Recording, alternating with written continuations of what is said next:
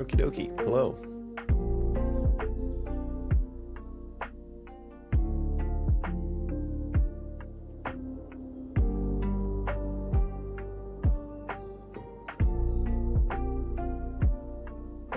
Let me see here. Okie dokie.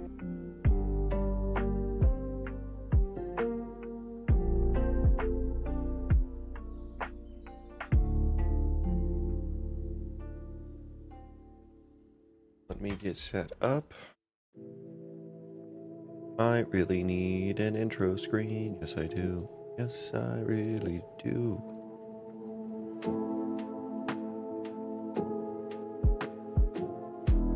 Okay, I think we're good over there.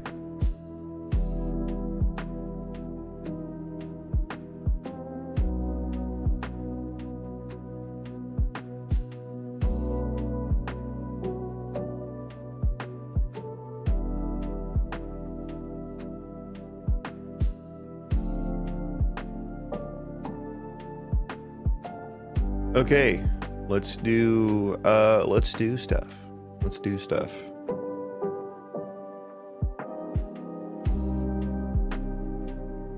All right, so yesterday we actually got a working rendition of combat going on a large scale. Tentatively, the performance looked quite good. It looked quite fucking good, actually. Especially considering that this is not the final state of the gas rewrite, the ECS gameplay ability system. There's a lot more that we can do. I know it. I know it. We didn't really have a whole lot of effects happening, which is a whole nother thing. Health regen, all that kind of stuff, you know. It was just fireballs and auto swings, basically. Melee auto attacks. So it's not the final like count, not the final performance of it. Elliot, welcome. I was just saying that we got some tentatively good performance results at the end of the stream yesterday for the ECS combat. Finally got a larger scale rendition of it working, and yeah, tentatively looks quite good. Tentatively looks quite good.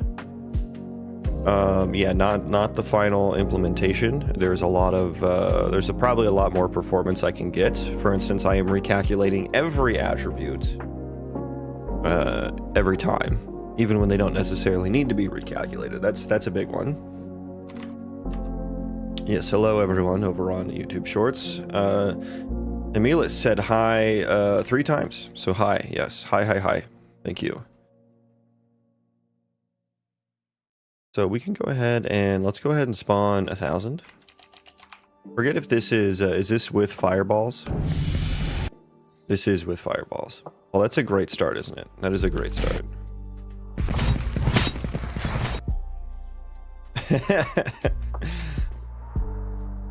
Yeah, wonderful start there. Wonderful start. What are we doing here? The entity subsystem base is null. Why are you null? Cast ability, we have instigator tag data. Instigator tag data is null. What is this? What is this? Oh my god, what is this?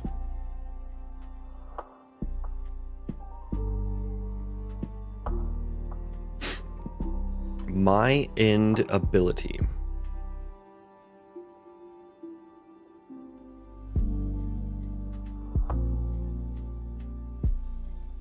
My end ability, which looks fine. But what on earth is happening here? Oh yeah, we can't. I can't do this. Yeah, this is bad. I figured this out yesterday. I can't hang on to these pointers because they're not stable. Yeah, we can't do that.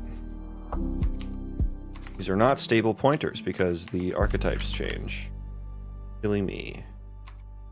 So delete that. delete it. And I guess we just need to grab it each time we want to use it, which is kind of unfortunate. Unfortunate.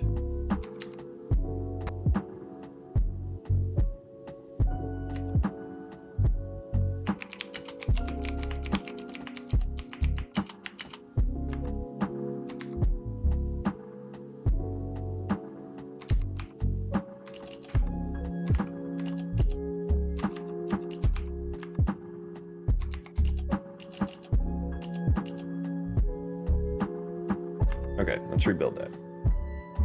So what do I want to work on today? I was just trying to think about this before the stream. I know the Aggro radius processor is acting a little weird.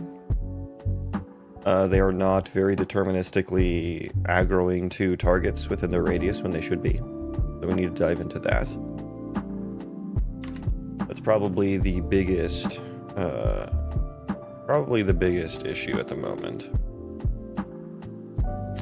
But yeah, we need to change our projectiles into entities. That much I know. We may need to split the velocity processor out into something that I think I may want to do gravity and velocity separately, which may be a bit of a challenge. That may be kind of a down the road thing.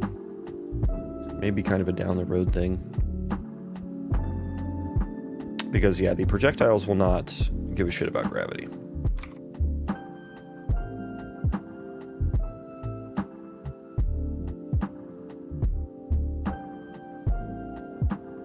But yeah, let's just try and get a little, a larger rendition of this going. I guess this is going to be really bad because of the fireballs. Yes, I know, I am aware that the array changes during for loop iteration. I am aware of that. Alright, Andy, welcome.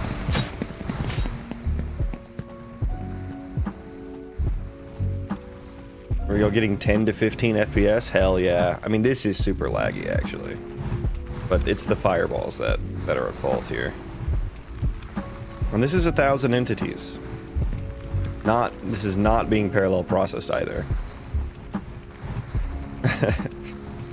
It worked a lot better. Where is this coming from? What is this? Some garbage collection thingy? What is being garbage collected? Pray tell. A lot of shit. A lot of fireballs. A lot of fireballs in the garbage there. Yeah. Yeah, those fireballs also need like a lifetime. Holy moly, they combating. Indeed, they are combating. What was the fucking issue here? Invalid element index passed to tset removed by index. Only I had some better information as to what was happening here. Element index is 417. The max num is 3,545. So that should be fine. I imagine that the tset just changed or something. I'm gonna blame that on the fireballs.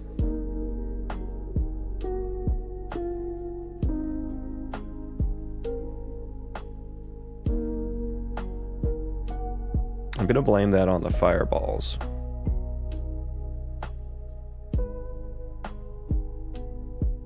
And maybe we will run garbage collection every frame at some later point. Like I said, I need to change those to entities anyway, so I don't think I'm keen on touching that at the moment.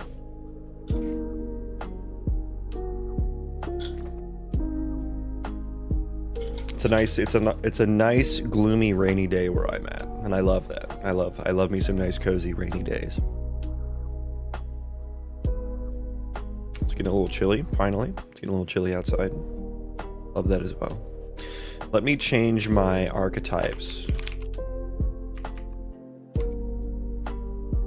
I can't open both of those, huh? Okay. Fine then, keep your secrets. Let's change this to, oh, okay, so, yeah. Let's not use any fireballs. So this works a lot better. This works a lot better.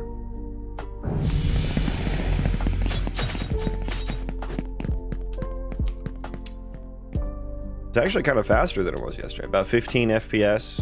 Okay, so no, about the same. So the yellow guys, they're supposed to aggro anything in their radius, and they're not. So we need to fix that. But yeah, about 15 FPS for 1,000 entities in combat. Most of them in combat, I think. I don't know. It's hard to tell how many are in combat because I need to get the aggro radius thing working. But I think it's safe to say that it's more than 200 of them. I hope. Otherwise, then my tentative performance is not as good as I thought it was. Yeah, there they go. That was the combat.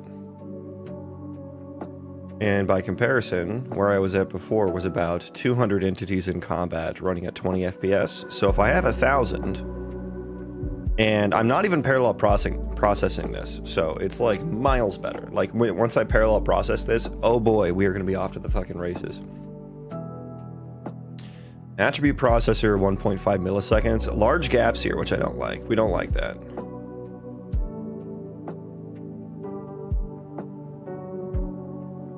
We don't like that.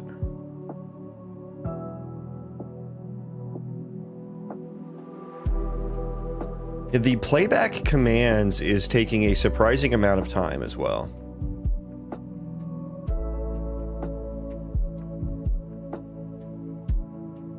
And so I changed from processing all of the commands at the end of the processor loop to in between each processor. And that allowed my ability system to be a bit more reactive. Now there are a few of them, a couple of them, these two, Invoker and Aggro Radius, that require spatial data. So we run those first because when we apply command buffer changes to the entity system, it would mean that the entities would change spatial grids as well, because the spatial grids store the archetypes. So there are a couple that we don't run them after for.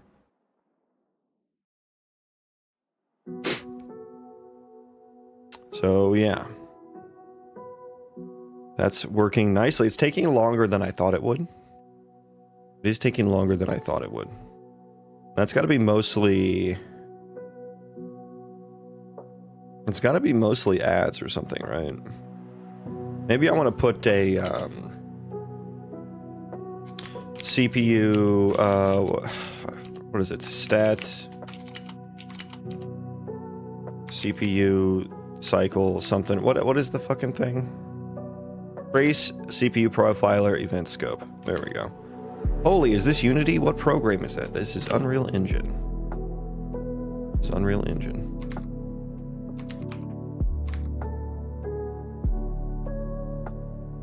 Let me see here. Remove component. Can I put that into a function? Let's put that into a function.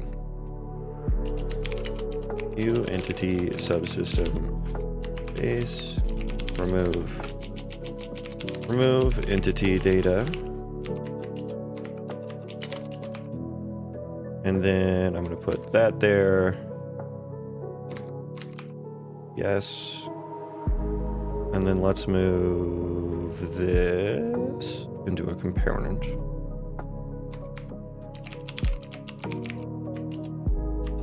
Oh, I already have a remove entity data, I think.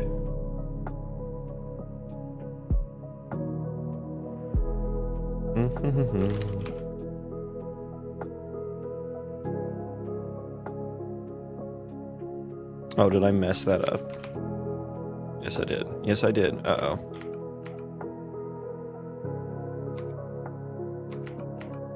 Why did I put that there? Why did I put that there?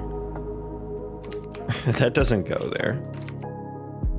That doesn't go there. Hey. What do I need here? And what other remove thingies do I have? Command.entity, command.component data. Let's assume that it's the same.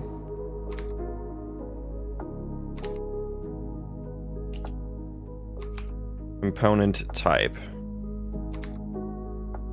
Okay, that is supposed to be used. Script struct. Can I just, should I just pass the command? Let's just pass the fucking command. Pass the command, F entity command.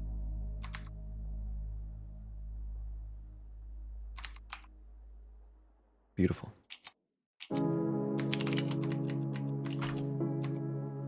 Okay, so we can create that. Yeah, that can just be thrown in there. Cool. And we'll add the command.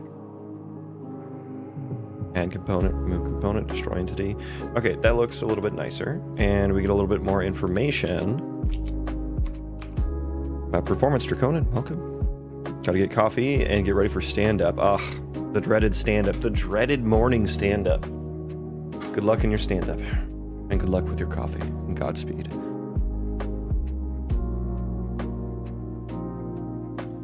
My first job, we had stand-up at 9:15 in the morning. But that was like the latest I could show up for work. And that was so fucking annoying. Because you know what? Sometimes I don't want to fucking show up to work until noon, alright? Sue me. It's like I start work usually if I'm not streaming, I start pretty early now. Even earlier than that. But it's just like, the choice was being taken away from me. Being taken away. Can I ref that? No.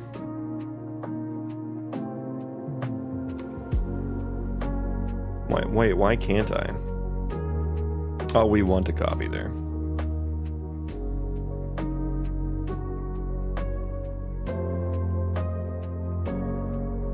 Okay, so that's gonna be fine. We'll get some more information about our playback commands. We'll see what's taking longer. What else is happening in playback commands? Do we have the rest of it? That has one. Destroy entity, you don't have one. Trace, CPU, profiler, event, scope, destroy entity. Entity, as I like to say sometimes. It's fun, and it's funny. Say it with me, entity. Okay, so we'll need to rebuild that, but I want to take a peek at the Aggro radius processor as well. Let's go ahead and rebuild while we look at that, because that's gonna be a longer rebuild there. So I'll want to do this on a smaller scale so I can actually fucking tell what's going on. It's like sometimes they aggro, sometimes they don't. And I guess there's multiple problems that could be happening. Multiple points of failure here. One of them being they're just not getting they're not spatially iterating correctly, meaning that when I do a for each in radius, we're not actually getting all of the entities within the radius. Another one could be that we maybe are, but then adding the aggro, because we have the aggro radius processor, and then I think I just have what, the aggro processor? Yeah, the aggro processor, which is just like looking at the aggro table.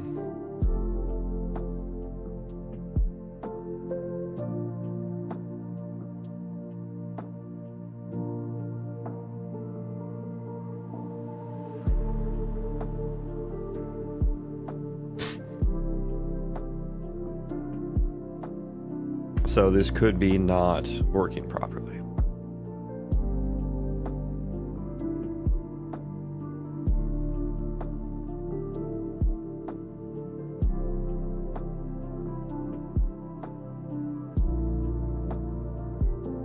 And I could just do, let's just do f dead entity tag here.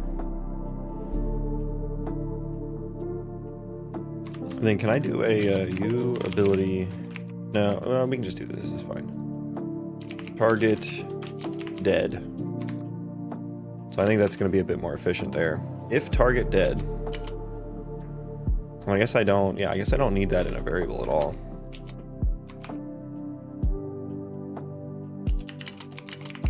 Target is dead.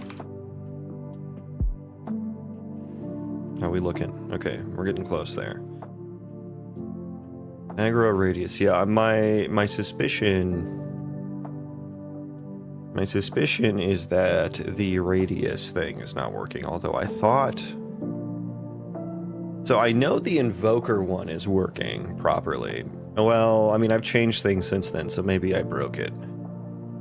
Maybe I broke it. And also targetable tag data. Yeah, we don't... This is...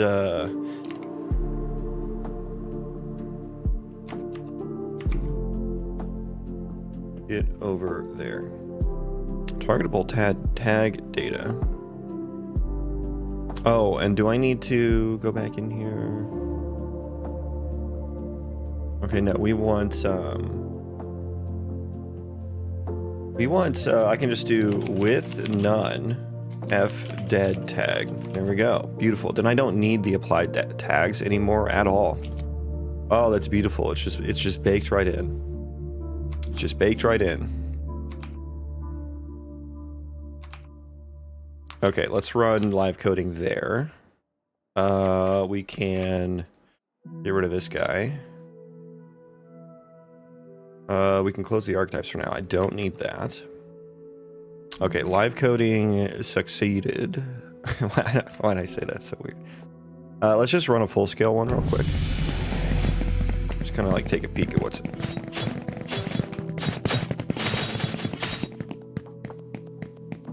Oh my god, their velocity is going crazy.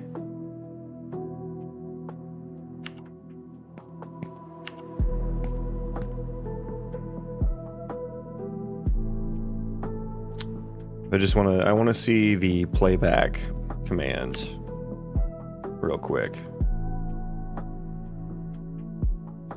Okay, just pause that for a hot second. Take a peek, see here. Show me your command buffer. It is mostly remove. It is mostly remove. Actually. Well, this one's mostly add. I guess it depends. Add entity 8.5 microseconds. Remove entity is a little bit more variable. Remove entity. Yeah, quite a bit more variable there.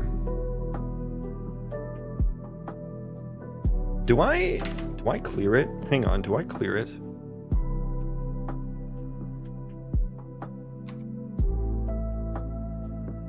I do, okay, thank God. Whew. Now I empty. I should reset, right? I should reset there.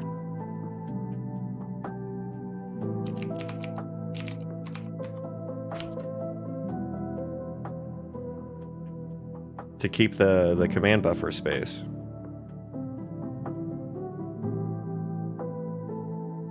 A slight optimization there.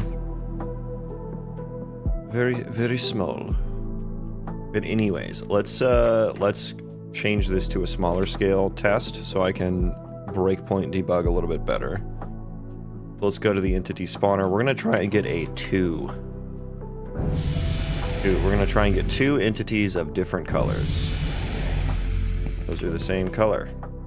Those are the same. Wait, are they? Do I have a spawn weight on these? No, they're just like, it's just really wanting to pick yellow guys here. Okay, these are 2 of the same color. Beautiful. Now, let me get a, there we go. I just wanted a little bit here. I have entity 18, entity 17. Okay, 17 is my enemy colonist, which is yellow. Colonist is green. The colonist is made of colonist, yes, of course. Okay, so they should be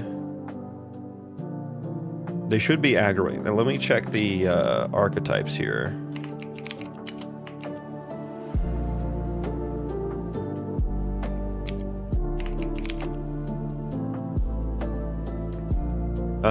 You are set to initiate attack on the friendly NPC faction, and you are set to initiate attack on the enemy NPC faction. Okay.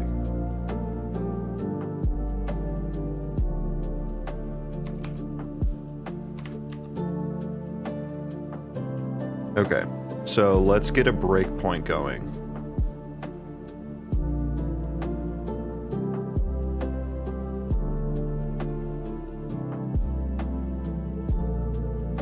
Where do I want that at?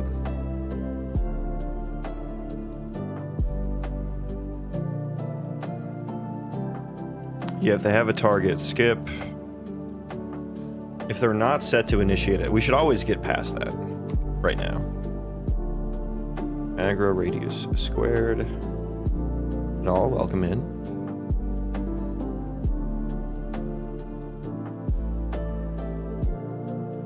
Yeah, so I think we're going to need to get in here.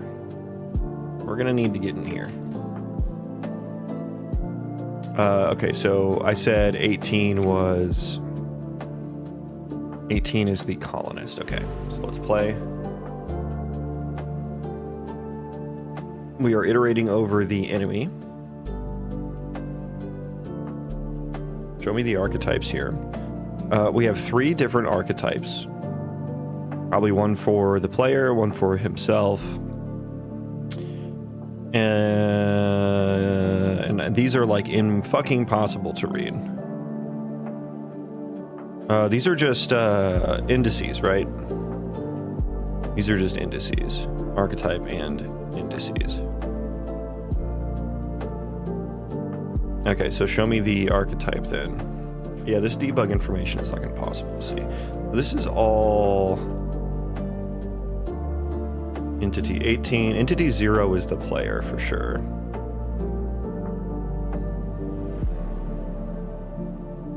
That was entity to index map. Okay, so he is going to iterate over entity 18.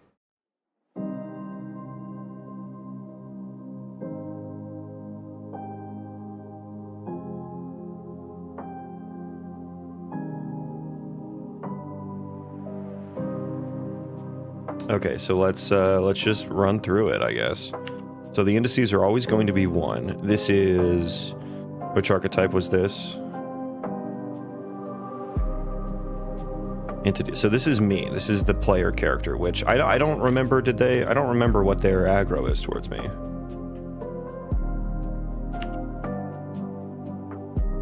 When games have the same looks as other games, for example, Marvel Rivals and Overwatch, do they copy each other's coding? Oh boy. First of all, no. The look of a game has nothing to do with the code of a game. Those are separate kind of ecosystems. Second of all, Marvel Rivals and Overwatch do not look the same, from what I remember. Overwatch is kind of like default stylized.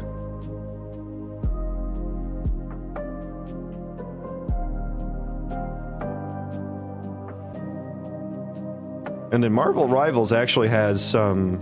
Is that in-game? Never actually played it.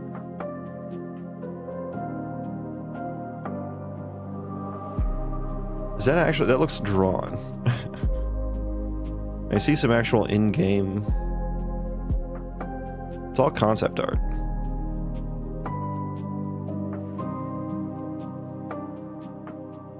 Yeah, no, these are different styles, my dude. These are actually different styles. Like, this is like the default stylized look. And then this actually has like some... This is actually a unique style. Like, this is actually kind of comic booky in a way.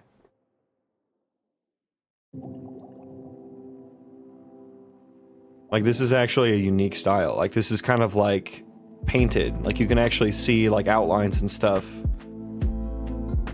So, no and no to both points you made.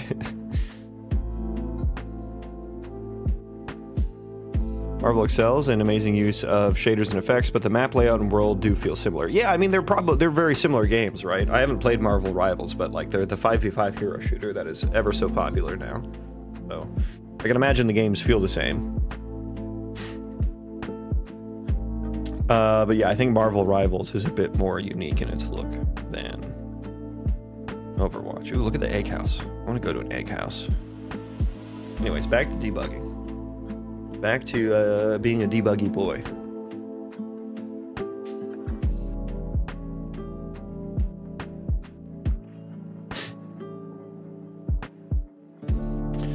Okay, so he's iterating over me. So this is going to be... Yes, default player. Aggro type towards, attack back only. Is that what he is set to? His faction data is attack back only. Okay, so we can skip. We will skip that. We get to the end. I'm so confused. Why did we not go back in here? Okay, I want to put a breakpoint there, actually. Okay, who are we iterating on? 17, which is enemy. And then we should be iterating over default player again. He's only getting the default player. Wait, what? There are multiple archetypes. Oh, I'm doing return here. Yep, that'll do it. That'll do it. Oh no. Oh no, that means the performance of this was drastically overstated. Oh no. I've made that mistake before. Uh-oh. Any plugins you would suggest learning in Unreal? I'm a junior and I ship my first project onto Steam. You're farther than I am. Yeah, okay, so now they're fighting. Now they fighting.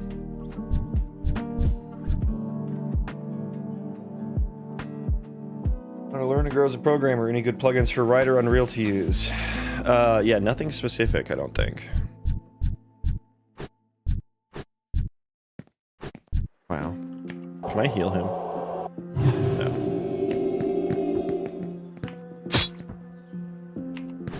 Okay, so I need to fix experience as well. I was expecting to get some experience there.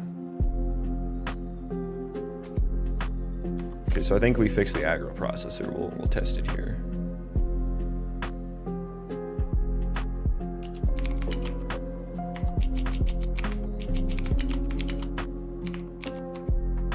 Okay, let's run the full scale test. Or a larger scale. So this is going to be less performant. Because now everything is going to be in combat. Everything is going to be in combat. Let's do 200 for a direct comparison.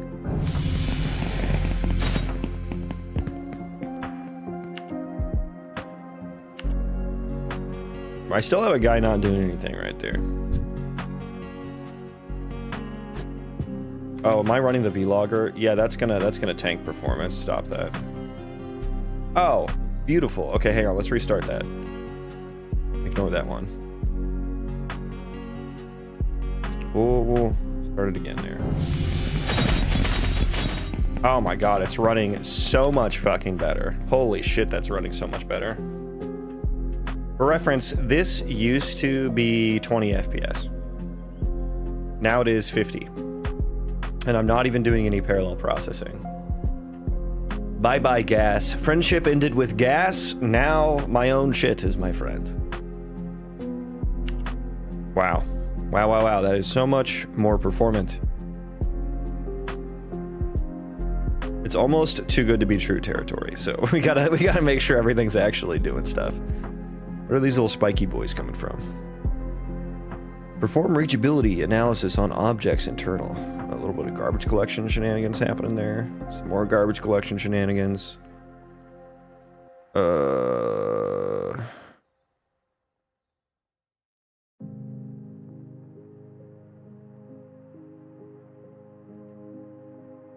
Yeah, let's just start taking a peek here. Yeah, there's not a whole lot of damage happening per frame. There was like 6 damage events there.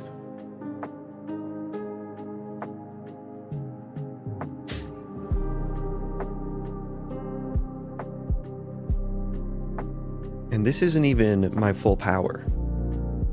I can do better. Like once I parallel process it, so let me put it in perspective here.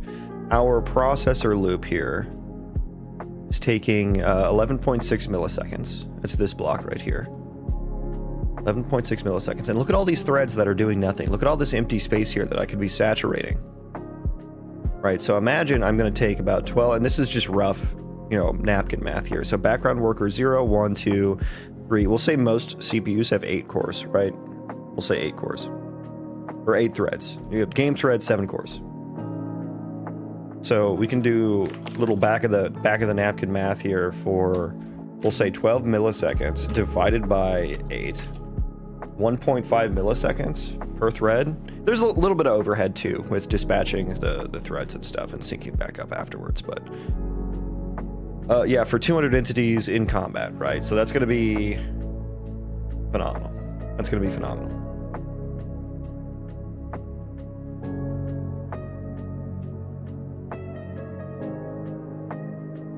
And that's 200 entities.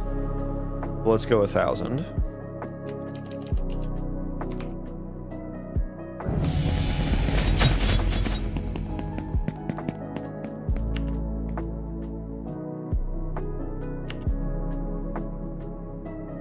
So yeah, rocking about 15 FPS. So this performance actually didn't get that much worse when I didn't skip. Wait, they're not all aggroing still.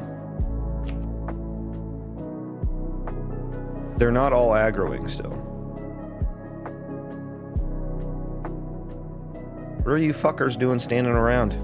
Get to work. Okay, it's still not working then.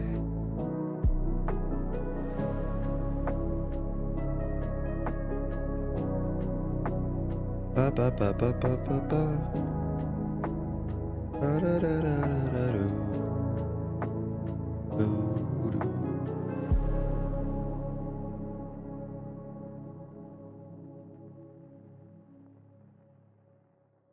Yeah, what else would be happening here? Why is that getting skipped? This one should return. Brims, thank you for the sub. Welcome.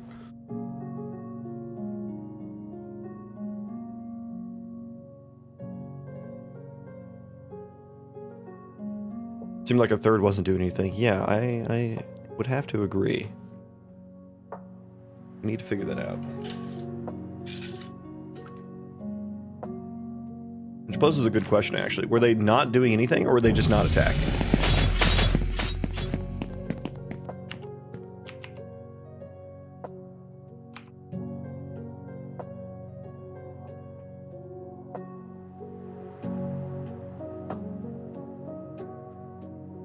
They're not doing anything.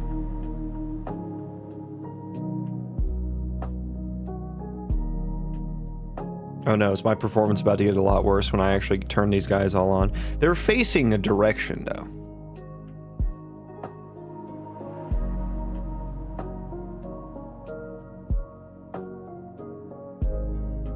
Do more come online as more die?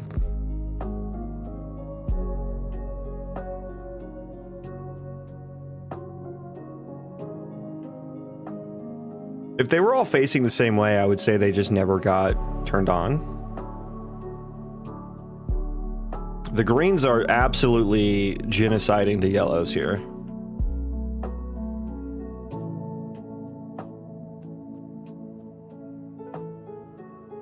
Oh my god. Oh my god, look at him go. Jesus Christ. I love how they all like spread out in like some even kind of distribution, you know? Can you see the behavior with the behavior debug tool? The behavior debug tool. Yeah, I'm not familiar with such a tool. The way I debug it is with the visual logger, but there's too many to like... There's like way too many to like nail down.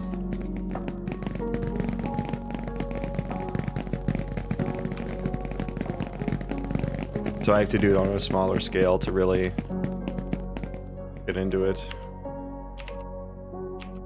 It would be nice if I could click on one of these and get the instance. That would help.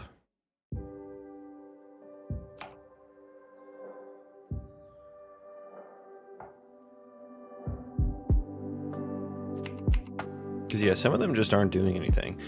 You know what, let me do this. Let's do just one X. Let's just do one type. To debug it, I don't use behavior trees, so that wouldn't tell me. You would know where you wouldn't even be able to get close to this amount of performance with behavior trees.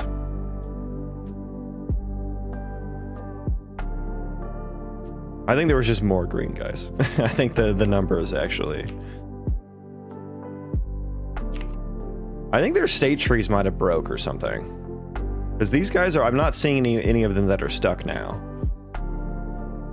I think maybe they weren't calculating.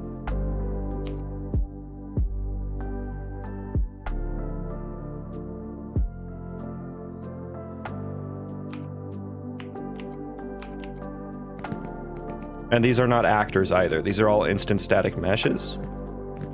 So I can't even click on them. Those are actors right there. These guys are actors. If they have shadows, they're actors. If they don't have shadows, they're instant static meshes. Instant static mesh components.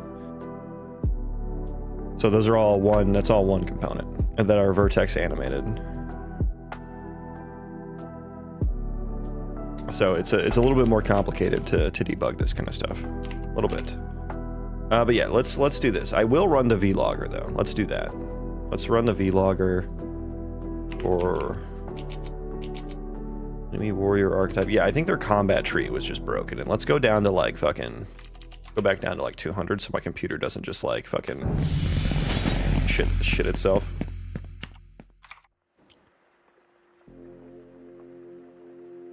So hang on. Are any of them not doing anything? Locked on right there. Okay, pause for a second. You can make a component visualizer for it to make them clickable. What is this component visualizer you speak of?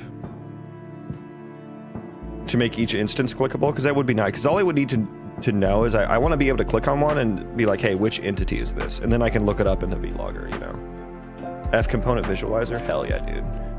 God, Elliot, I need you. I just need you in my pocket. John Cena!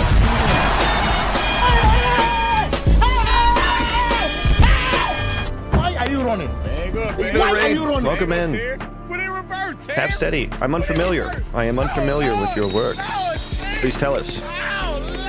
After the chaos finishes. We got him. What the dog doing? Thank you for this. Thank you for the raid, and welcome into the stream, everyone.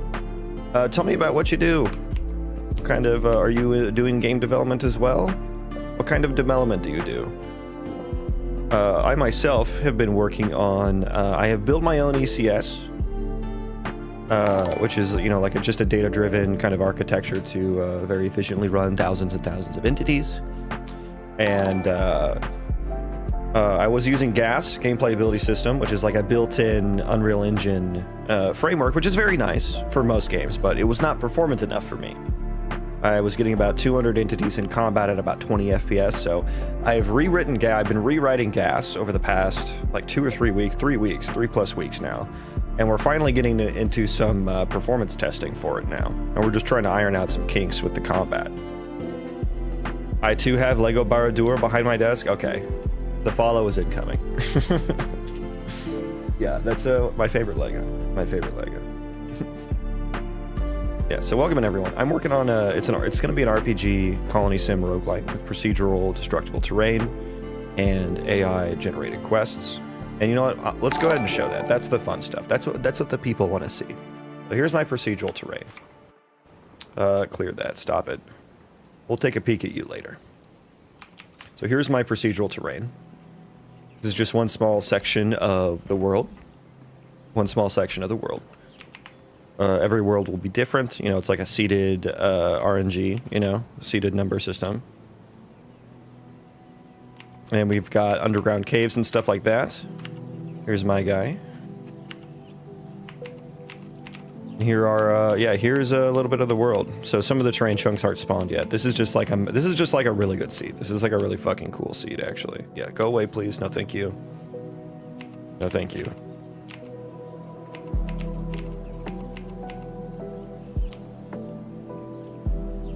So eventually we'll get some ore spawned down in the caves and stuff. We've got some noodle caves that do a very nice job of just kind of poking out and giving you an entrance, sometimes into some cheese caves, which is what I'm going for.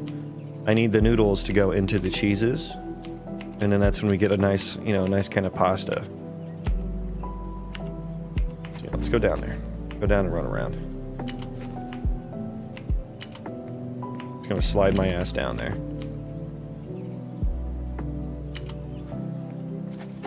Making me weirdly hungry, yes. Only the finest pasta here. It is destructible terrain, although everything's kind of broken right now because of the refactors I've been doing to the EC, or to the game playability system, so. Usually I would have dynamic tree chopping, but right now my axe just goes like right through it. Because I turn them into dynamic meshes, and then I edit the mesh at runtime. Same thing I do with the terrain when I dig it, but also not working. Also not working right now. But we have a bit of a building system, which is, wait for it, also not working. Also not working. So everything is like slightly broken. Yeah, there's a building system. Normally I would spawn some colonists in the world to like interact with and stuff. I have a few different colonist tasks already. I've got some, you know, you can send them to go forage for stuff. You could send them to go build, construct things for you, because you have to place it down as like a blueprint first. And you have to spend time like building it. That time will be based on like your construction skill or like the colonist's construction skill who is doing it. So there's like progression on all those skill levels. Like, you know, logging will have a skill level as well. Foraging will, you know, gathering, all that stuff. I see those World of Warcraft spell ability icons. I'm borrowing them. I am borrowing them. I will give them back. I promise. Everything is slightly broken. Title of my memoirs. Hey, you and me both. Yeah, actually, this big fissure is actually kind of preventing me from... So normally I would just build like a little bridge over there. Normally I would just build a little bridge over there. But building is broken at the moment, so... Let me look at the... I'll show the world map now. Here's the world map. This is like the procedural... Yes, workers. The workers yearn for the mines. They do. Especially the children. Those children, they love the mines. We will have children and we will have mines. So it's up to you. As it's only you can send the children to the mines. That's gotta be like a loading screen image, right? It's like a Smokey the Bear, but it's like, I don't know, some supervisor or overlord. He's like, only you can send the children to the mines. That would be funny. Yeah, here's the world map. So this is procedurally generated as well. Each pixel on here is a terrain chunk. And so that's where the terrain chunks kind of get their information as to how they should render, how should they shape, what different data they have. If you look up here, you can see some of the different data as I hover over each one. And especially the name of the zone. So that we are in Shadowfell Crossing right now, which this doesn't look very much like a Shadowfell Crossing, but it will. It will. Arcane Academy, the Catacombs of Secrets, Iron Spire Heights, Blightveil Abyss, Serpent's Coil, Maelstrom Coast, Mornwood Vale, Whitefire Valley. And so what I'm doing with these zones is I have an LLM just like generate a random name. Right now I'm just picking random ones from a database. It doesn't look very deserty either. No, it doesn't. The different colors were supposed to be like yellow is desert, red is mountain, cyan is meadow, blue is swamp, green is forest. And I was going to have just like one PCG biome graph for each type. And so I think it'll eventually be a little bit more dynamic, so I don't think I'm going to have those colors relate to that. The colors will just kind of connect the Voronoi cells into interesting shapes. But the LLM doesn't like take into account any information as to the zone. Eventually I will, you know, tag everything that's spawned into the zone, like what resources are in there, what mobs are in there, you know, what kind of biome is it, what is the terrain shape, what's the altitude, you know, what are the surrounding zones, you know, what points of interest are in there, that kind of stuff. And then eventually the LLM will come up with a flavorful name. But like some of those names sound awesome, right? Like Shadowfell Crossing. Like imagine if that was like a swampy, dark kind of zone, you know? Spooky zone. Solo developing this? Yes. Yeah, just me. I've been working on it for about 3 years. Map is, by my estimations, 15 kilometers large. So like I said, each pixel on here is a terrain chunk. So we're only generating about this much right now. And so I can zoom out and like, you can't even see me anymore. Like I am an ant down there. So this is, there's one terrain chunk. 2, 3, 4. So we're generating at about a 4 terrain chunk radius. So yeah, we're doing about this right here.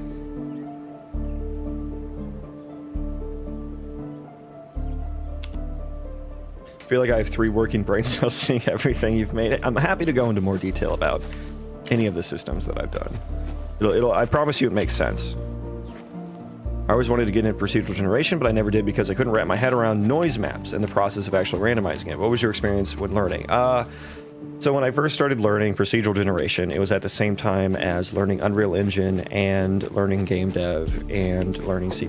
So I was trying to learn all that at the same time, and it was an absolute fucking slog. I think it took me about 6 months to do anything productive, and I didn't do it the right way at all. I was following Sebastian Legge on YouTube. He's got like a procedural generation tutorial. It's for Unity, but at the time there was like, this was like 4 years ago or three. No, this was like three. Yeah, this was like 3 years ago.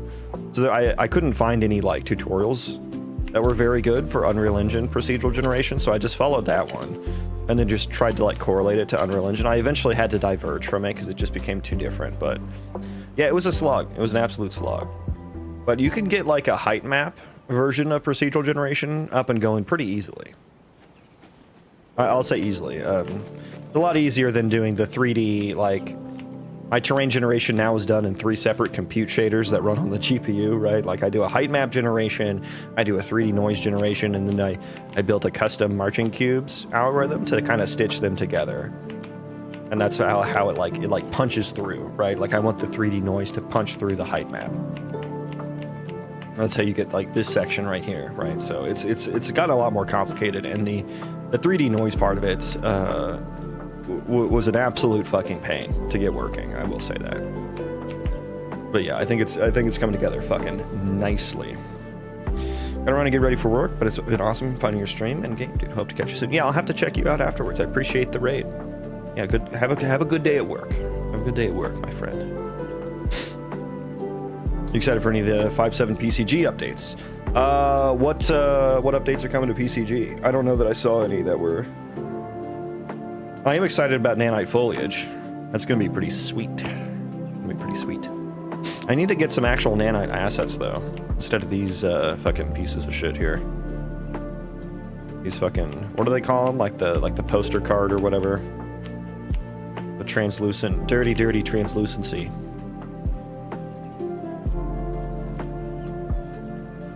Do you do this on the side along with main job? Yes.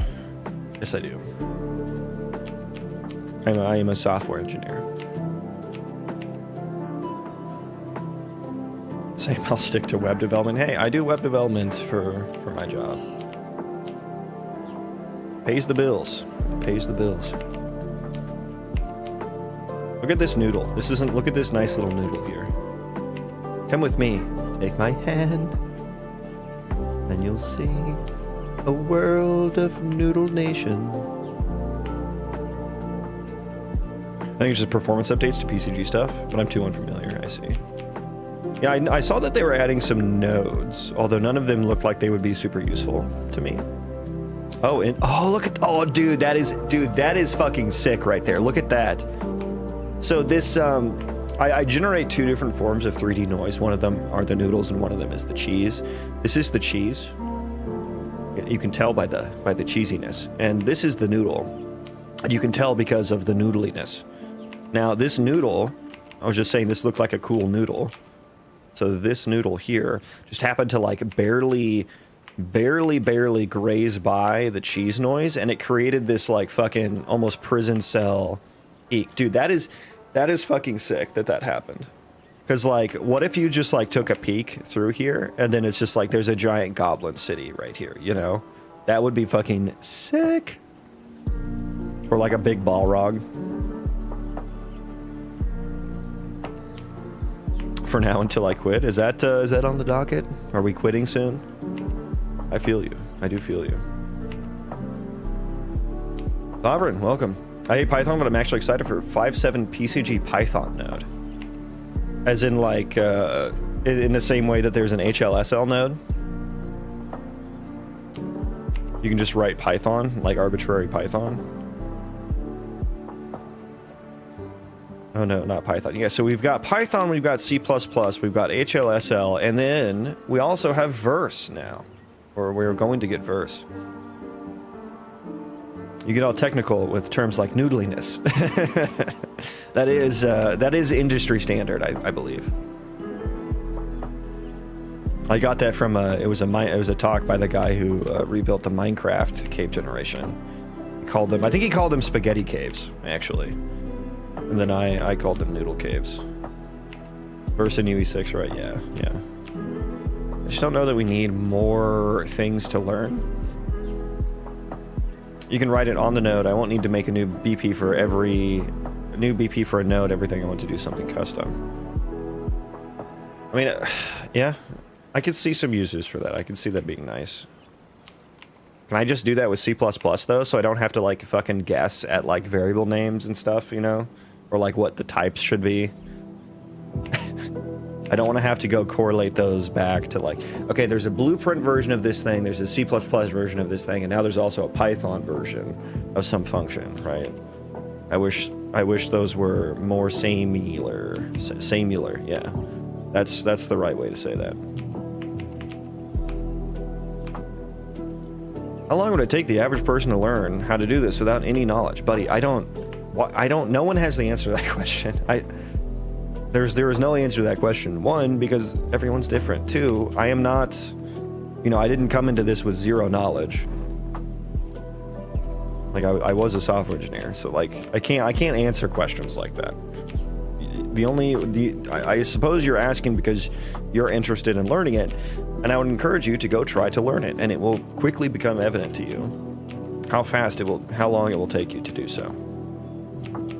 But you cannot compare yourself to the end result. Take baby steps. Take baby steps. I wish it could be C++, yeah. But a couple of interviews. Oh, nice. One of them lands. I'm out for good. We have a flow/node system for automating BMS. What is that, like bodily movement systems? Is that like a form of irritable bowel syndrome? However, it's so poorly developed, slow, and I feel like prioritization is the wrong majority of the time, so I'm spending 8 hours figuring out logic that I could do in 5 minutes of code. Legacy code. Ah, yes.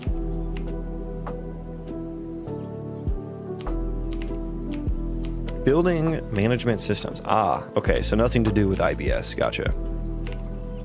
Look at this. This is such a quaint little... I want to build a little colony here. I would like to do that.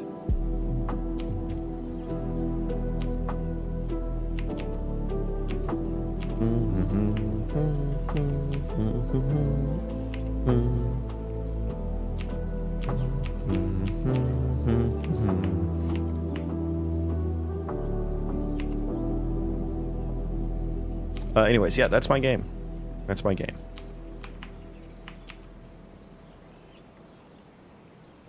What does the code look like that gets you the shadows? That's all done by the engine, so you'd have to dig into the engine source code for that.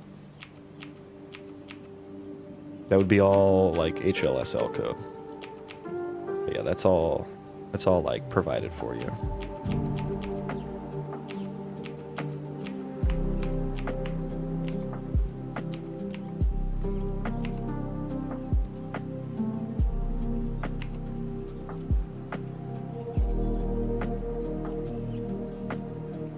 Getting back to work myself. I hope to catch you again soon. Have a good rest of your stream. Thank you.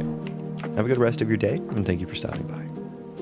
Let's get back to work and not look at the horrible stretched textures here. What's the plan for this in terms of player elements? I suppose you're asking about like player progression and stuff. Like, I said it was going to be like RPG Colony Sim Roguelite. So I'm thinking something like Vanilla WoW in terms of like class design, you know, lots of abilities to choose from, you know, talent trees.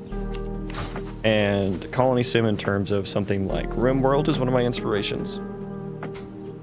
And then Roguelite, something like Hades, which is my favorite roguelite, of course. So I'm picturing something like, you know, you'll pick a class when you create your character. That'll be your class for the rest of the game. And it'll create a world for you. As you go around the world and level up, you can recruit colonists and you can start building a colony, or you can just run around and explore and interact with any of the NPC ran colonies that I don't have yet, but there will be some points of interest in NPC ran colonies all throughout the world. AI generated quests as well, so you can start completing quests as you level up. Maybe, I don't know, every 2-3 levels you'll get a choice between 3 random abilities to pick from to start building out your character. But when you die, you'll go back to level 1, and it'll all reset.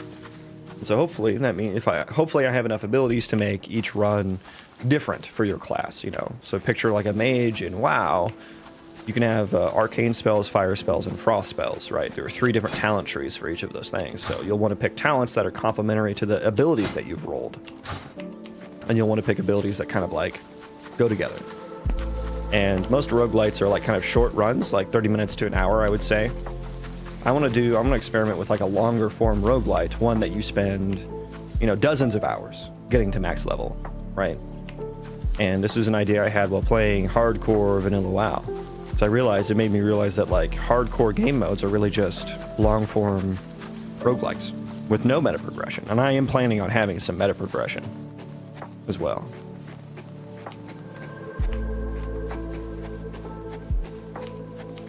We got dots in Unity if you've heard of or experienced with it. Haven't used it, so don't really have any opinions on it.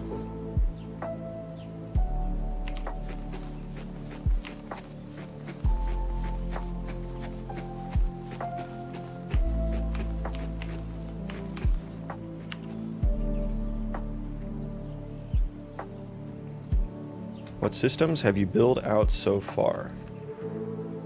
I kind of have a base form of everything. I want to run another thing is like I want to run the whole world. So like you can build colonies all over the world. I want them to be running at all times, right? So I want to like, if you have a colony built here and you send some guys out to the forest to chop trees, that they actually have to run over there and chop the trees, whether you're there or not. Like they won't be rendered when you're not there, but I will still be moving data around in memory to get them over to the trees, chop the tree down, bring the wood back to the colony, process that. So I want the real thing to be running at all times. And that means like if there's a bandit or a wolf in the forest when they're chopping trees, I want them to get attacked by that bandit or wolf. I want that to hopefully help make the world feel alive. And there will be NPC ran colonies in the world as well. And so I'm thinking that like each colony is going to kind of have like an overarching goal or kind of initiative or agenda or something. You know, maybe they just want to farm. Maybe they're a farming town. Maybe they're a warmongering town. Maybe they're traders, you know, and then they'll start to interact with other NPC ran colonies that way. And so I'm thinking that there is going to be some politics involved there with the different factions and stuff like that. But I want to run the whole world to make your colonies feel alive, to make it feel like your choices matter in the colony sim, like how you set up your town. You know, how nearby is every, you know, is the fucking blacksmith next to his house and also next to the, you know, where he sleeps and where he works are next to each other, and also the storage for all the blacksmith stuff. So he doesn't, you know, he can be very efficient that way. I want things like that to matter. I want things like how you set up your buildings, where you put them, all that stuff to matter. So that's why I wrote the ECS. So I have an ECS system that I wrote, my own. I'm working on getting combat to put into the ECS. So I have some rudimentary combat working. You know, I've got some spells, some heals, some dots, blizzard, frost nova. I got I got like a fucking flame buff. Oh god. There's my little flame buff that I can't show. I got a cleave. I got a bow and arrow, dual wielding. Stabby. Stabby. Stabby. Ooh. Stab. What else do I have? I have a building system that doesn't work at the moment because I accidentally broke it. So I can build things. I have dynamic tree chopping working. So I say working. I had it working before I changed things. So normally, wherever the axe connects with the tree, it would deform it. So if I did one of these and then I would jump, it would also like chop it up there as well. And so you would actually get wood in your inventory. You'd actually get wood in your inventory, and you can use that to build buildings and stuff. So a little bit of a flow there. I have a few colonist tasks working, so you can recruit. The green guys are colonists, so you can recruit them. And you can tell them a few different ones I have so far. You can tell them to like haul. You can tell them to construct buildings for you, or you can tell them to forage. Those are the ones that I have working at the moment. What's a tech in your world, like medieval weapons, early firearms, siege cannons? Yeah, I don't want to go too far into gunpowder. To me, that always breaks. always breaks kind of the fantasy for me. So I think I want to stick to, it's going to be high fantasy, so anything that has the effect of a siege weapon with gunpowder, I think I will do in the form of magic. So, you know, no dynamite. I think it would just be like magic charges or something, you know? But, you know, there could be things like catapults and ballista and scorpions. Trebuchets, of course, the superior siege weapon, gotta have those. Are you using animation packs or attempting to make more of those later down the line? Well, I suck at animation. This is my animation that I made. It is awful. That's mine. Yeah, that's awful. So right now I'm just using free things. I've retargeted a lot of the the vanilla WoW animations to the Unreal Engine skeleton. So I use some of those for placeholders, as I do with the textures as well. But I'll eventually be, yeah, I'll have to pick those up from somewhere. Either pay someone to do it or find some asset packs and stuff.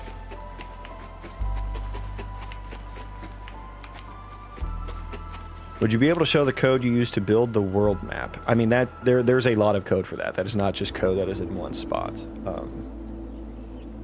I can show something more specific if you want. You'll have to be more specific about what you want.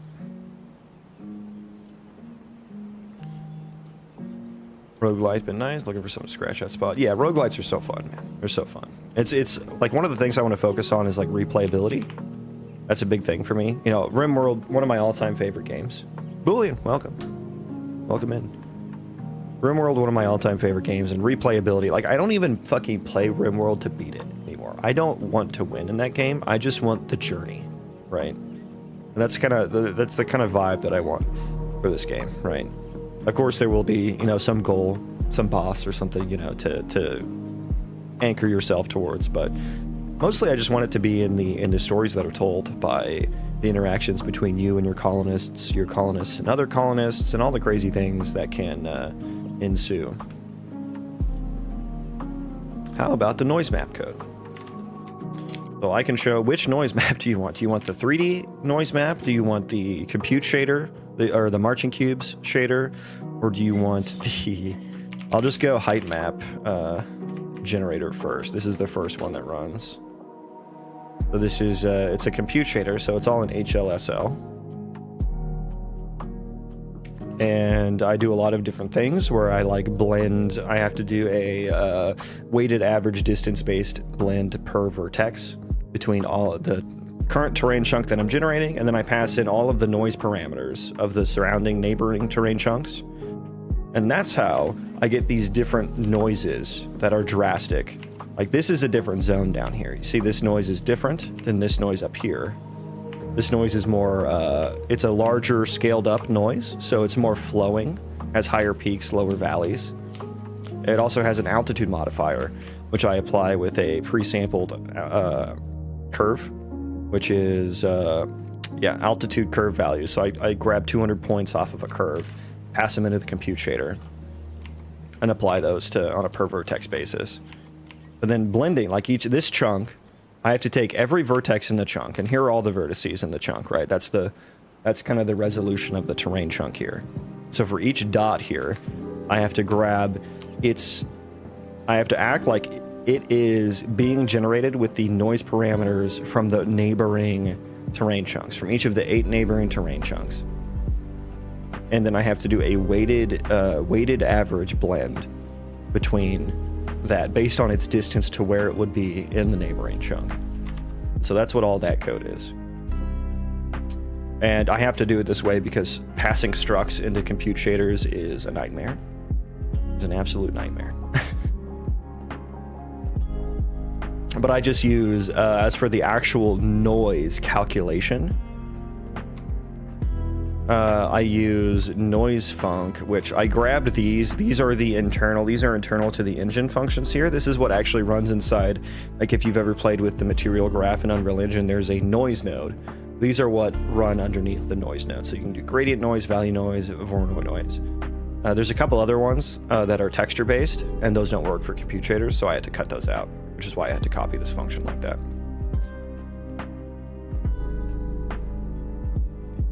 But yeah, that's a very small part of the height map generation. So all of these parameters go into making the height map. Correction, all of these parameters go into making a height map. Do you by any chance know the game called Ravenbound? It was a roguelite open world RPG game. I was really interested in it, but they never improved their combat and movements, which ruined it for many players, but the concept was, an idea was great. I don't think I've heard of it. Ravenbound.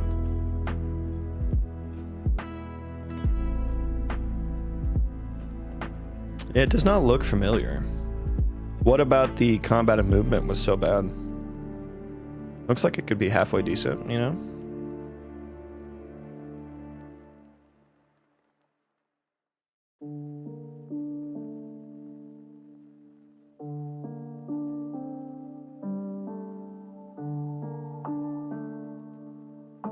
Yeah. Maybe a video would suffice here. Is it worth playing? So let's not do audio. I don't want to get like fucking claimed. Just severely clunky. I see. Is there gameplay? Yeah, here's a little bit of. Of course, his face was like taking up the entire thing.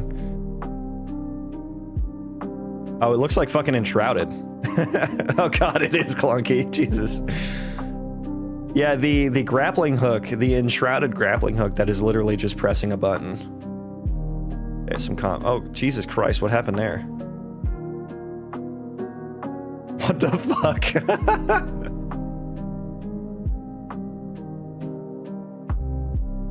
Is that how it always was, or is that like, or are those outlier scenarios?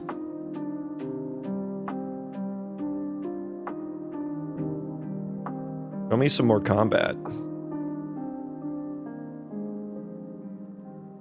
Bird mode. Boss fight. Okay, let's see a boss fight here. Bird mode.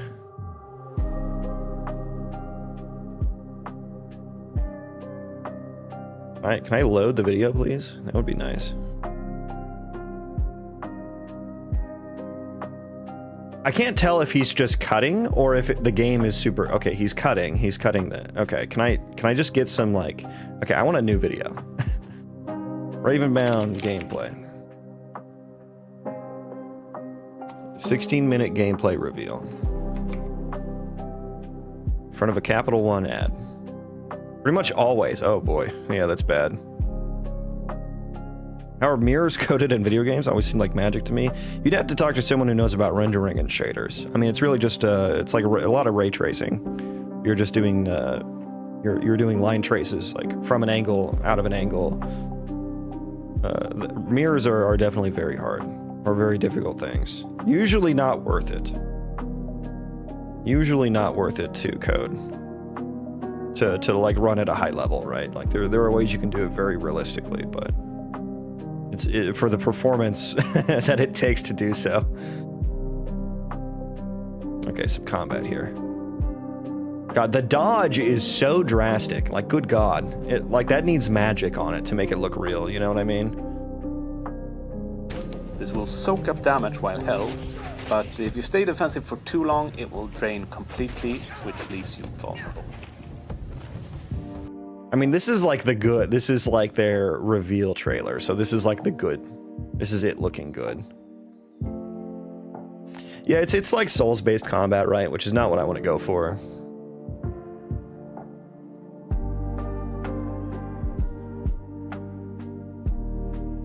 Show me combat, please. The world and everything look nice. He's just like whiffing every attack there.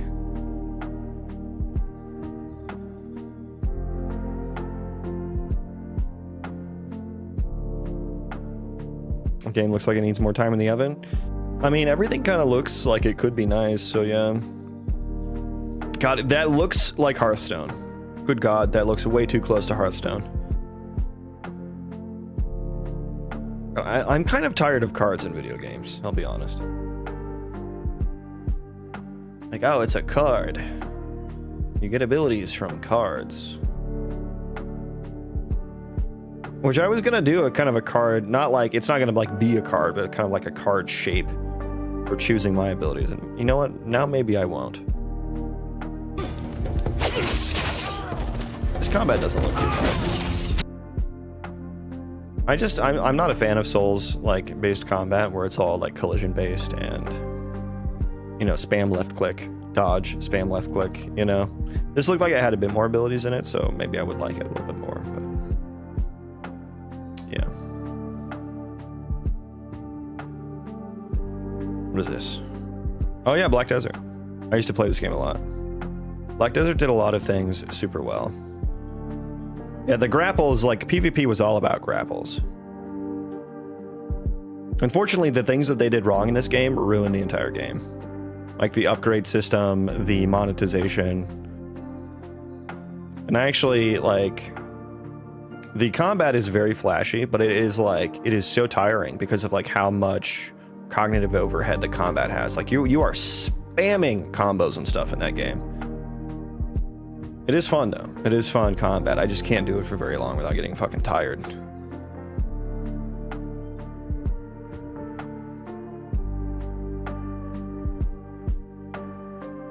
What about ladders? Bethesda Nightmare, yeah. Yeah, that's funny. Yeah, I don't have ladders in my game, although I would like some. World was amazing, honestly, can't complain about it. Massive craters, the goblin fights, and more. The Raven flight really sold me the first time. Yeah, I don't like flight in games. I don't like flight in games. I'll say it twice. I don't like flying mounts. I don't like it. I think it ruins the world. I think it trivializes the world and disrespects the world. I had 6.5k hours in BDO. My dude, are you okay? I don't know that I have 6.5k hours in anything. I have like 2k in RimWorld, and I thought that was crazy. My boomer eyes and hands can't keep up with it. Yeah, I'm surprised I'm surprised you still have use of those. Both of those things. That's wild, dude. How much money did you sink into it? How much money did you don't have to answer that. Yeah. Like, they did a lot of things. The world was really cool. Combat was really cool. I really loved the passive economy system in BDO as well, like the nodes and stuff that you could unlock.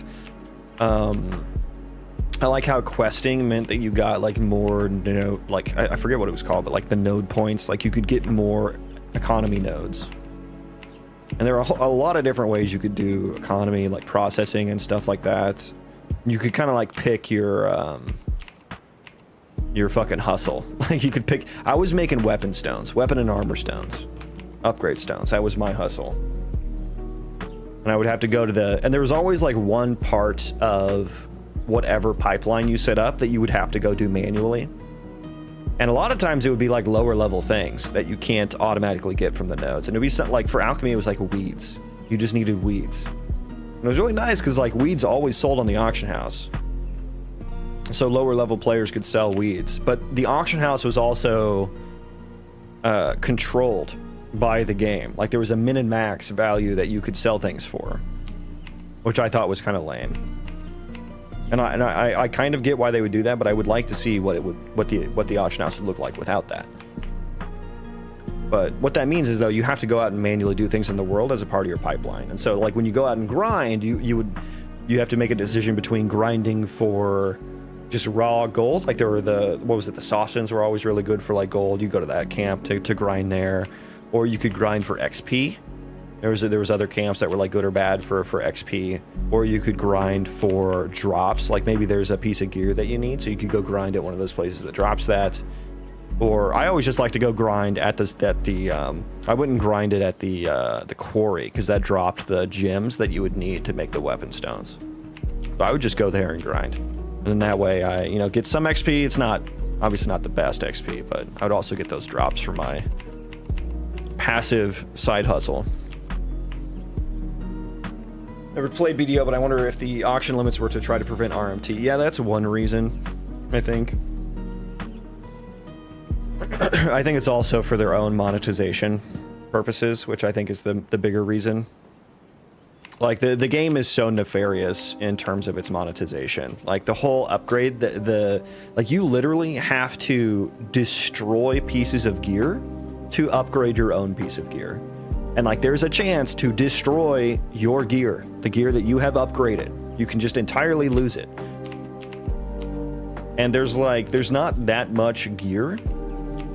And like, there's like maybe 2 different kinds at max level for each slot that you can use. There was like the Zarka or the Dandies or whatever. And so there just wasn't, and they did that so that you bought the cosmetics to make your character look different, right? And then the upgrade system was entirely based on RNG, and you would have to fail stack. Like each time you failed to upgrade something, it would lower the durability of it. And then you'd have to get another item of the same type, which was most of the time a boss drop.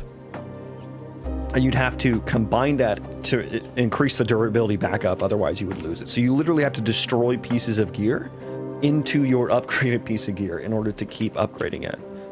And the chance to upgrade is like really fucking low. It's not like a 90% chance. Oh no, it's like a fucking 5% chance. And then the more you fail, you get fail stacks that increase that chance.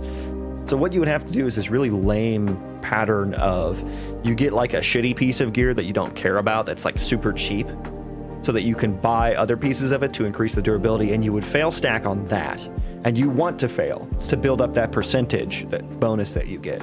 And then once you have enough of that percentage bonus built up, then you apply that to your good piece of gear.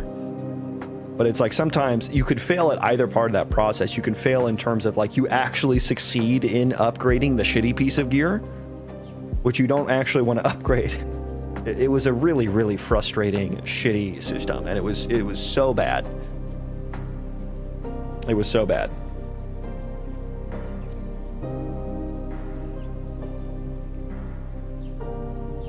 Bought a game for $8. Bought a tent, 25 to 30, and nothing else. Okay, that's probably better than me then. I bought a few pets because the pets, like, when you're grinding, you're killing like thousands of fucking mobs, and you have to individually loot each one. And pets automatically loot for you. But it's like they can only loot, they have like a loot rate. And so you'd have to buy more. You'd have to upgrade them more to get them to loot faster. So predatory, man, so predatory. For Honor has cool combat.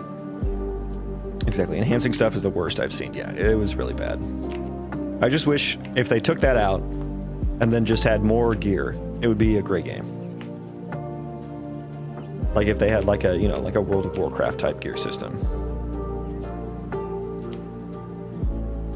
Was it a 35% tax on the auction house? That's crazy. RMT is such a plague for MMOs, yeah. I mean, you just gotta ban. You just gotta ban real hard, real heavy. No, you know, no questions asked, right? On both sides, buyers and sellers. I think that's the, like, WoW doesn't ban enough. I know they do it in waves, but it's like, dude, you have to ban the buyers. You can't just ban the sellers because they're just going to spin up new accounts. I mean, you should ban them as well, but you got to ban the buyers. Because right now in WoW, RMT is so prevalent. No, everyone does it. They literally put WoW token in there as their own form of RMT. Crazy. Absolutely crazy. They sold out. In fucking classic WoW too.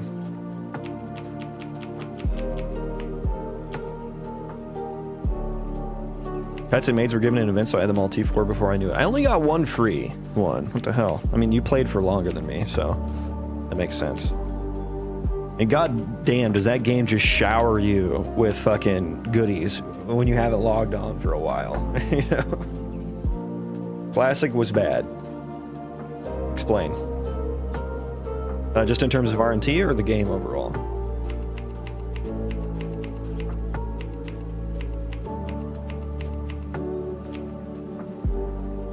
RMT created a situation of inflation that just continued to explode. Yeah, it was so crazy. And then like they're adding things in their new renditions of Classic. They're adding things like dual spec that will literally remove gold sinks from the game. And the game already did not have enough gold sinks. Like consumables, repairs, talent changes. What else is there? What else is there? And consumables, you're just giving that money to someone else. So it's really just auction house fees. Like, it's wild. And then, yeah, you've got all these bots just like running around just extracting value from the world. Oh no, I love the game, it just meant RMT and Classic was bad. Yeah, agree. Agree.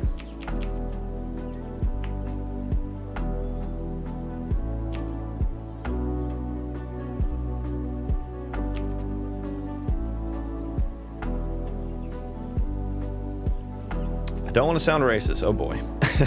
Oh boy.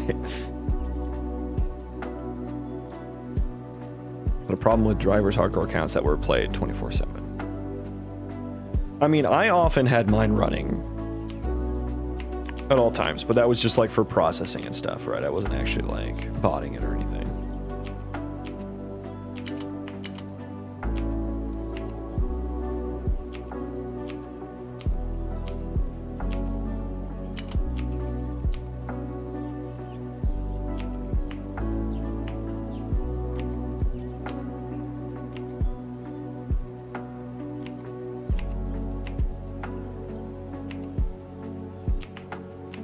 I feel like having a box price for an MMO is actually a good way to disincentivize botters, you know, or gold sellers, right? Because you ban the account, they have to pay not only a sub, but a box price as well each time they get banned.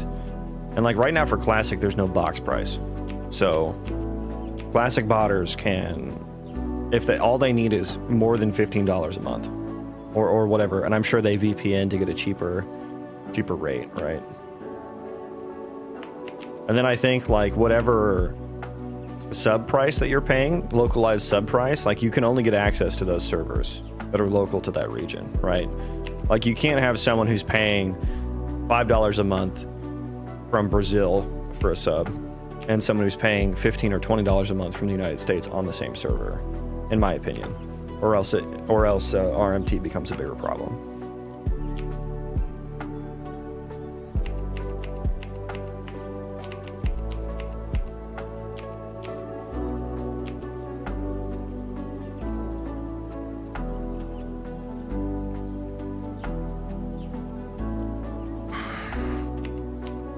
Also device banning. I mean, I'm sure they do ban as specifically as they can, right?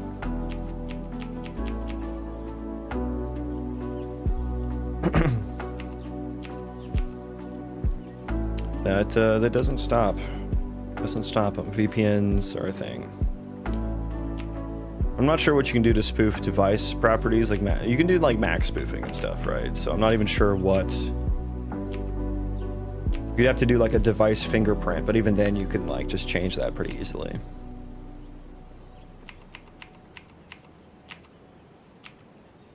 Anyways, let's get back to work. I've just been yapping for too long. Let's get back to work.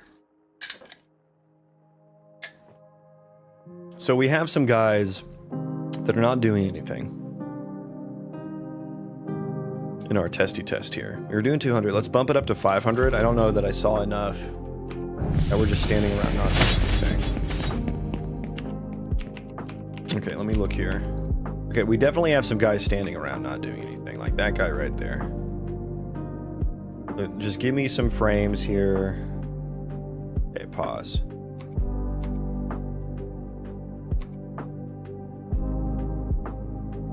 Entity moved too much. Okay, that's fine. I really need to know, like, what... I guess, let me just look for some reds here. Does it all just move too much? It is. It is just moving too much.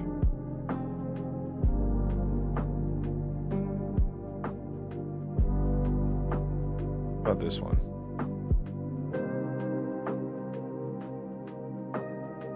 Oh, he dying. That's why. He's dying. Look at him on his knees. He died like a dog. He died like a dog. Oh my god. Yeah, a lot of dyers here. Move too much.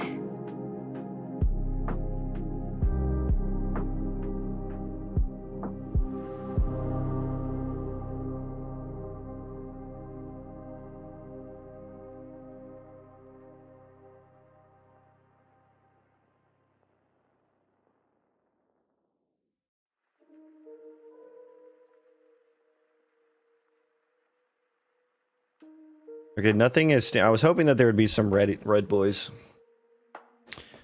Another died like a dog right there. Look at him. Look at him dying like a dog.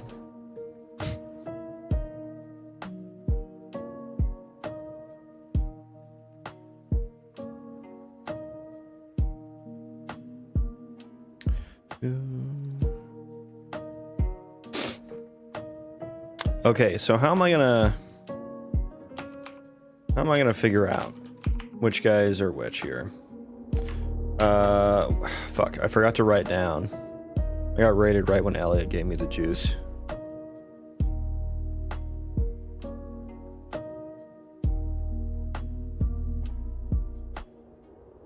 What was that thing? What was the thing?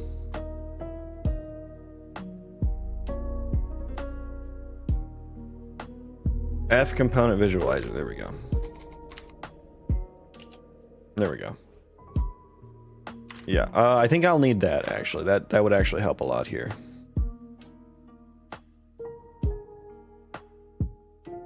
Oh, how much of a pain is this going to be?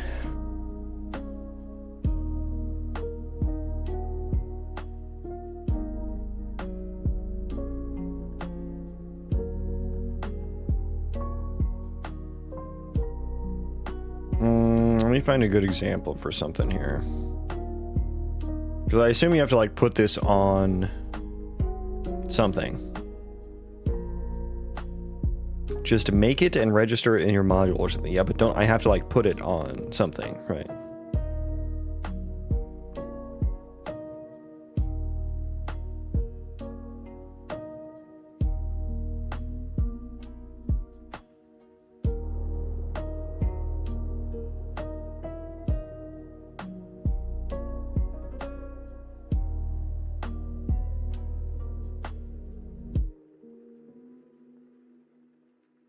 What do you mean put it on? I mean, I need to know what to do with it, right? I was looking for an example. Let's just like try and see here.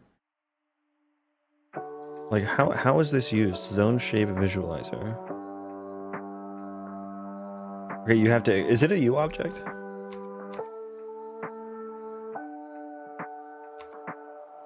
T shared from this. And it points to the same thing. What does that even mean? You just have to extend from it?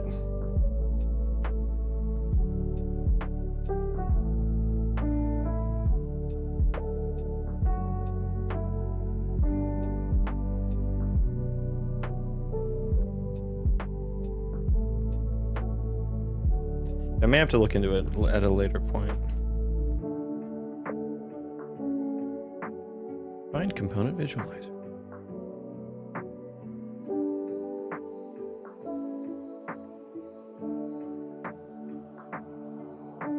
It's like this isn't added on specific things, it seems.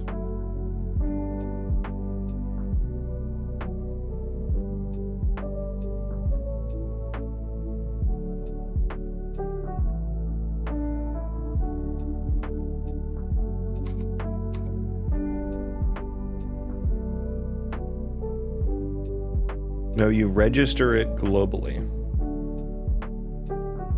Yeah, I would like to find some example of that happening so that I can do it.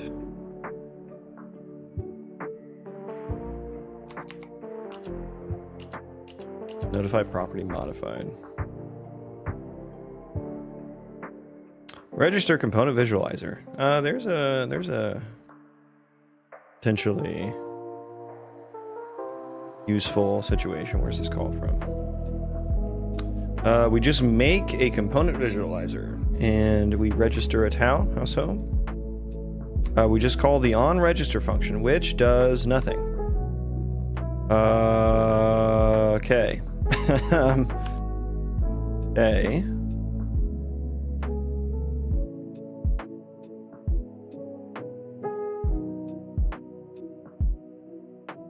Get component. You are way overcomplicating it.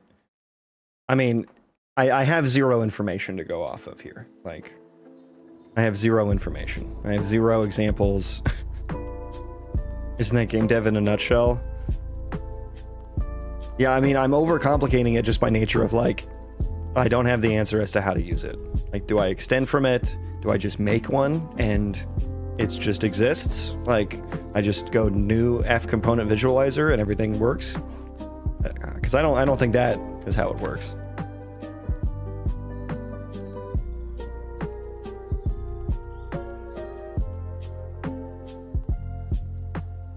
Yeah, I may just look into that later. So what we can do here probably is I can go run. I know when I turn them into actors, I can figure out what entities they are. So I'm right there. So this guy. Well, maybe I can actually click on them. Hang on, because some of them have names. Okay, never mind. Pause. So we'll just click on this guy. This is entity ID 1381. Let's figure out what 1381 is doing.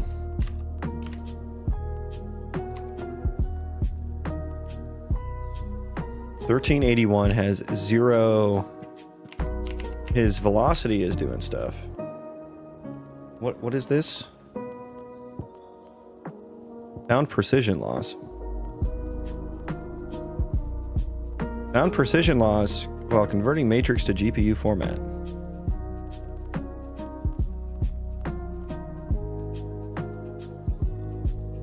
Dynamic mesh builder. Skip, please. No, thank you.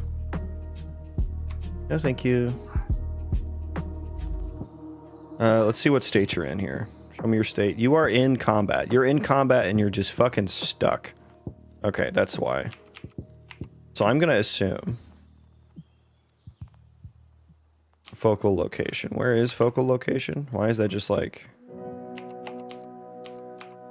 Why is that on my cursor?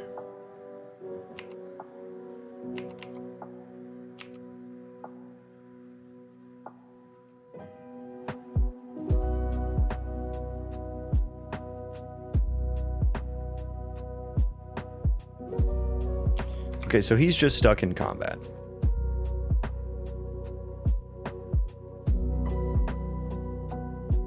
I guess I can continue and see... Oh, it's so loud. Sorry. 1381. How did that...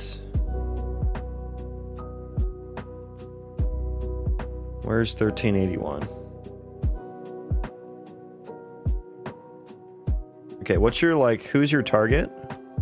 Or we'll check aggro. He's got 2 targets. Someone attacked him. Someone attacked him.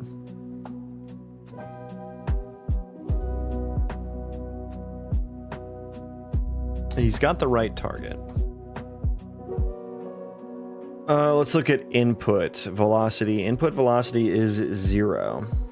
Z is 1. That's a weird input velocity. Let's look at his actual velocity. Where is velocity? I have so many pieces of entity data, it's like hard to find the important ones.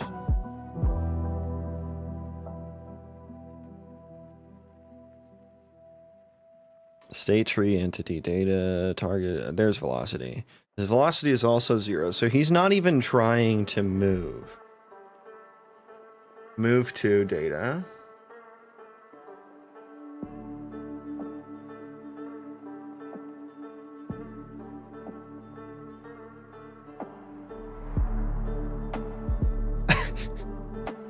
Auto mod fucking got that. Twitch didn't like that message. If you don't look, I'll kill you. You know how long it takes to load up a real project? I'm a busy man. Do I have to look at it right now on stream?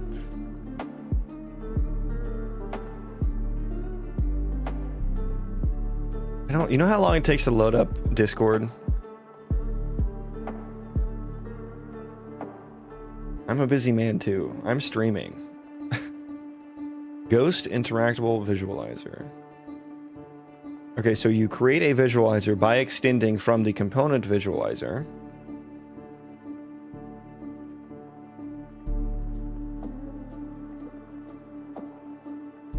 And then that does that automatically get past the information?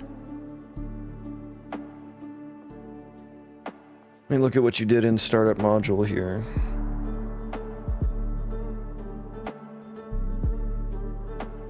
You just made a shared one.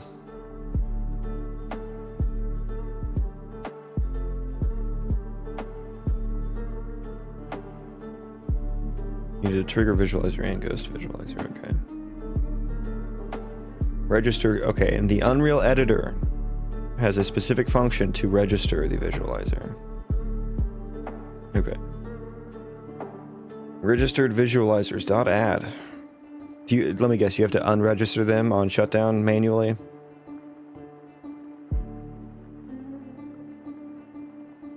Okay. That is the information I need. Thank you, Elliot.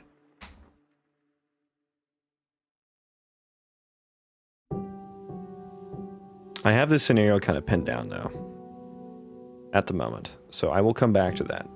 That is very useful information that will come in super handy for me debugging this at later points. But I do have this scenario pinned down. I just need some really specific breakpoints, and I think I need to do, like... Where's he looking? Where are you looking?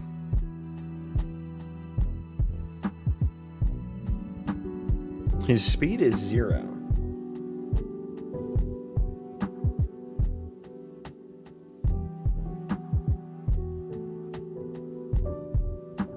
Where's your movement data there? Okay, so you have some walking, you have some gait speeds. Your default speed is set to 0. Okay, so I need, let's go move to processor. That's going to be relevant.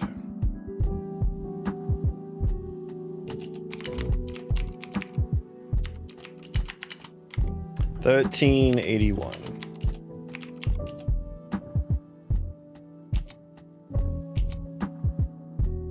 So we're going to need to do this in several places. Move to task, I think, will be relevant as well. Let's throw that in there.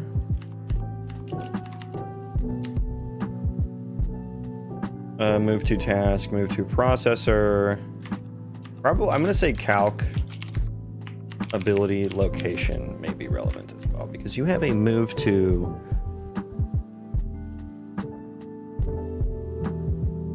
You have a move to that is set very weirdly.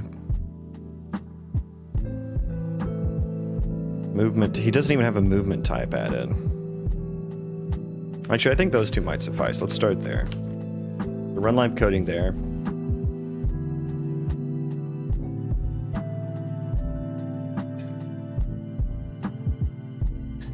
I think this is something I would need to do regardless. Oh, voxel.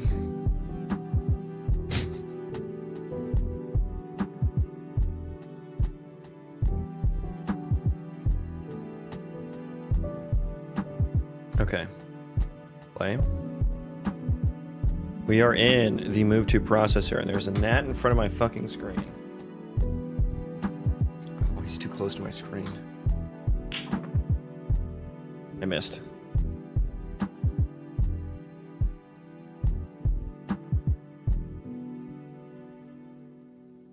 Okay. Let's look at move to data. What do we got? That information looks incorrect. Now, the state tree tasks aren't even ticking. So we're not even going to get into the state tree task, are we? Jesus, that was loud. Sorry. Yeah, we're only ever getting in here.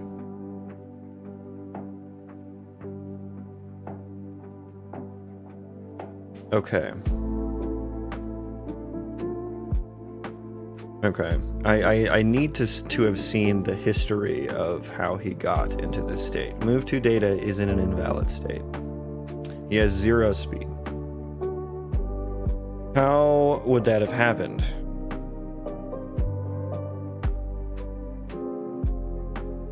Move to data gets added here.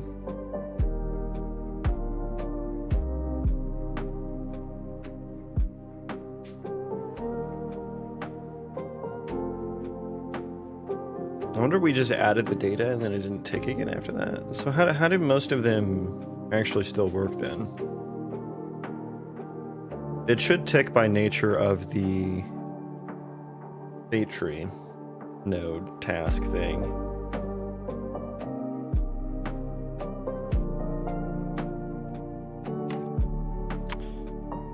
So it says he's in combat. He's in the combat node. But I don't know which task he's in.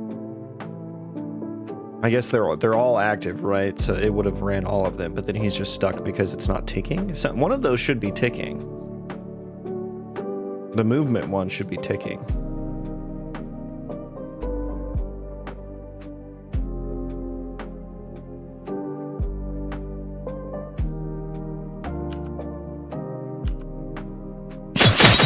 Oh, Jesus. And he was a enemy, right?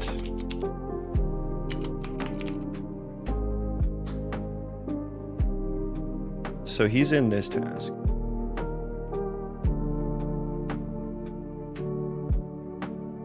Let me compare this with colonist state tree. Why are you... Why... What, Elliot? What?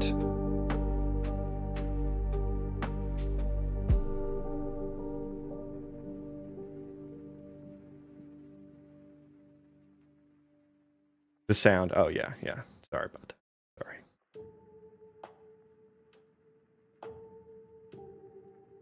Do I not? There should be a node that ticks this every so often, or a task rather.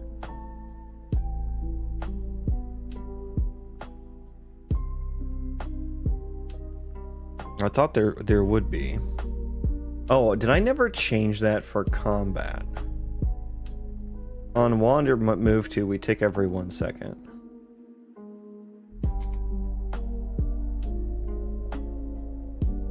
I think I just need to add that to combat. So wait, how is combat working right now for most of them? If they're not being marked as like needing to tick.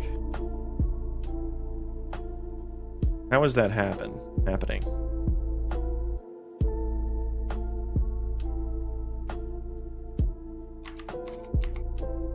Update next frame. Find path.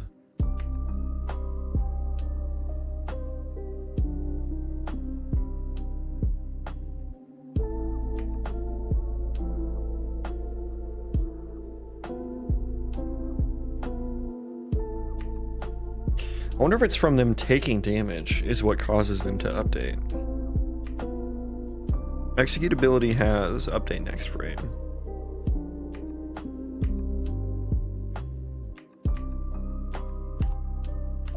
And find path does. Let me look at send event.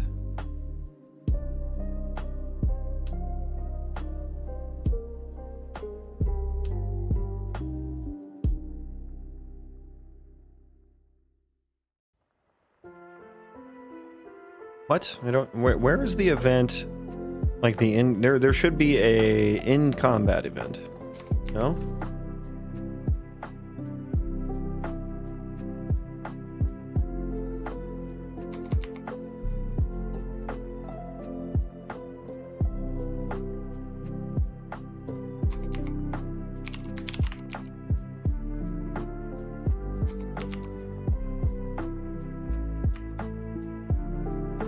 There it is.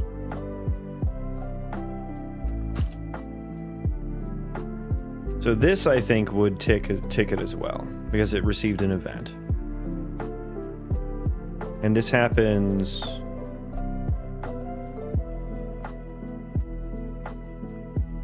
when things have... if highest aggro entity is valid and the old target is not. Yeah, so this does the iteration there. I mean, this... why wouldn't this be happening for our friend here who is stuck?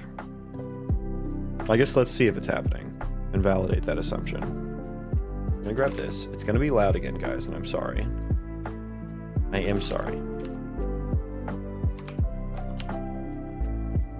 after we live code here, live coding.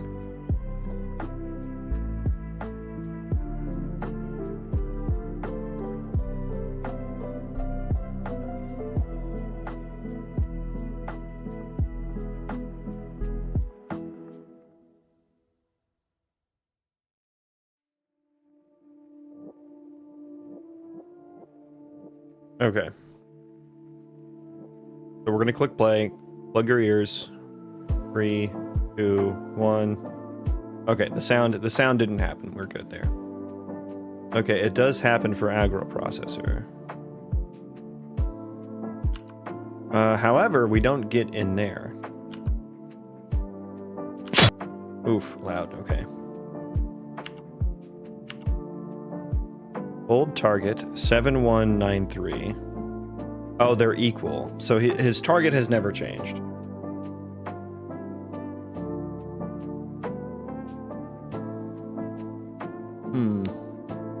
Okay, so yeah, that's not happening. I'm still, it's surprising that more of them aren't doing it. Stop everything. Stop everything. So combat, I think I need to add a little tick bully here. Tick my entity, tick state tree. Tick interval every 1 second, I think is fine.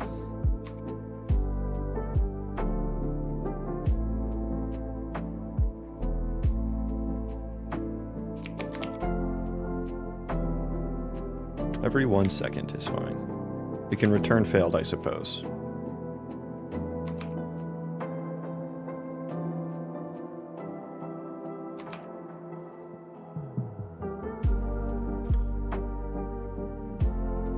You inspired me to push myself and my company to do better. Myself and my company to do better. Now we have systems in place to reach out to 100 plus businesses a day. Thank you. I don't know if that's a meme or not. I'll be honest. Memory. Oh, the tick doesn't like that. Okay, now ticking is being lame. Is this from... No, this is different. This is starting the state trees. Why is the memory stupid? Why is the memory being stupid?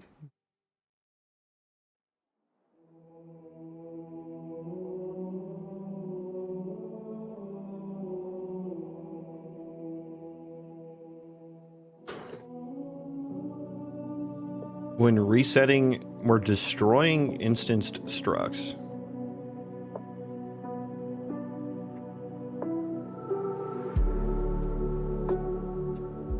So I'm starting the state tree. There should be no fucking storage in it at this point.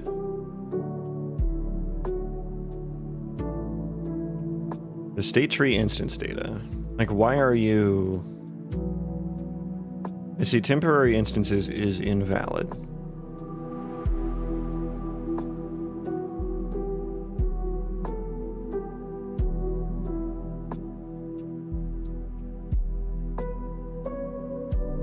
Like, you do have some invalid state, but it's like, I did this beforehand.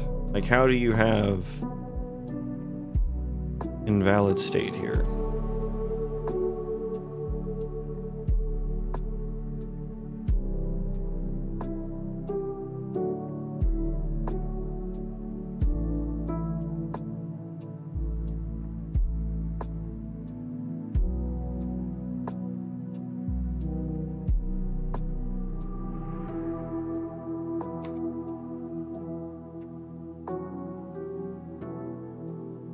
Should that be in a... I mean, no.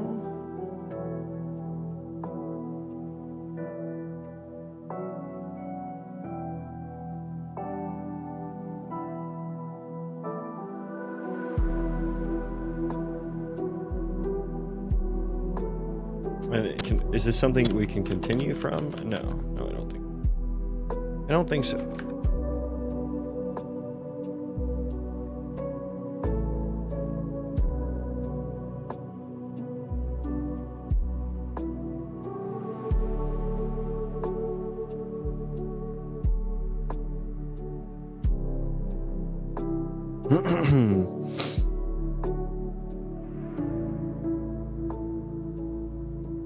Like, what?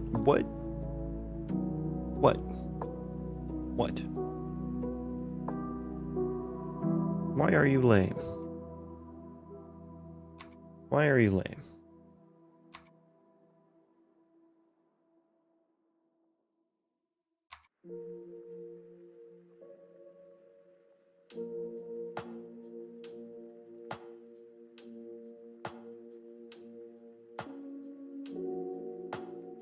And why only sometimes?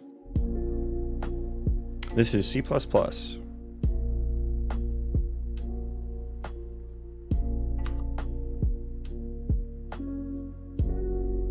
Okay, so that wouldn't have had anything to do with the tick changes that I made. I hope those persist, because I don't want to have to go back in and do that.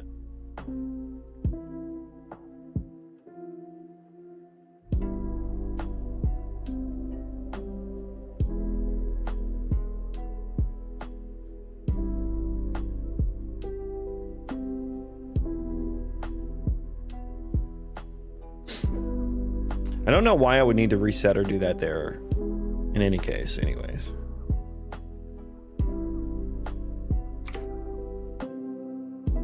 Are there U objects on here that I need to be... Do I need to store this in like a smart pointer?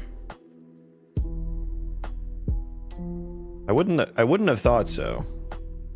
Yeah, I mean, I'm not directly seeing anything. I guess there's a T-shard ref, but that should take care of itself.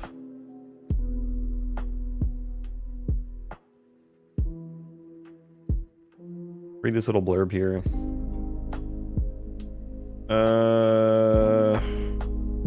If fstate tree instance data is placed on a struct, you must call add struct referenced object manually, as it is automatically called recursively.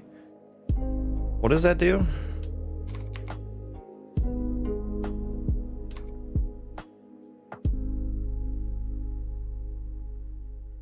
What do I call that on?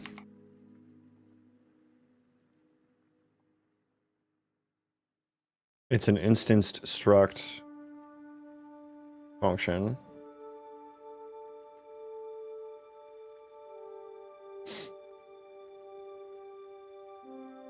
Do I have to do that? Or does the state tree handle that?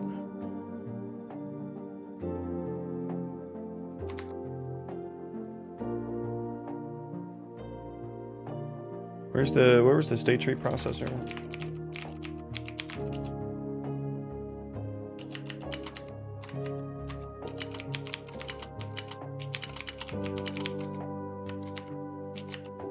Because that's not a function on there, is it? It is. Is that a function on any? How do I do that? How do I get the collector there? Wait, find usages. State tree camera director. On add referenced objects. That is a camera director evaluator interface function. What about this? So it needs to go onto a U object, maybe? Yeah, I'll have to look into how that's used later. Let's comment that out for now. Let's just see if this works now. Thank you. Don't know what that was about, but thank you. What's up? Thank you, Brandon.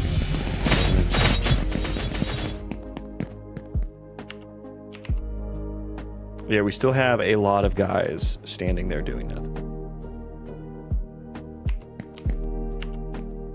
It's nice that we have one just right here. Maybe I should have started the vlogger from the get-go on that one.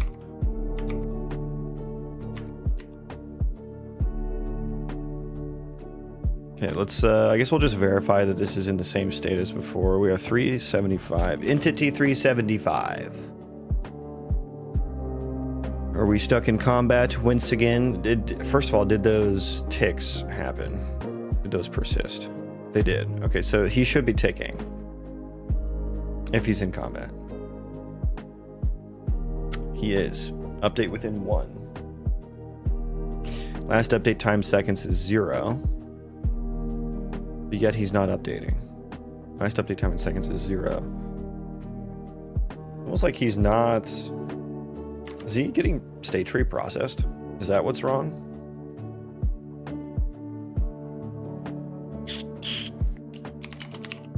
If entity ID equals 375.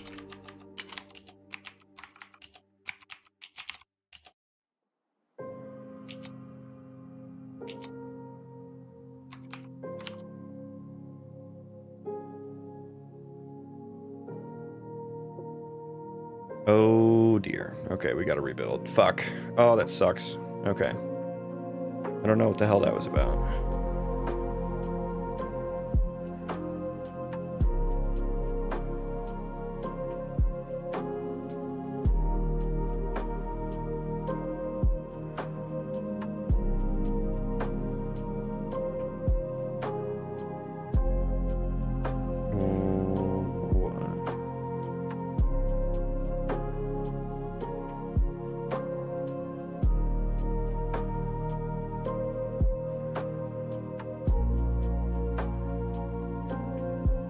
What did I accidentally change here?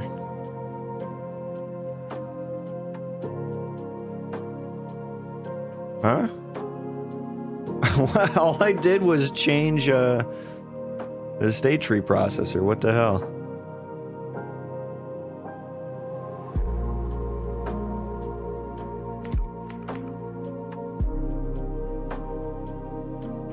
Did I change an import that like broke shit?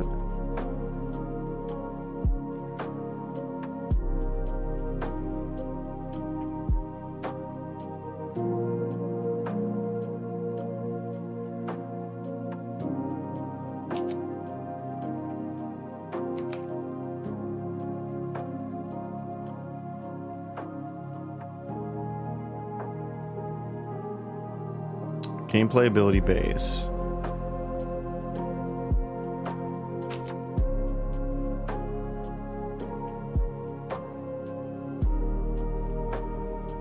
Now this isn't imported. Oh yeah, we should change that. We should change that. Should I even iterate over things with, let's just do with none dead tag. And then we can get rid of the ability system component dependency, which is fucking amazing. I'm gonna comment that out for posterity reasons. Because now he should. I feel like I should probably still manually stop the tree when they die. But I'm gonna run that in a different processor at a later point. Are you broken now?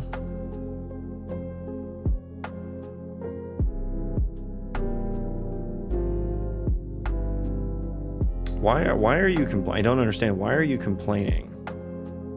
It's because I don't have gameplay ability imported here.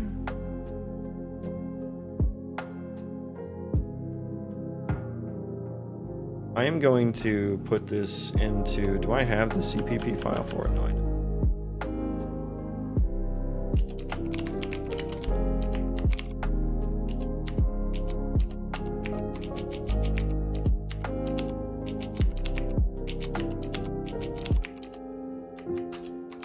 I'm gonna assume... I don't know why that broke.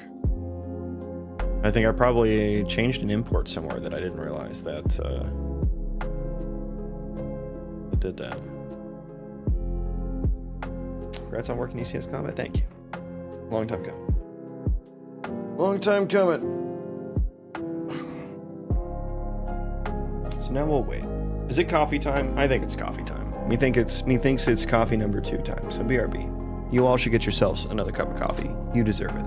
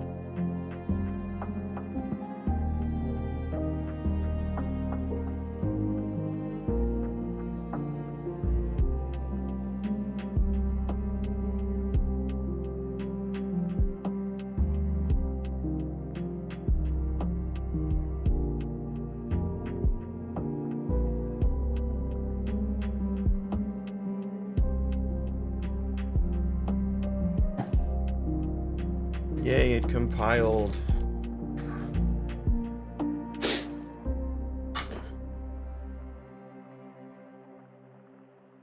Okay, thank you for your patience. I have coffee now.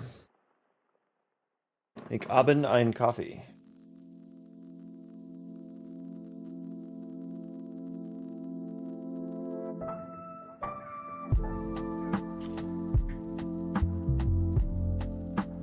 Okay.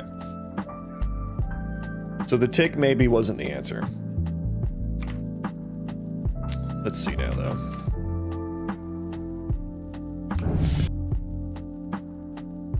Oh yeah, that's not the right entity anymore. Okay, we got a couple stragglers here. What do we got? 3771. The entity IDs are much higher now, which is interesting because it's not, I mean, it makes sense, but it's interesting how much higher they are because like all the abilities and effects and stuff are entities now. So, okay, yeah, it's not getting processed. Never mind. I didn't put the breakpoint there. It is getting processed. Okay. Let us follow. Okay. It has started. It hasn't started. The state tree has not started. Okay. So that should have enqueued. State trees 2 stars. Of course, I can't fucking see a goddamn thing in a queue. Which makes sense, but it still doesn't make it any less annoying.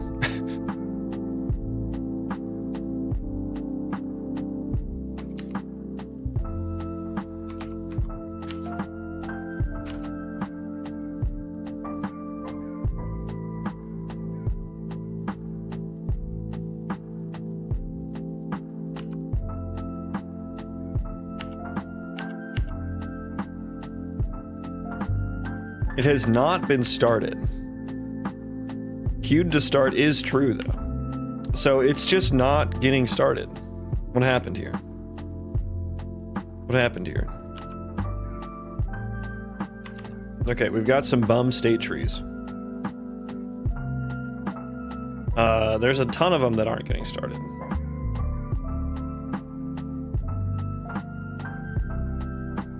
Interesting.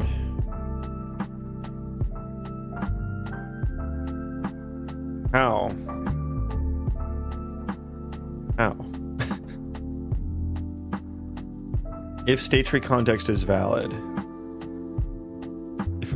Do we get to else here? Like,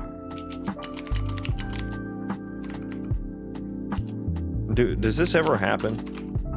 I want to know.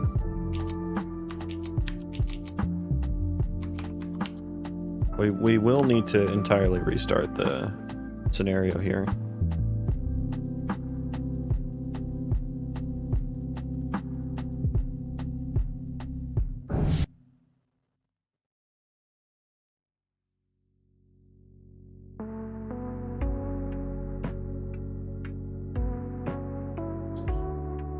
So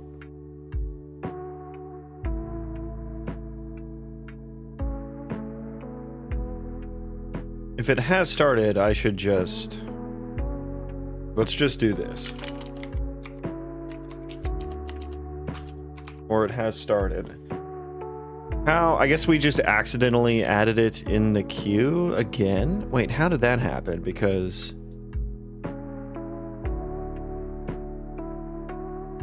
we only would ever add it... Are we adding multiple of the same fucking state tree in... here? We're only adding it if it has... So, I feel like...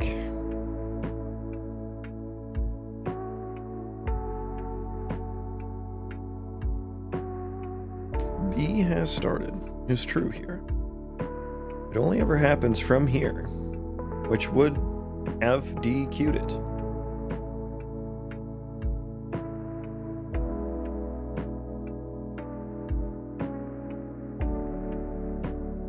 I guess I also want to know if this scenario happens. Because in all honesty, these shouldn't. And it would fuck things up if it would fuck things up if we got in there. But let's actually do something like...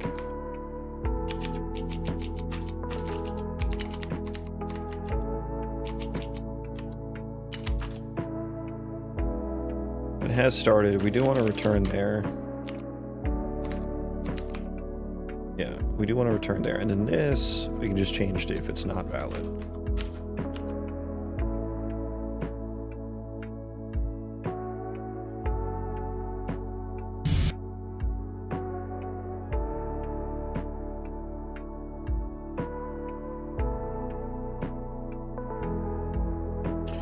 Okay, so we have started this one already.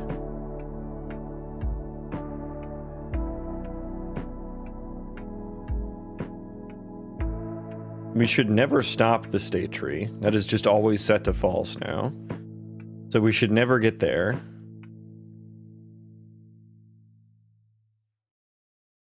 B has started. Something went wrong. Restart the state tree. Let's see how many times we get there. Okay, so maybe that's the bigger issue here. B has started is false, and then I guess the next iteration we would get in here. Queued to start. I think I see. I think I get the issue. Well, we do set that to false once it starts. But really, queued to start, that should probably be set to false as soon as we get here.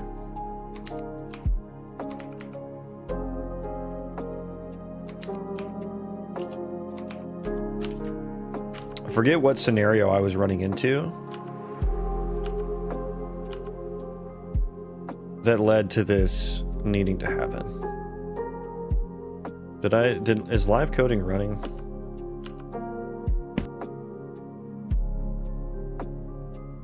I don't know if that actually got applied or not.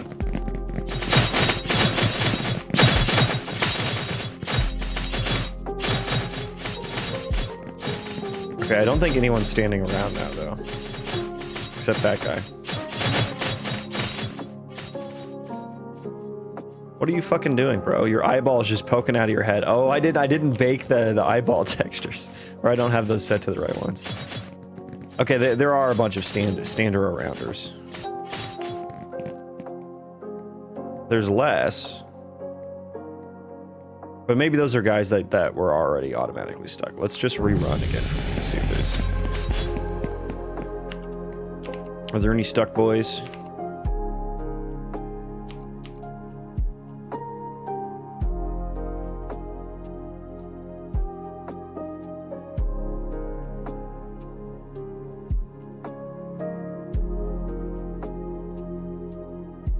Why are they... I feel like they didn't usually stop. Oh, there that guy goes. I feel like they didn't usually pause so much in between. I wonder... Oh, it's probably maybe the state tree ticking every 1 second.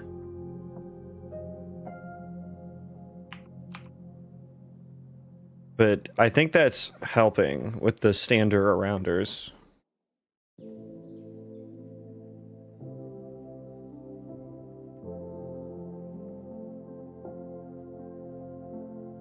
Why did that specifically had to do with combat? Something in combat was putting the entities. The yellows won this time. See, that guy probably should have aggroed a lot sooner. I forget what their aggro radius is, but look at them. Yellow guys are too strong. I think there just happens to be more of them that time. The green guys won last time.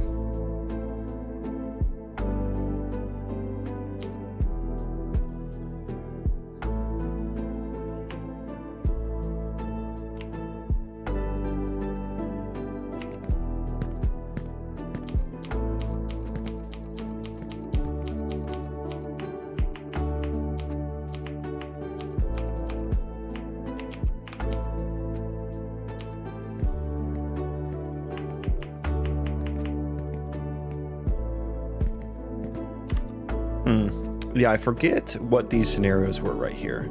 So this one specifically, tick results set to unset. Like one of those brain rot YouTube shorts, 10,000 grills versus 10,000 Donald Trumps. Who wins? Who wins? Honestly, I think I would pick half a gorilla over any number of Donald Trumps.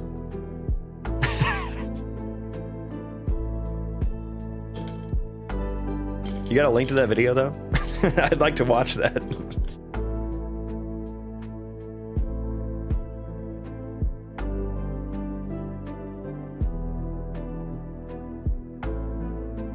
Yeah, what is this scenario? Because this isn't happening for normal stuff. It was only happening for combat.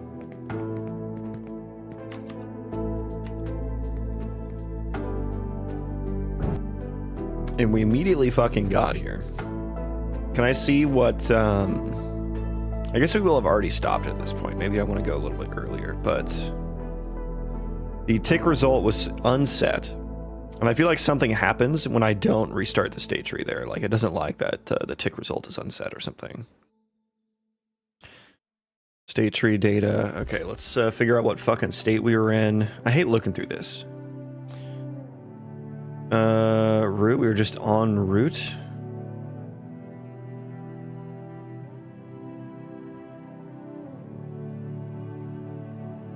Yeah, I forget how to like... Yeah, I think it was just... Yeah, I guess maybe once we hit stop is maybe like resets it or something there. Let's try again. Or no, I have to look in the state tree instance data, right? For like the current state, execution state, active frames is empty. That's I don't think that that's what we want.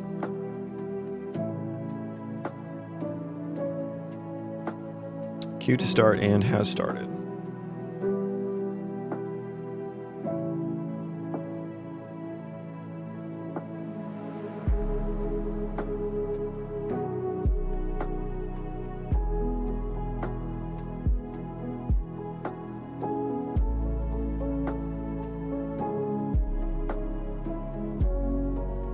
Okay, yeah, so I get like zero information as to like what happened here.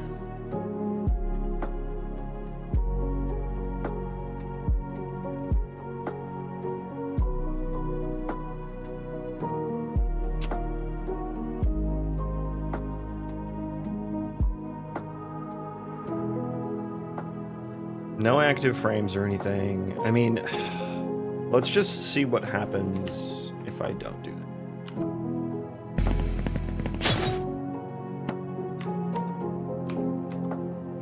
Also, they're not starting very quickly, are they?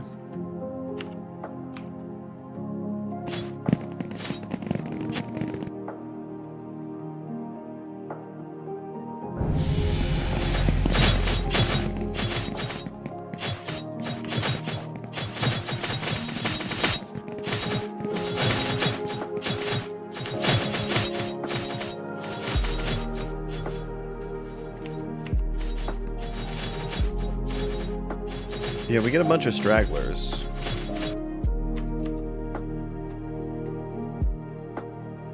Can I breakpoint on an empty line?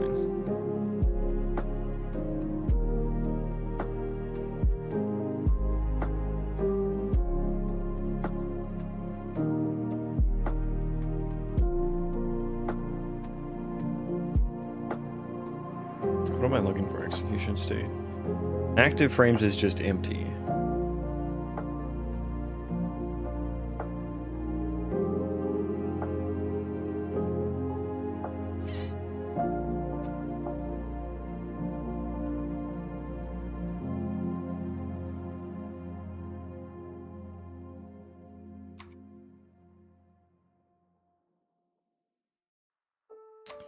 Prelude.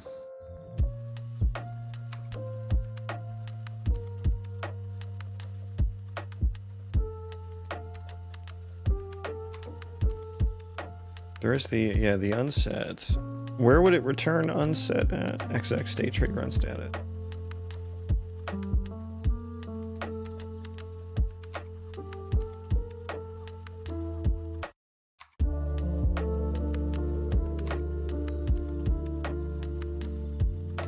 Tick postlude. A postlude. Why is that a weird word? Exec, the execution dot requested stop. Processing deferred stop.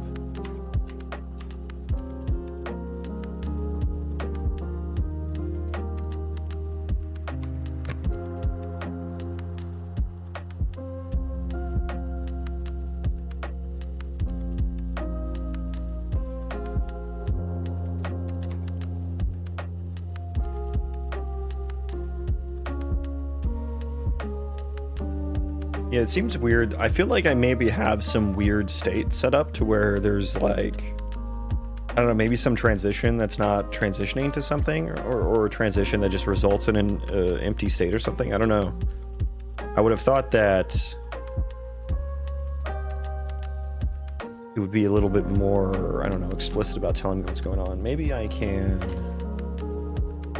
Let's move that. So let's just stop here. Well, okay, now this issue again. Okay, this is happening more. This is happening more.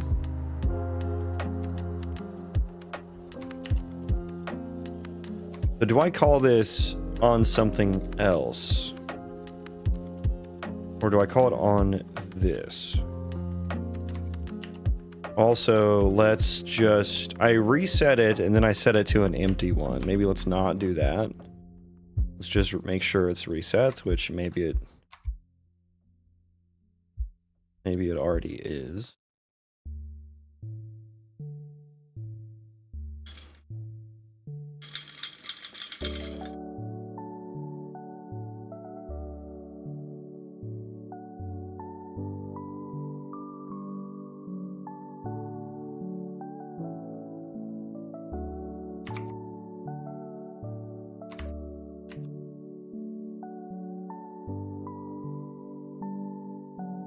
Okay, vlogger. We're gonna turn you on immediately and just start. And hopefully there was one within my radius that's not doing anything, although here we go. Okay. Are we breakpointed, or are we just...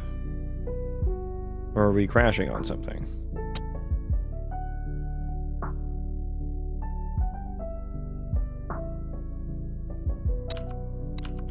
Okay, we're crashing on something. The state tree execution context is destructing.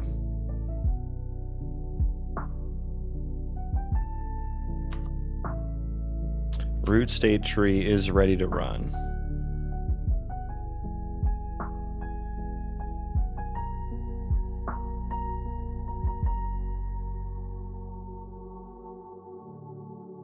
God, there's so much shit in here.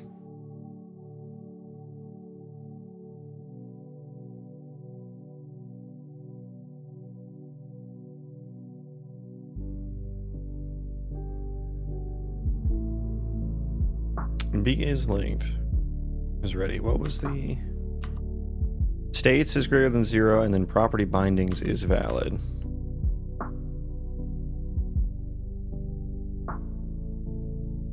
I think states was...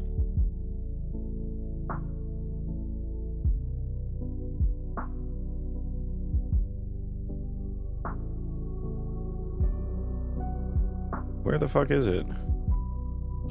Tell me again. On root state... Oh, I have to look at root state tree. Right, that's where it was. Okay, root state tree. States is greater than 0. And it was like the property bindings. So I don't know if we're actually breakpointed on this line or not. I don't think we are.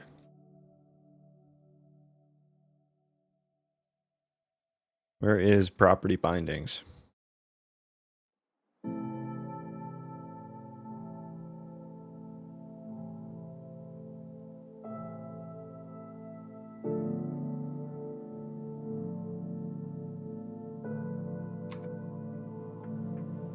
Okay, it's all on root state tree. Right. Property bindings, where are you at? Property bindings. Here we go. You've got a lot of stuff on you.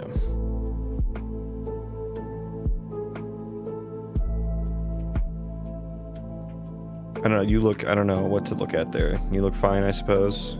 B bindings resolved.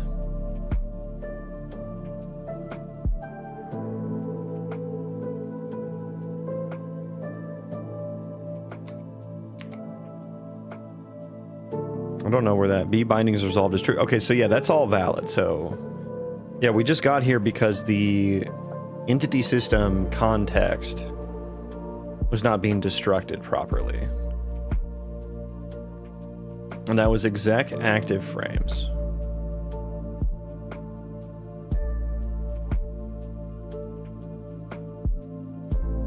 On the state tree execution on the instance, it would be on instance data. Okay. Instance storage, it was like gate mutable storage. Active frames. Yeah, that doesn't look good, does it? Just all red. So yeah, I do think maybe something here. I just don't know like what.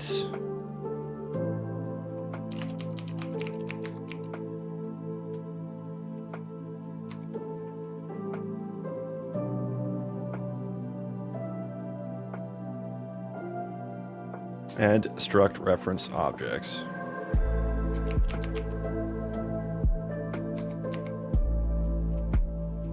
So that's used nowhere because it's spelled wrong.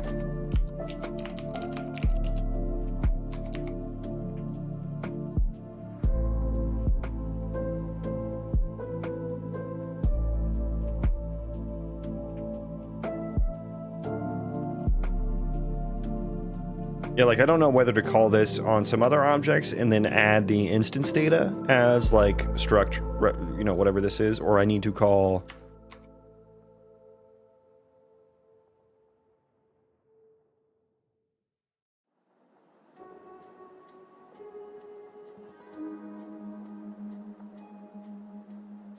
Let me look at this one. Where are you used at?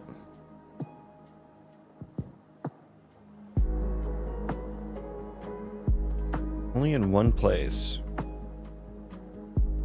That makes me that kind of makes me think I don't need to do it, because like how the hell does the mass state tree processor do it, right? I mean, they just use probably so many different levels of indirection and abstraction that I couldn't even figure it out if I wanted to look at it.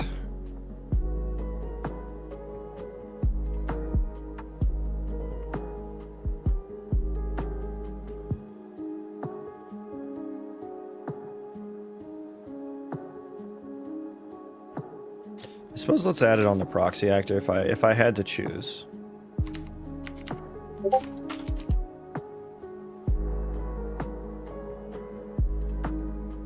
Mute Discord, please. Add struct referenced. Okay, so is that only on? Is that only on U objects then? And other structs? Entity state tree data. Does that have one? Add. That one has one. Oh, that's just on class. Okay, what if I did something like this? And that needs a collector. I have no idea how to fucking use this.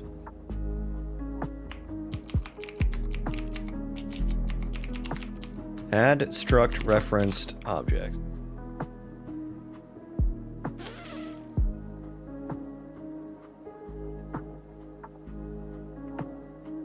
Someone learn me this.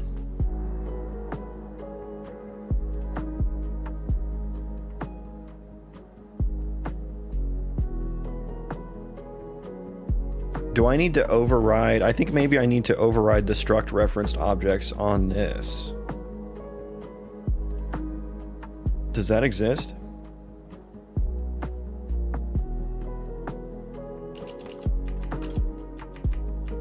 There's no overriding members. But I just closed that.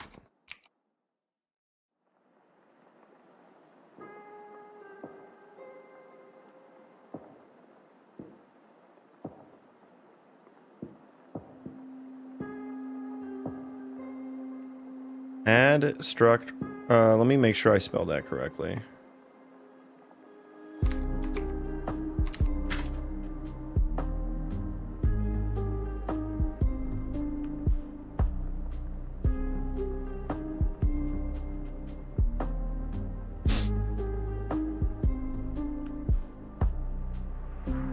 Should I go to AI for this? I don't know if AI has any fucking inklings. There is not a whole lot. There is not a whole lot there. Alright, AI mode, hit me. Tell me what this is.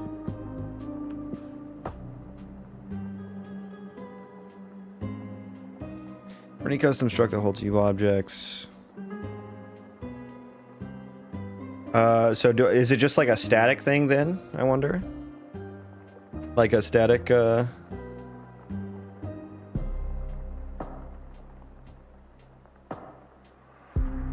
It did pick up that it needs to be used for F state tree instance data.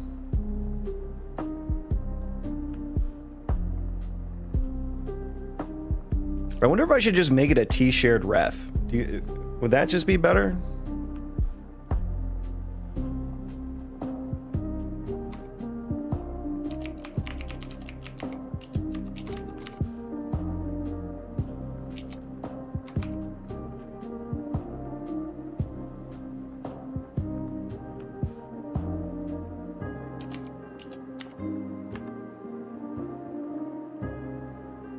I think maybe here we just, can I just set it equal to a new one there? Tree instance data dot get. I don't know, fuck it. Fuck it.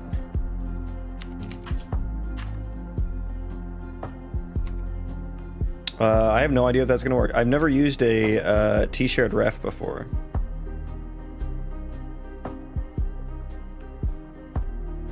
Oh god, I shouldn't have done that. Ignore that. There's way too many. Yeah, I need to .get there as well, I suppose. Although there shouldn't be an is valid, right? Because it should always be there.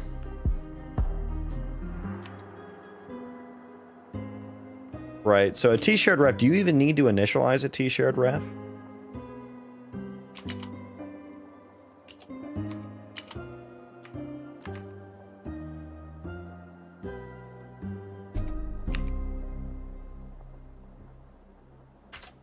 I don't know. We'll find out. I don't know if you have to like make shared on a struct or something. Yeah, we need to .get in a lot of places. Can't be null because it's basically reference over. Yeah, that's what I was thinking. I guess I don't know. Like it just by nature of having a T-shared ref, it's audit. Like this is just an empty state tree instance data. You have to make do make shareable though. So that's how you have to initialize it that way. I can't do one of these boys right here. Although that might be doing a make shareable under the hood.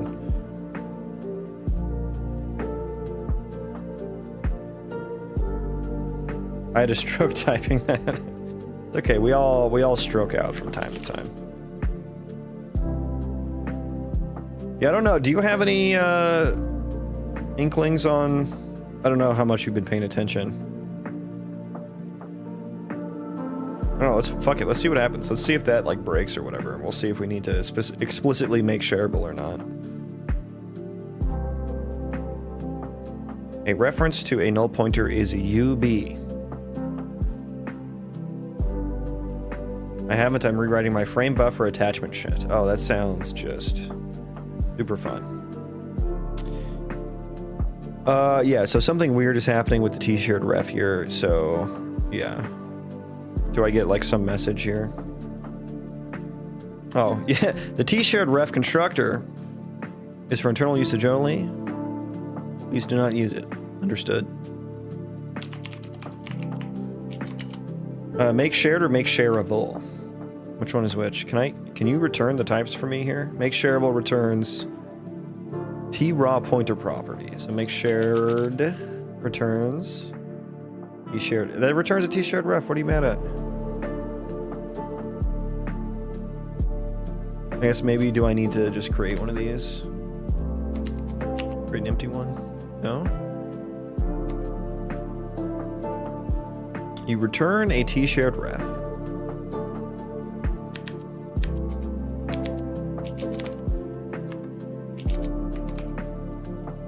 And make shareable was like resolving.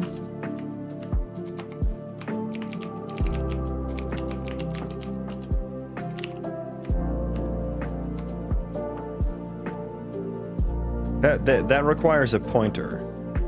But no, I won't make shared. Oh, there's a make shared ref. Oh, that looks very private. I shouldn't use that. Make shared. Make shared type args. Oh, it can't infer the template. You are correct, sir. You are correct. I thought it would infer the template. Okay. But yeah, I guess if that's just the arguments and not the object, then that makes sense. Okay, let's try that.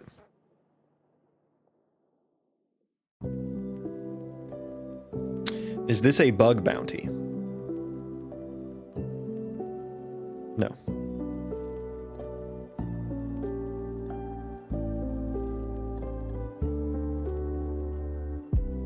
It still didn't like that. It still did not like that. T-shared ref constructors for internal usage only. Okay, so is that just because I can't store a T-shared ref?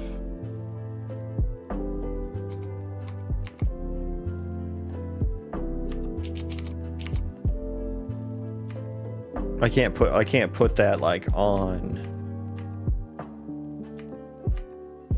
Maybe that needs to, oh, maybe it needs to be a part of the constructor in order to store it. Although I'm not seeing any cases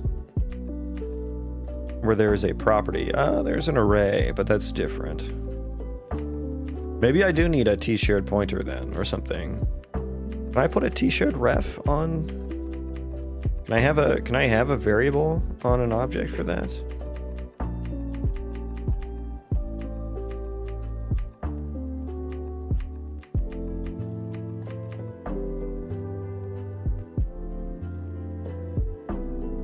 These are all like function level things. Yeah, I see no examples of this being used as a variable on a thing.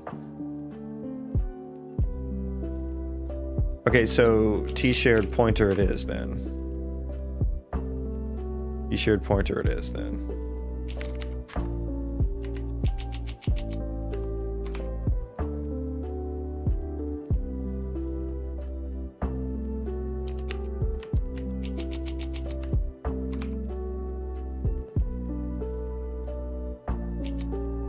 I didn't realize, you know, just trying to store a struct on a struct would be such an issue. You know? I guess make shared works there still. Probably some other places, yeah.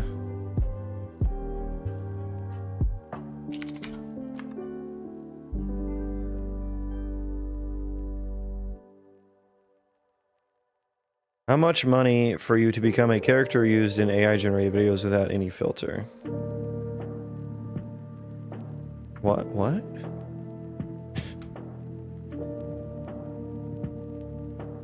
Without any... What are you talking about, Voxel? What kind of fever dream have you cooked up for us this time?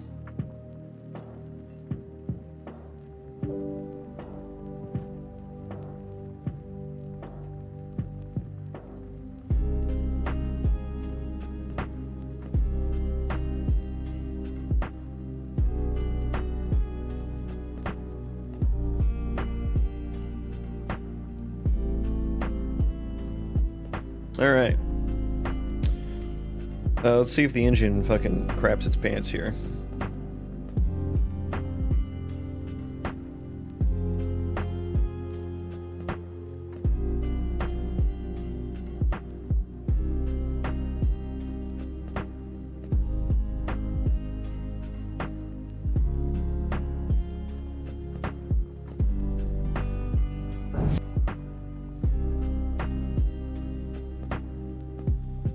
It is null pointer here. How is that null pointer? Also, this should use the send event that is on here.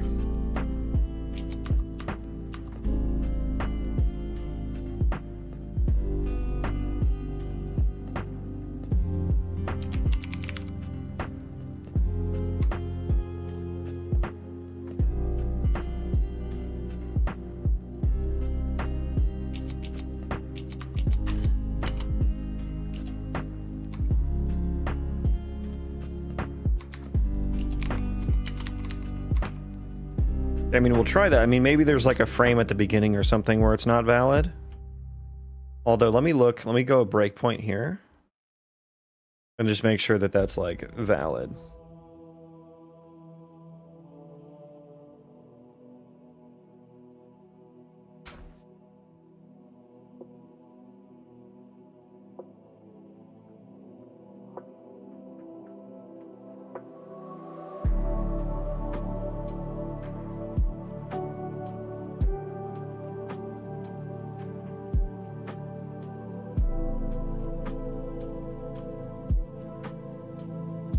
Okay, so it is like valid.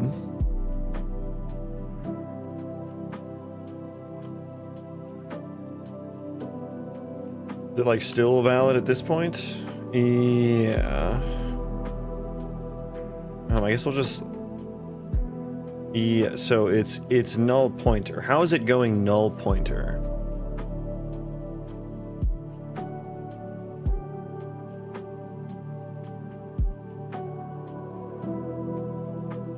Your face will be used in AI-generated videos like Sora. The AI generating those videos won't have any filter or sensors. How much money from you to agree to this?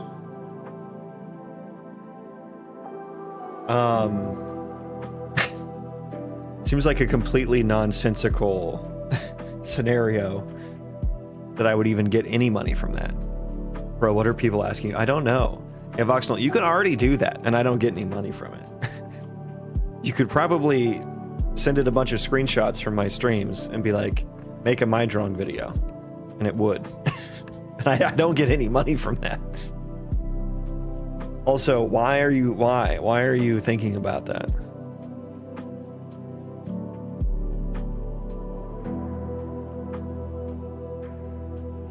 Why is this null here? I thought the T-shared pointer was supposed to... Oh, I guess it gets rid of the fucking pointer, right? It gets rid of the pointer when nothing else is using it. Is that right? Let me, I gotta fucking look back up smart pointers. Smart pointers in Unreal Engine. Shared pointer owns the object it references, indefinitely preventing, and ultimately handling its deletion when no shared pointer or shared references it. But like this struct is referencing this still. So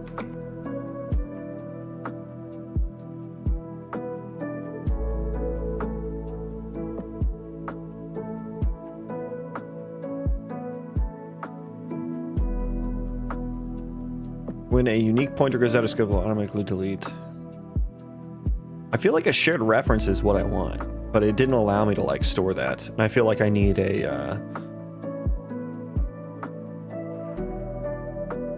iHouse dev stuff. Welcome in. It's going well. Just trying to figure out some kinks here. You have no default initialize. Well, on the shared pointer, I wouldn't need one. I can try that with the shared ref. What am I trying to do? I mean, so the issue that's happening is like every once in a while, this state tree instance data, like I was just storing it as a struct, and every once in a while it would just have like invalid memory.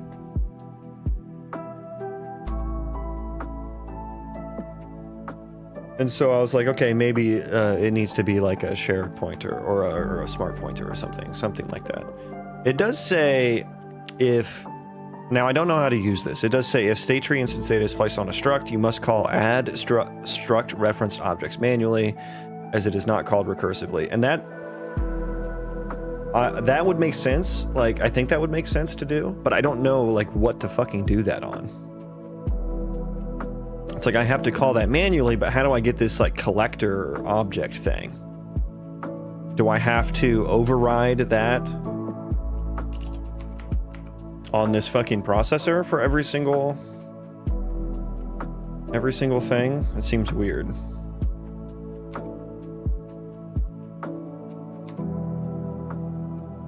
It was weird because if it was just stored in the memory layout of the class, it would just live for whatever lifetime the class it had.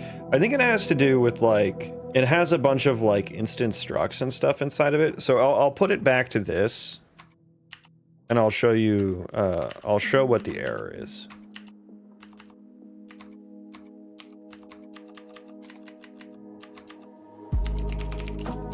This is what I was initially doing. Oh god, now we need to, like, fucking change all this shit. Hang on.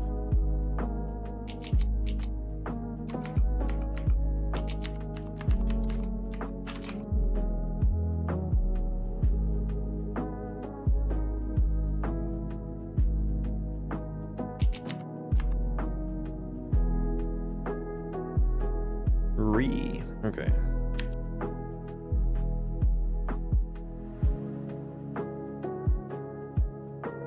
Nothing's multi-threaded at the moment.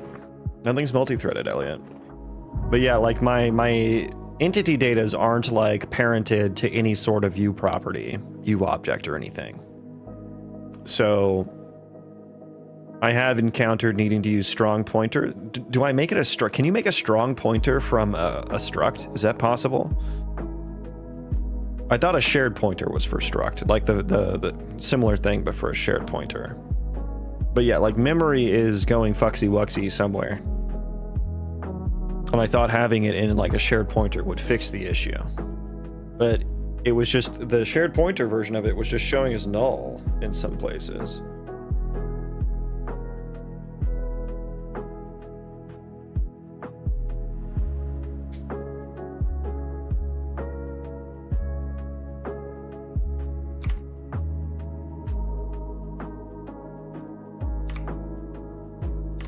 So we'll try this again.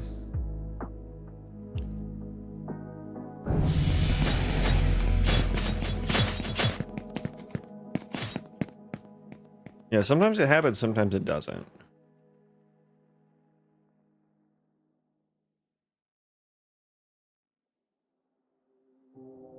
Let's just fucking dial it up or maybe rerun it a few times.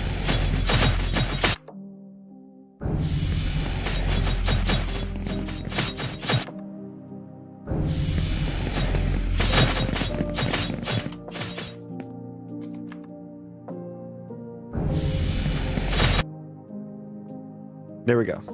There we go. It is on an instance struct. Getting the mutable memory of this instance struct. State tree temporary instance data.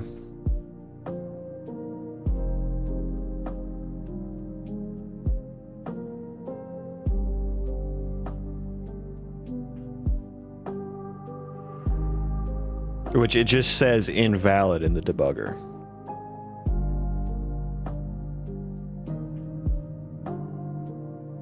And we just got a bunch of question marks on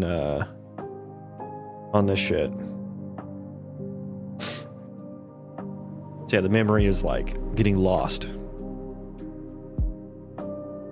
Or stomped, as you say. Which what? It's like getting overridden by something else, maybe?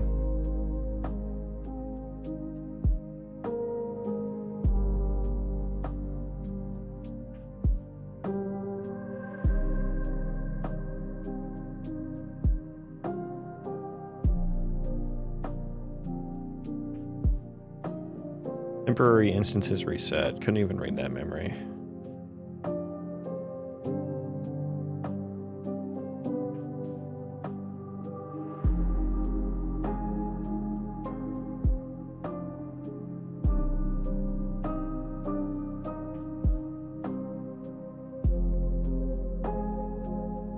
Is it valid at this point? So this is when it's when we start the state tree is when this happens. Where does your struct get stored? Just on entity data.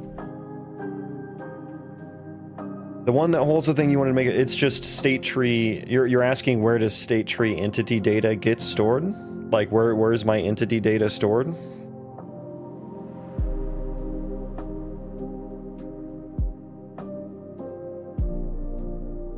That would be in my archetype utils question mark.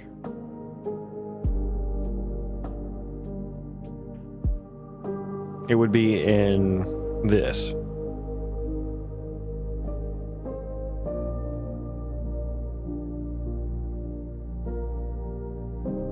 Which is just, it's just a raw array.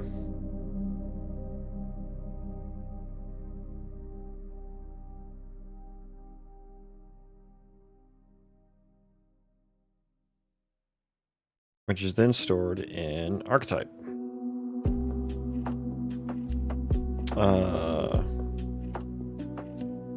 And component arrays in here. So this is the component array base is a T-shared pointer. And where are you discovering that it has invalid data? So the state tree entity data seems fine. It is specifically the state tree instance data that is not. And it is within my state tree processor on start when I'm trying to start the state tree. Every once in a while this happens.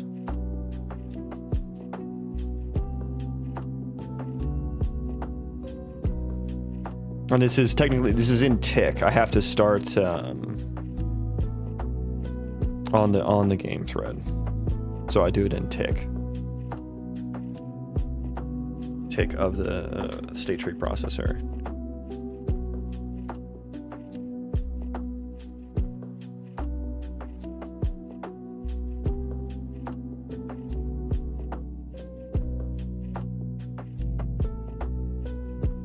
But yeah, I would have thought just having like a shared pointer or something would be fine.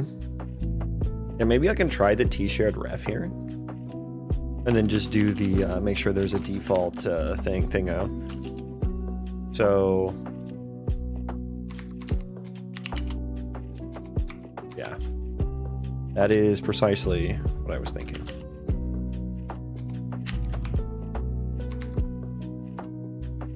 And that way it won't complain about not having some information. But I would have thought the T-shared pointer would have been fine as well. So I don't know why T-shared pointer was showing up as null.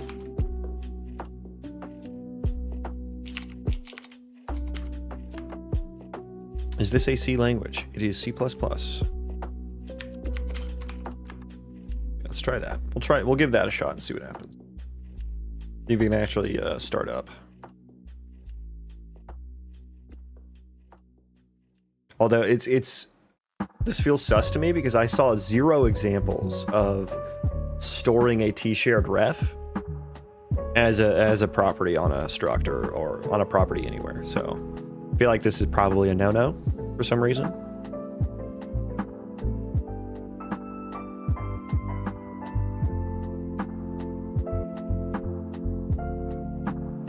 Okay, so this is where it would usually like break point. We'll see if that happens. No, we're getting through it, I think. Or was it after the editor actually loaded?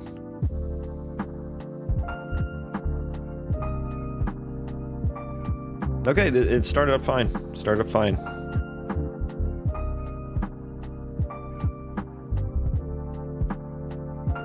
State tree runtime check failed.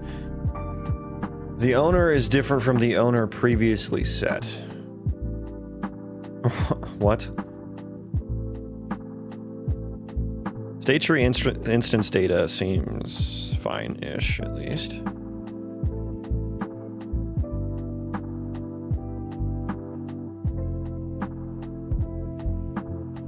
This is one I have never seen. Make sure you initialize state tree execution context with the same values every time.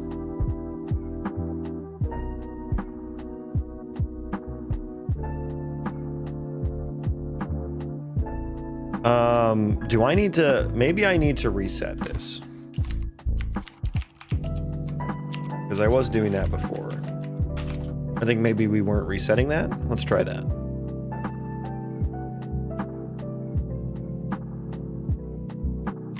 Okay.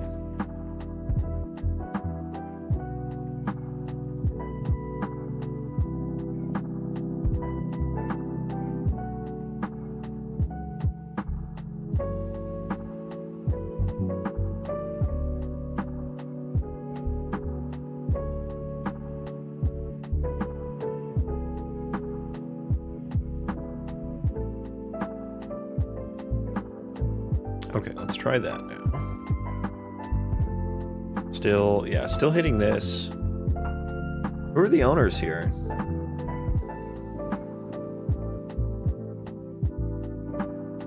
Owner, and I guess I can't see new owner. There it is. Those are different. Those are different owners. Why is that happening? How on earth could that even happen?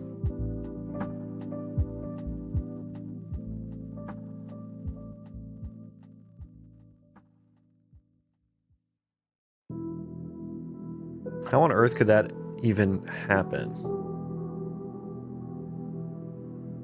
Okay, and so I guess... So my entity archetypes are moving around.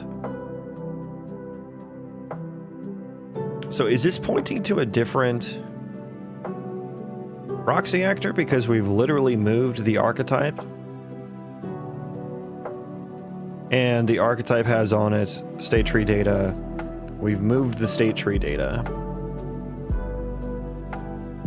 So now it's literally pointing to something different. Is that why this is happening?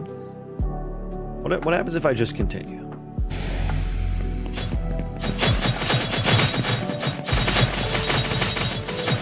mean, a lot of them are in this stuck state. It's very loud. Sorry about that.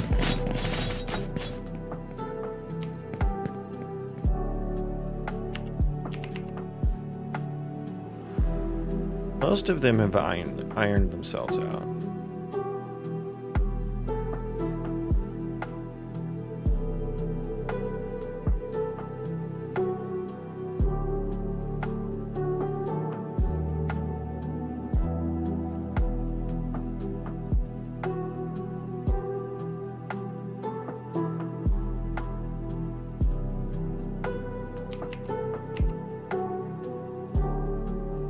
This is all fucksy wucksy.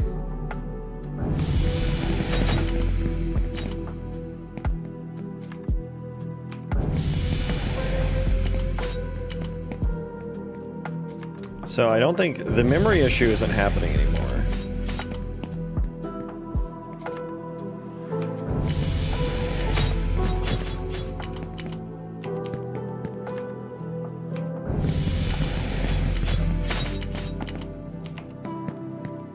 Yeah, the memory issue isn't happening anymore, but they're just pointing to the wrong fucking thing now. So what does a t-shirt ref do under the hood? Because I was able to use like pointer syntax with it. Does it actually store like a pointer to the object? It does.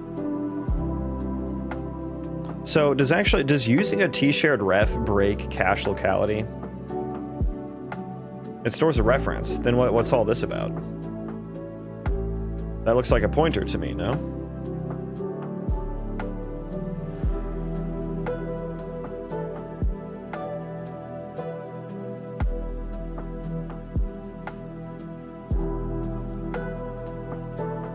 So this feels like this probably just breaks cache. That was t-shirt pointer, t-shirt ref. Yeah, that's a pointer, all right.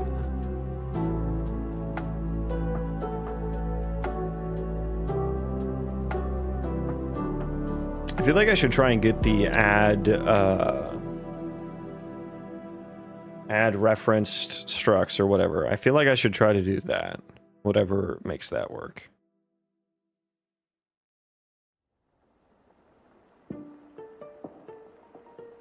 Pull up. Holding.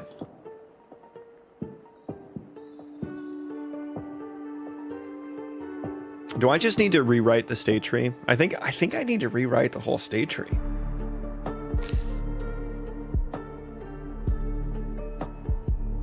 Yeah, I think I need to do this.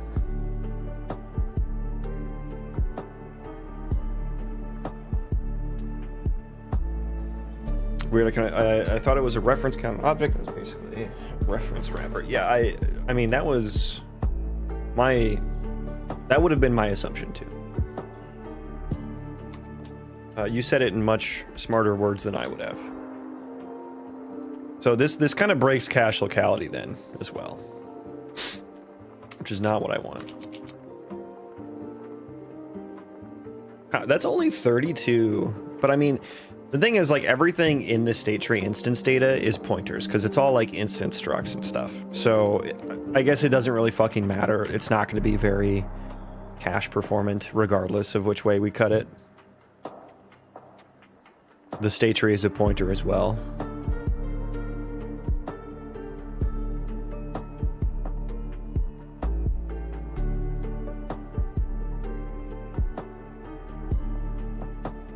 And so if it's storing a pointer, then why is the owner changing?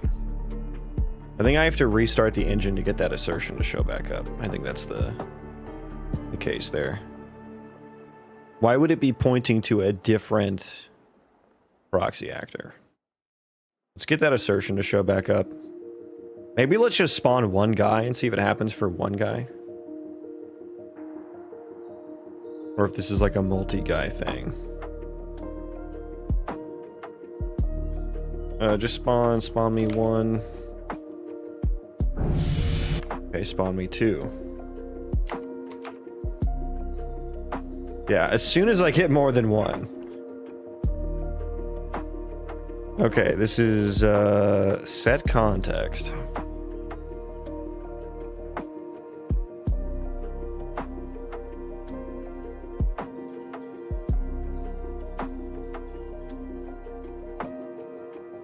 So this is when I'm creating the state tree context within the state tree processor, within its processing loop.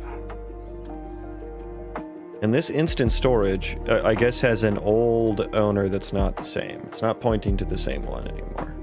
Why? And also, where is that stored? What is this? Runtime validation instance data.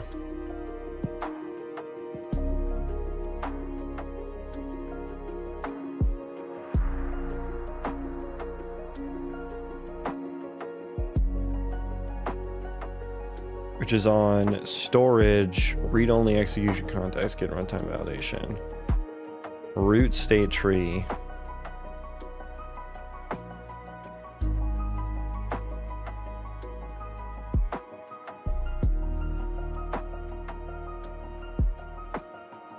Let's see if we can find that on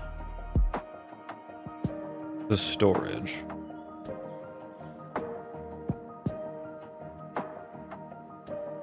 Execution state, maybe?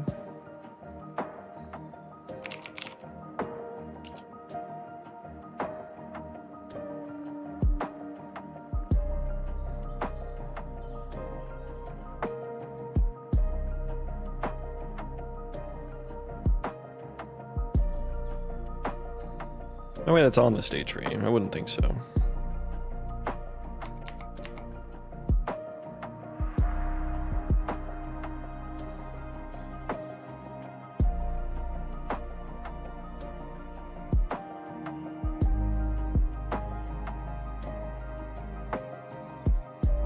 Global parameters? No, yeah, no way it's on there. State tree execution context. State tree minimal. Oh, it's like all the way in the parent. I see. Okay. Storage.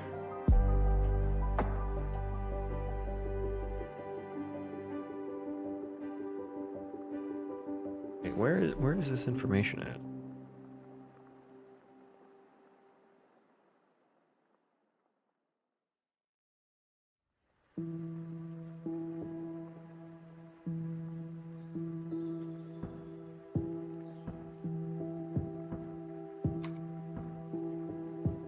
says get runtime validation.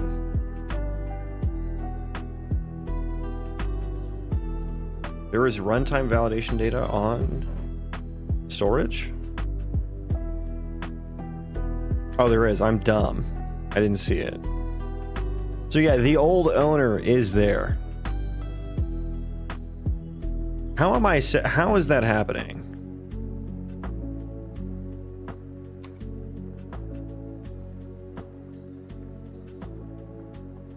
I mean, this has to do with the ECS, right? This has to do with how this is stored. There's no other weirdness. Now, if I just store it as like a fucking... I did it as a t-shirt pointer and it went null.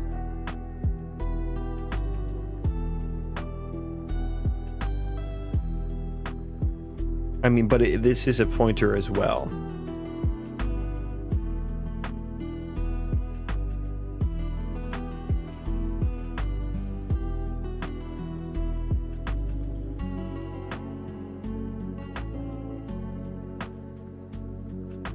Why the t-shirt ref always has to remain like populated or whatever? Let me look back into this like add referenced shit, because that feels like the fucking... I should probably do that if it's telling me I should. I just don't know how to use this.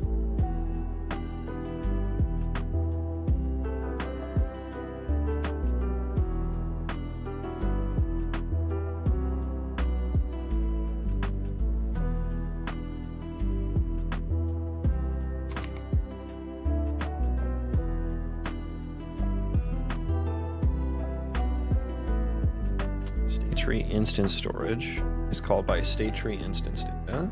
So I need something to call the state tree instance datas. I was trying to do something like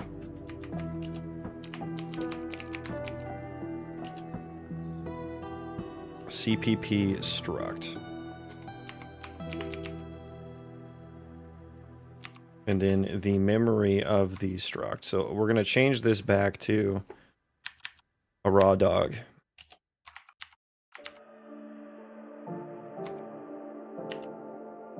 State tree instance data.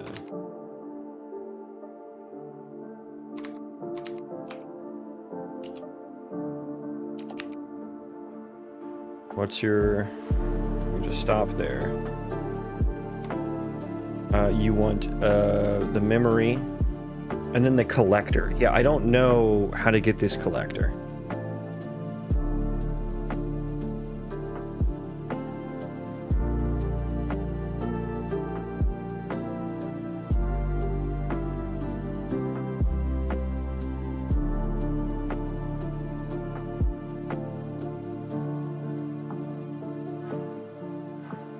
Get CPP struct ops.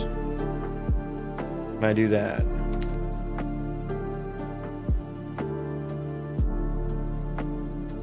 Does it have to be on the class?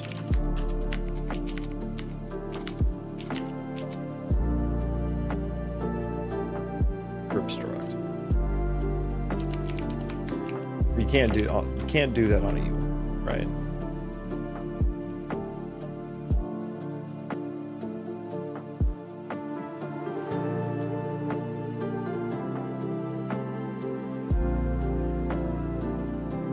Struct, end struct, add referenced.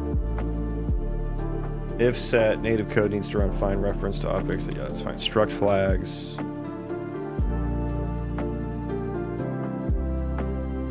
So does just having this on the struct make it do things? I think it's one of those like static inheritance thingies.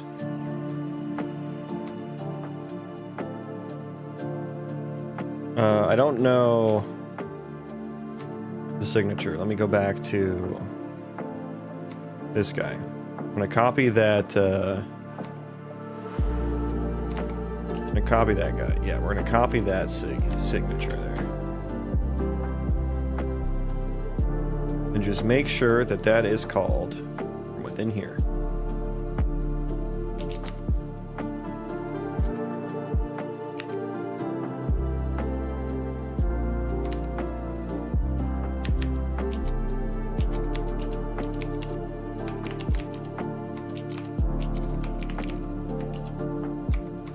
Okay, let's see what happens. I need to update a few places first. Okay, yeah, we need to do that. Yeah, that's gonna be all wrong.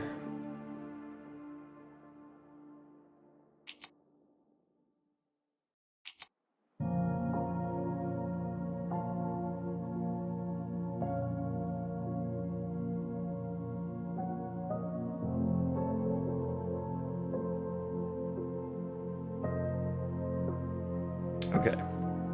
I'm just gonna pray that this fixes the issue. Pray for me.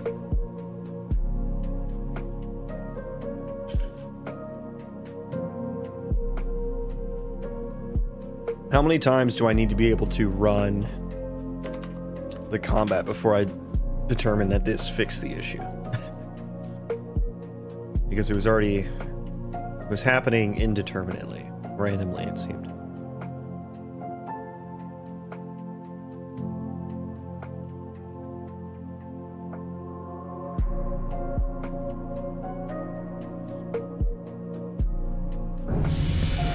We only have 2 guys there. Let's dial that up to 1,000. 1,000 guys. Oh,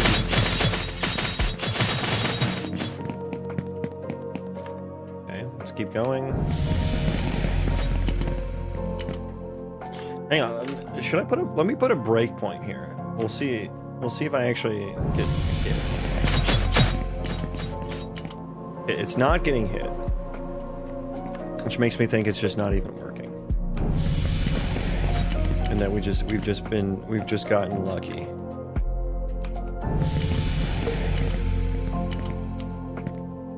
So most of them aren't doing anything. Most of them aren't doing anything.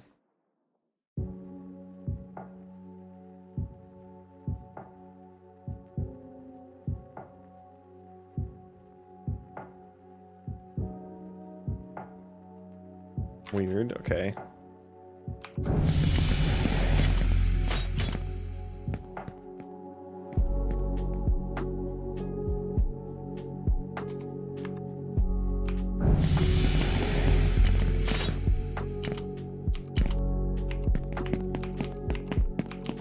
Okay, so the issue isn't happening anymore, but I'm also not hitting the breakpoint I thought I would be hitting to fix the issue, so I think I'm just getting lucky. Let's take it back down to like 200.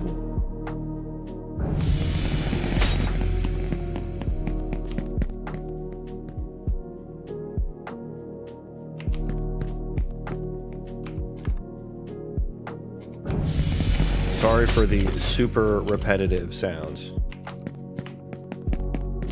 It is not happening anymore. Although it was so random before.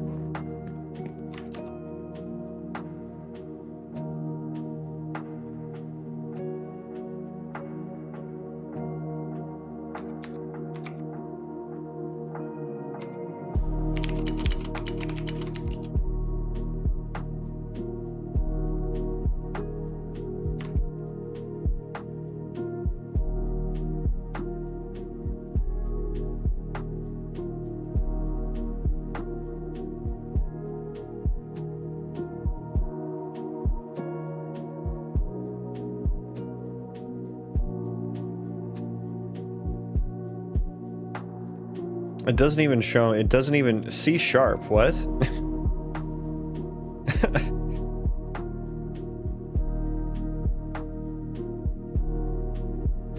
This is like doing some C# on me.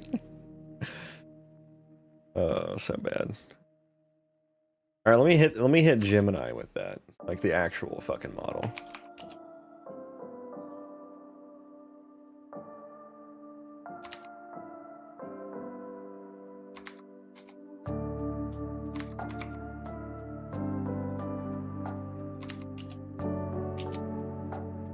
Not Nano Banana.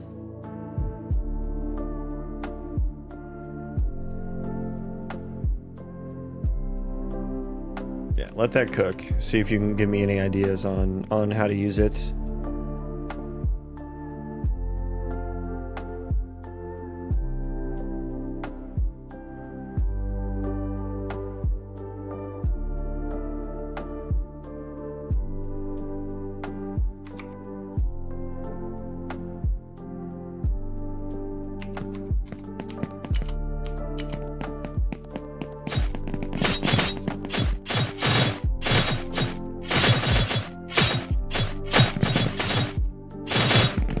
Let me take the, I want to take the ticks off of that. Delete.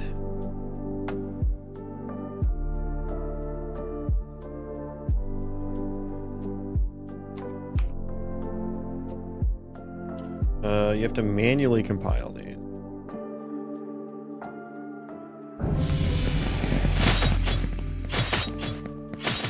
Yeah, that tick slowed down combat. That's interesting. So the tick almost overrode the update next frames that happened. I think is maybe what was happening. Because now they're swinging a lot more. Interesting.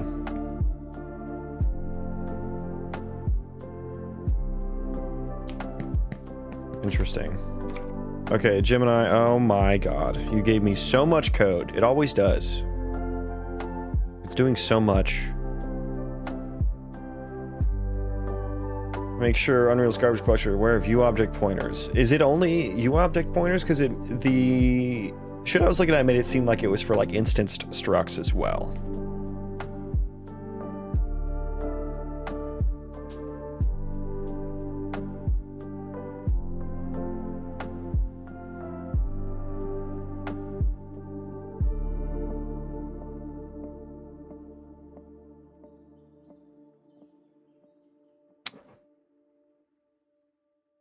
A static function? That's not static. It's a static, like, I guess maybe it means, like, the way it gets found.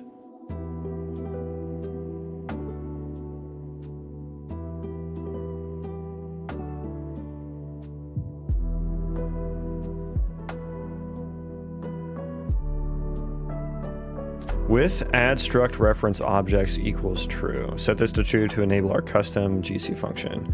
Yeah, that seems like something that's necessary.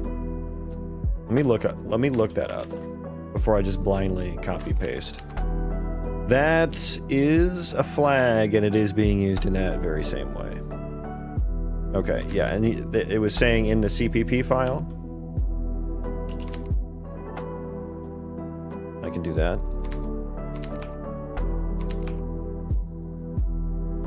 Okay, let's rebuild that, see if our function actually gets called now.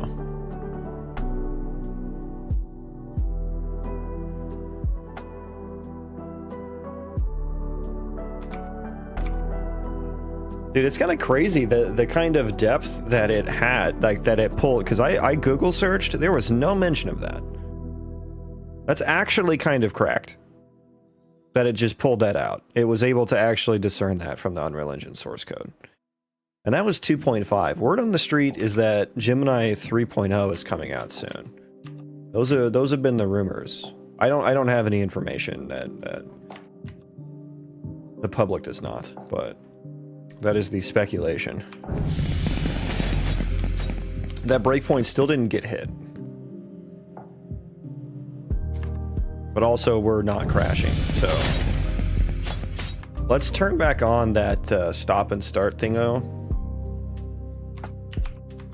Turn that back on, because that'll make them start a little bit more often, more deterministically. I still should probably figure out what is the root cause of that.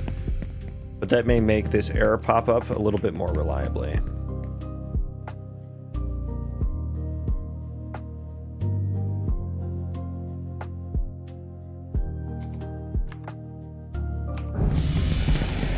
I guess let's just like pump it up.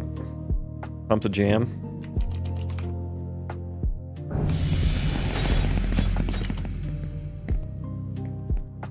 Boy, do they start slow. Boy, do they start slow. Oh yeah, we only start 10 per frame. Hang on, let's change that to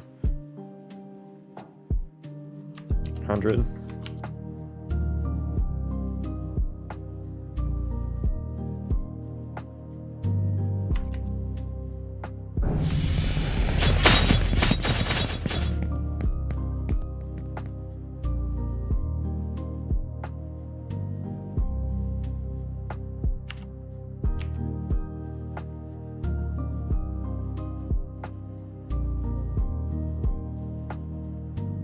We got some guys that aren't combating.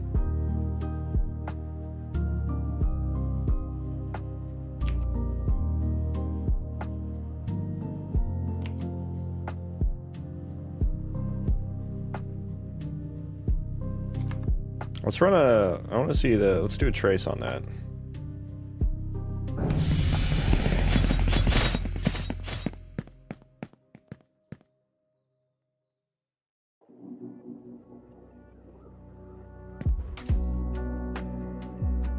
So yeah, this will be a lot better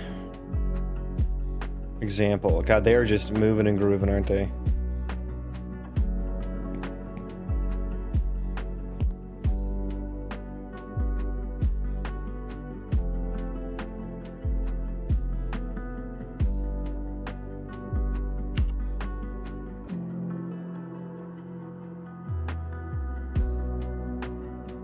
All right.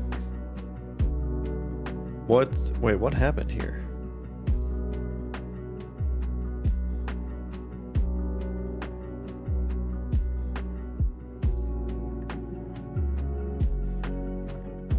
Ability activation processor. So we have like, everything from here on is all ability system stuff. So yeah, half of the frame is ability system stuff.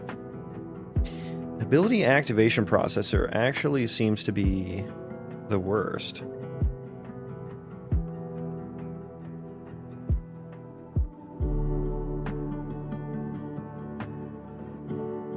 And you know what? You know what I want to do? You know what I want to do?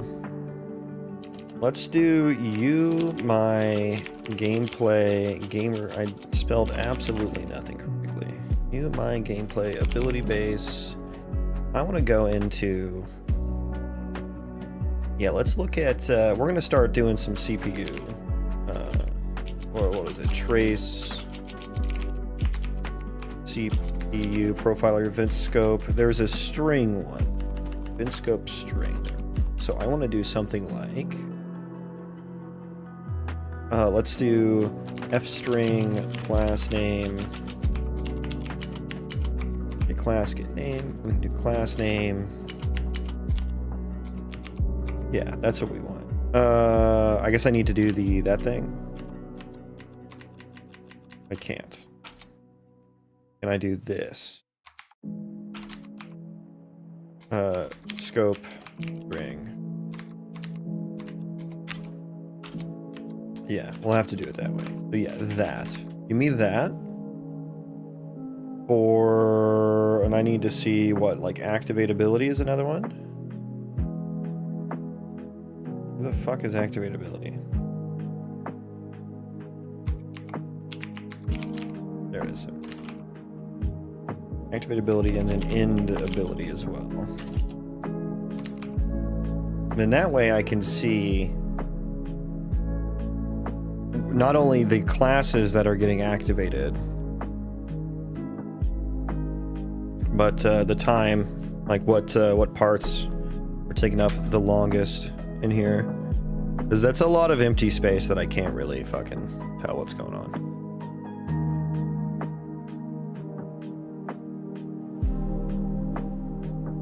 Adding and removing entity data seems too slow as well. Seems too slow. Get over there.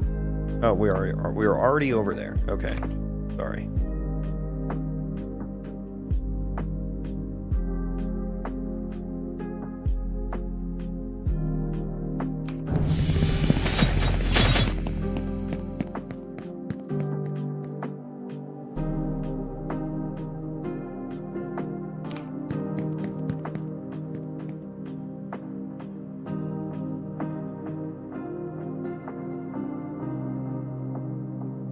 Just letting this soak for a little bit here.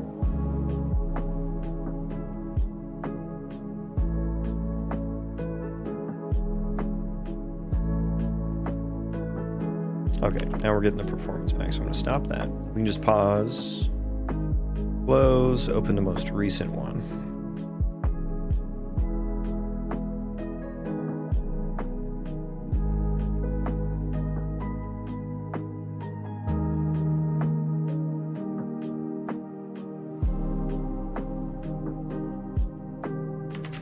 Oh, I did the wrong name for all of it, didn't I? Didn't I?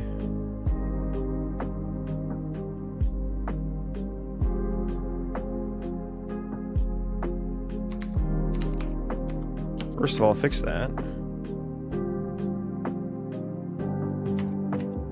But also,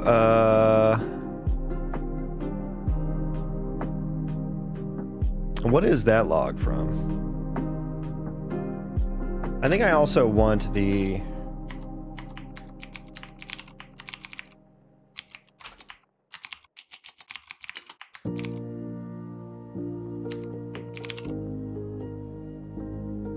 Just show me. Where's the fucking...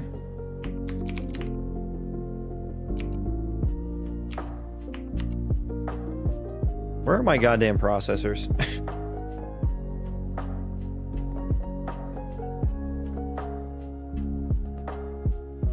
It was applyability. Okay.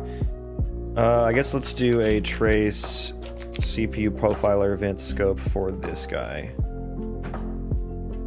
I want to see like the individual.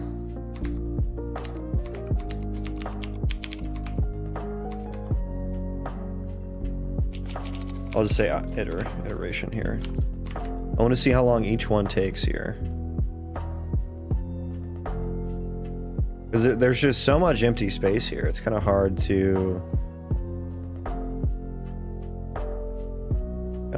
discern what is actually happening.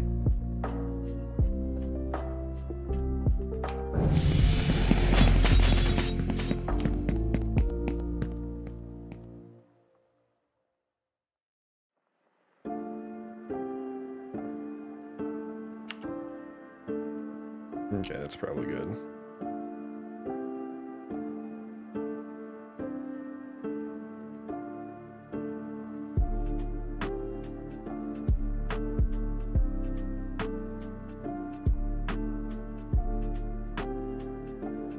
Yeah, like, what is all this empty space, man? The construct object, melee auto attack ability. That might be the default. That's like the, or that's the, I do new object there. So that's probably that part.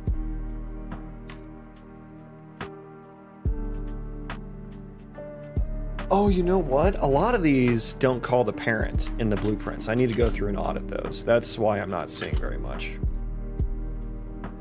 Probably, I mean, it's the melee auto attack, right?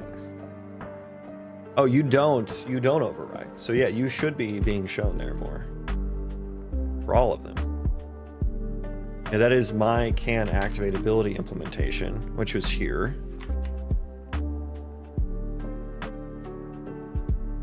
And then the rest of this, we're constructing a Q calculator. That is once we are actually in the melee.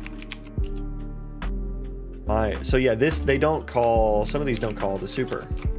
We need to do that. We need to make sure that that happens every.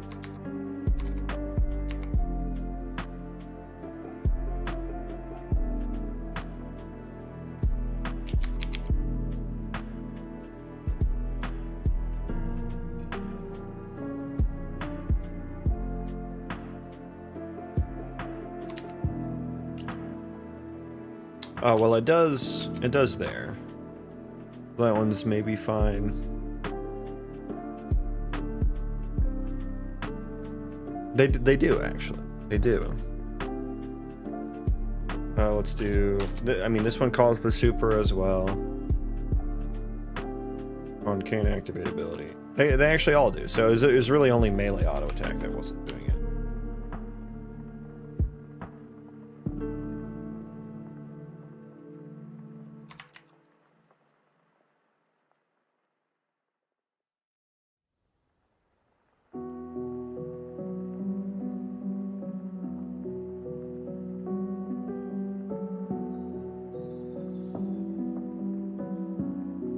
Okay, let's look at it now.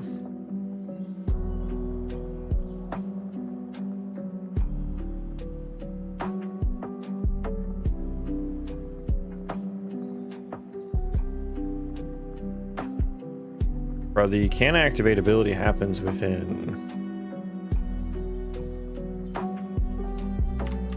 It happens very quickly.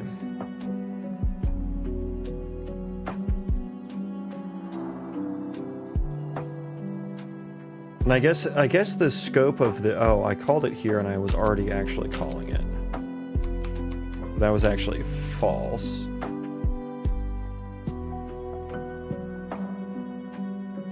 This actually doesn't encompass that I thought this scope trace would encompass the actual full scope of the function, but no, it won't. I have to like write that manually for each one.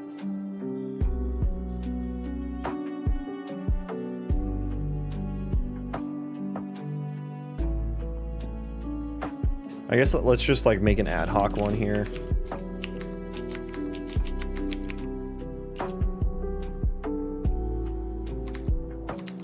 Yeah, this is not gonna help it do anything.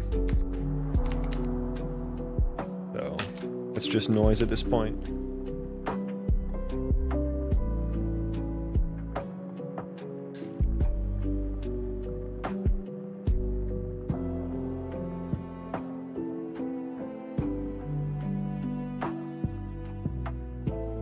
Oh, I need to actually be tracing. Okay.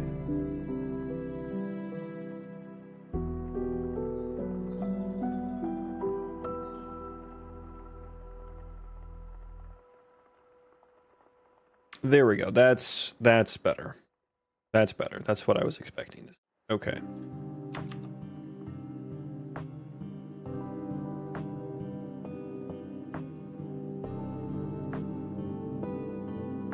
So yeah, melee auto attack Q calculator. Constructing a new object there, those should maybe change to structs. I think is one improvement that we can do there.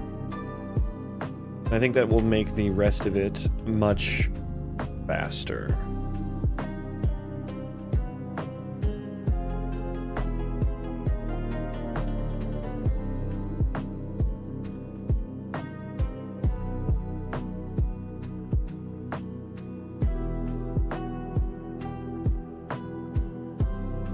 Ability and MQ can even be changed to a struct as well, potentially.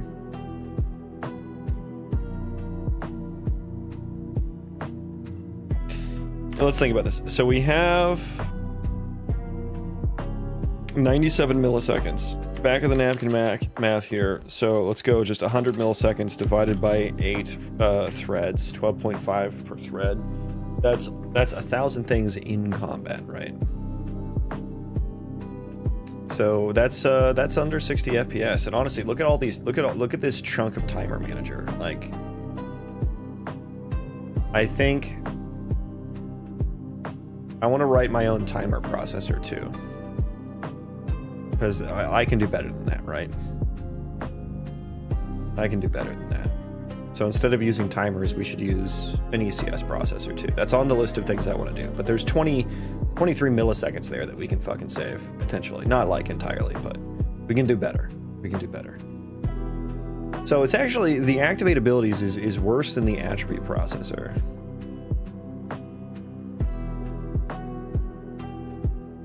Inclusive time is 0. That's so crazy. On damage taken, 100 microseconds. Cancel ability processor.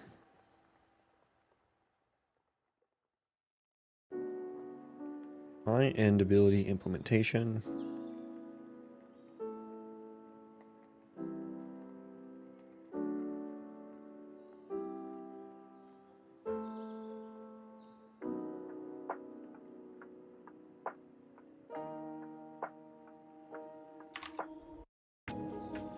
So yeah, I think most of it seems to be... What was... at what point did it create the... Yeah, the second half of that is just that code right there, which, like, I guess getting equipment component.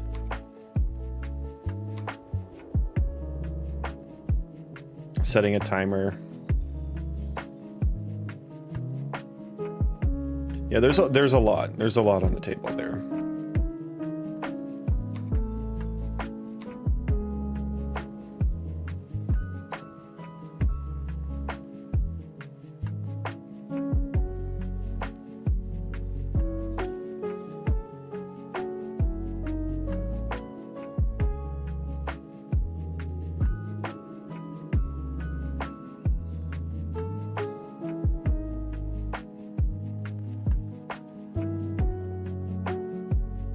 What program coding are you using and how did you become great at it?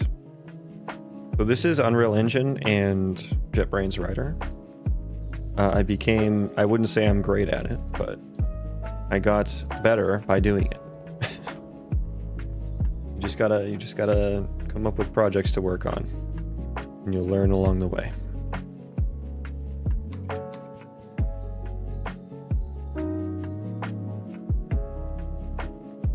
Okay, so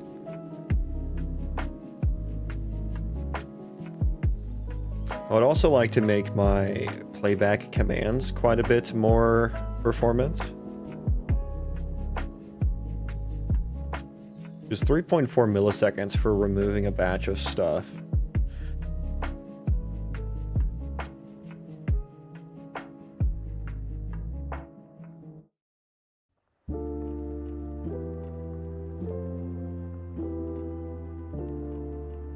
Yeah, I wonder if it's just better to, like,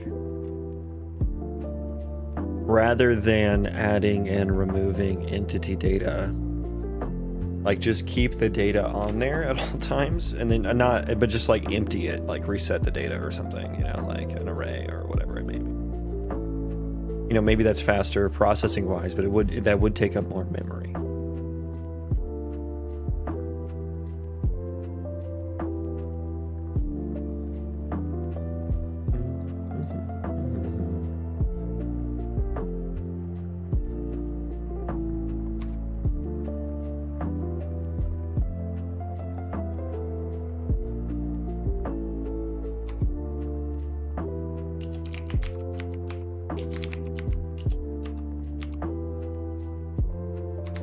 See how much of this is the archetype transition.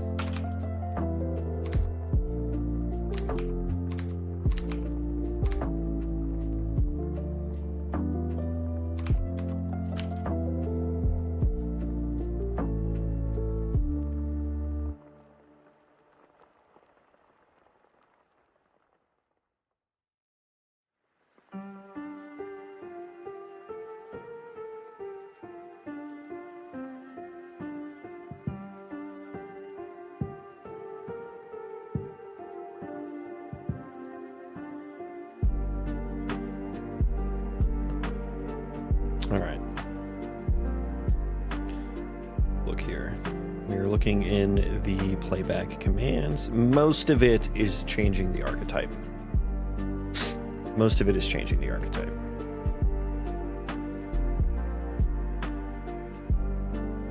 And I'm gonna go out on a limb. I'm gonna go out on a limb and say, well, actually, where's the move entity thing? Yeah, this would happen.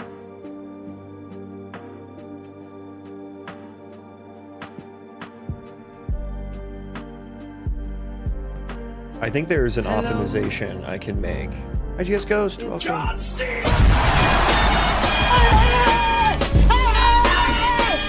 Thank you for the raid, my dude. Why are you running? Why are you running? How was your stream? Put it in reverse, Terry. Put it in reverse. I'm working on combat. Ladies and gentlemen, we got him. What the dog doing? How was your stream? What were you up to? Anything you want to show off? Yeah, I finally got gas rewritten into my ECS, and so we're finally, like, looking at the performance of it. And one of the changes I made to my ECS was that I wanted to process the command buffer in between each processor rather than all at the end. And anytime I add or remove entity data, that's part of the command buffer stuff. Anytime I add or remove entity data, the entity itself needs to change archetypes. So we literally are physically moving memory around whenever that happens. And it turns out that that's what most of the work is whenever we add or remove data. And so I'm wondering, I was thinking there's maybe some sort of optimization where we can do that in like a batch way per entity, because there's probably multiple commands in here for a single entity. And so as you add and remove each one of those pieces of data, the entity, we're like moving the entity multiple times when really we only need to move it once from source to destination. So there's probably an optimization I can do where I don't do that one at a time. And then the command buffer kind of, it's like a per entity command buffer, and then it kind of just batches it. So there's probably something I can do there to help with that. I don't, if we're doing it after each processor, I'm not sure how much that would save a lot once we do it at the end. If we were to do all of it at the end of the processor loop, I don't know how much that would save. Like how much of this is duplicated, right? How much of this is the same entity? It's going goo. It's just being a pain. I was fighting trying to make a new landscape. I wanted to use landscaper brushes, but it's not going well. Hey, have I told you about our Lord and Savior procedural terrain? Yeah, I wish I could help, but I have literally never touched Unreal Engine landscape tools.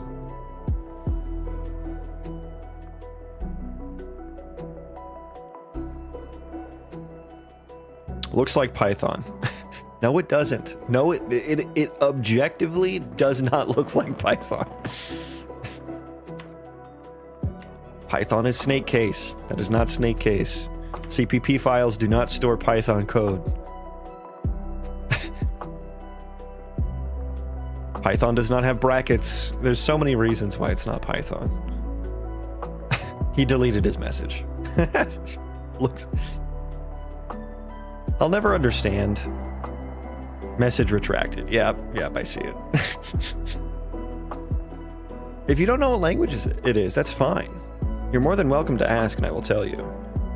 It's so interesting. Like, people come in, they're like, "This is Java." No, it's not. And then they'll be like, "Oh, sorry, I only know Java." It's like, okay, you only know Java. Like, why did... I don't know.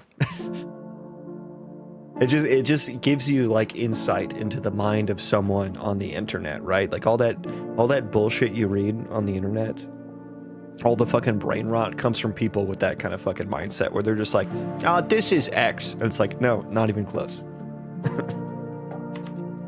Not even close.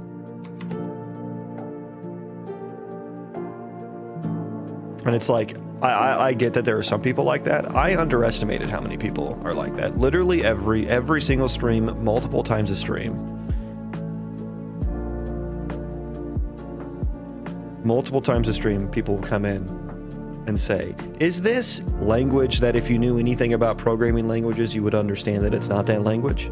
No, it's not. No, it's not. And it's okay to not know that. Not mad at you for not knowing, or not trying to be elitist about it by any means, but like...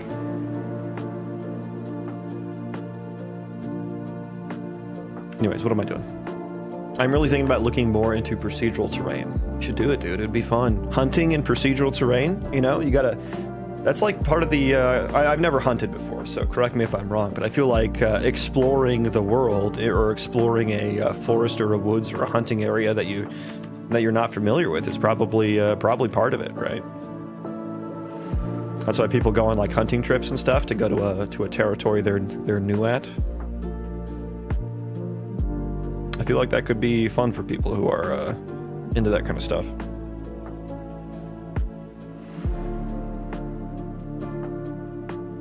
Anyways, what do I want to do here? What's the next move? So I do have some more information about things. So let me write down some next moves here. And I don't know some options I have. I don't know where to write this down because this is kind of outside the gameplay ability system. Change anim queue and calcs to structs. And then I'll say look into command buffer optimizations. Try to batch move entity archetype data. Those are both things that are kind of outside gas refactor land, so those are going to give me a better bang for my buck. But I think maybe what I should do before this is going to be a massive giga fucking commit here, 237 miles. I think that's the biggest commit I've ever done in my life, I'll be honest. And that's not, you shouldn't do that. Don't try this at home, kids. That's not what you should do. You should make steady commits. So there's some, let's put that separated a little bit. Projectiles as entities, I think that's in that category too. But the rest of this is like things that aren't working for the new system. So I think maybe we should get all of that ironed out.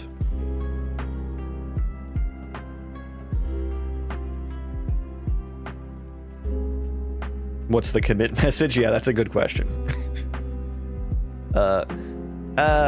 MISC changes. MISC fixes. Best commit message ever. Actually, no, I'll give you the best commit message ever.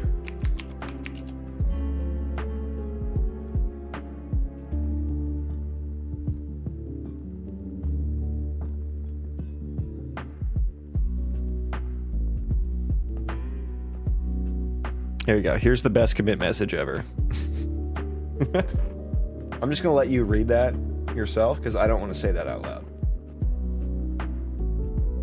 I'll wait. This is why I say fucksy wucksy all the time. This is why I say fucksy wucksy all the time. And I love this guy. What in the name of fuck? Closed this permanently.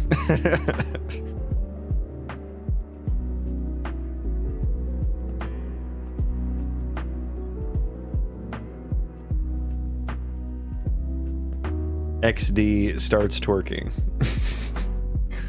What in the name of fuck? What am I working on? Video game. Working on combat stuff. On a large-scale combat.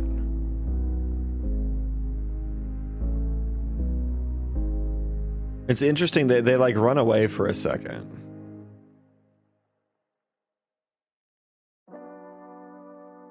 Before they grab their new aggro target.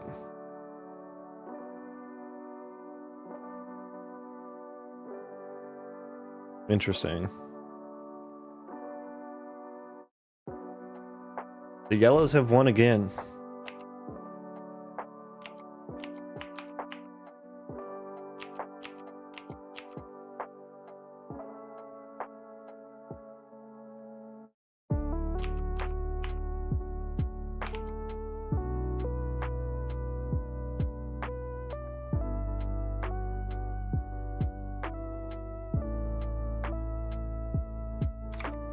So yeah, figuring out what my next move is here. Yeah, I think what I should do, I want to do this stuff right now because I like seeing number go down, brain like number go down. But I should get the ability system back into a state where everything works. And then maybe I should focus on the show offy stuff a little bit too. I should maybe do the fixed buildings. It's like they're resetting and then they're like, oh, there's something there still. Yeah, so I don't run the aggro radius processor every frame for every entity. I time slice it. So it runs, what do I have the max delay? I think it's like 400 milliseconds. Is what I have like the max one.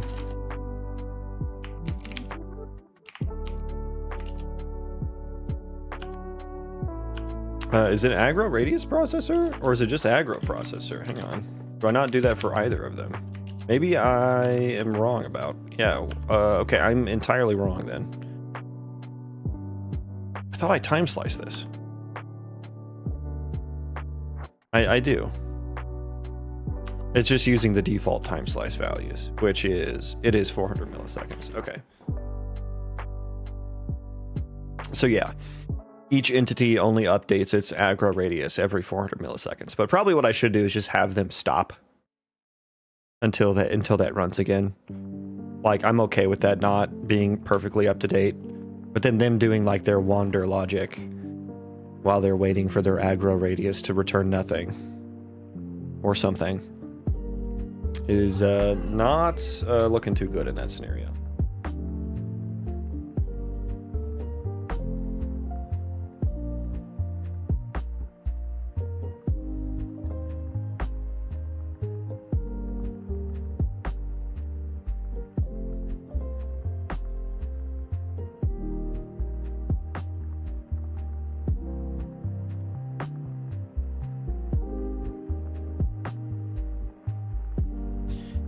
It's like, it's battle royales? No. Not sure what made you think that, but no, it's not a battle royale.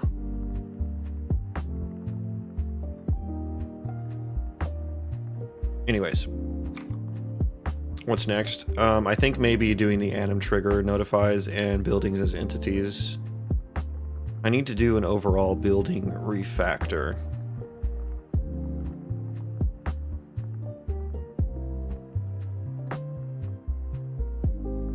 Wait, so why did I do buildings as entities? I'm confused. Oh, for the gameplay effect, right?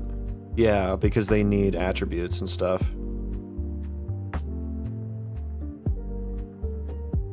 Yeah. Ooh, that's kind of annoying. Yeah, buildings need like health and stuff.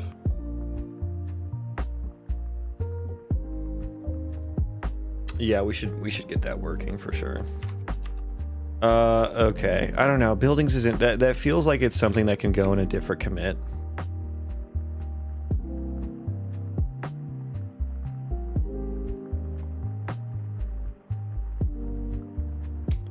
Change anim...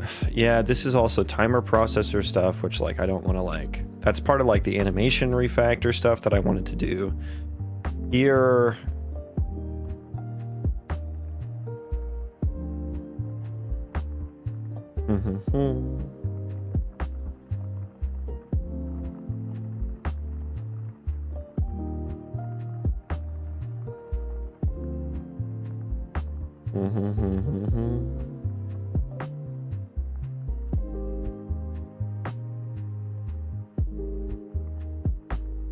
So I guess then the only things to fix about the core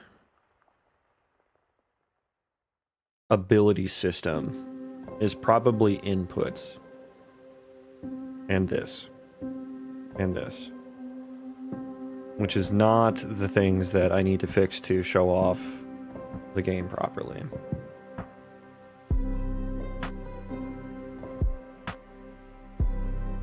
Okay, let's fix input then. It's not going to be the most fun thing, but it needs to happen. Let's fix the input. Let's fix the inputs. Okay, how's it happening now? I think we go through action bar component. Thank you for the sub. Welcome in. Willkommen, mein Freund.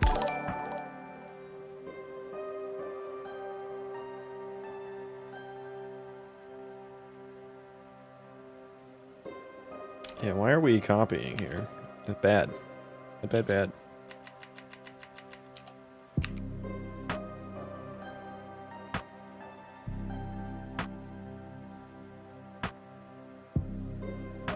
Okay, so we iterate over abilities, set up action bar mappings, default character abilities. That's still valid, right? We are copying that, so yeah, let's not do that.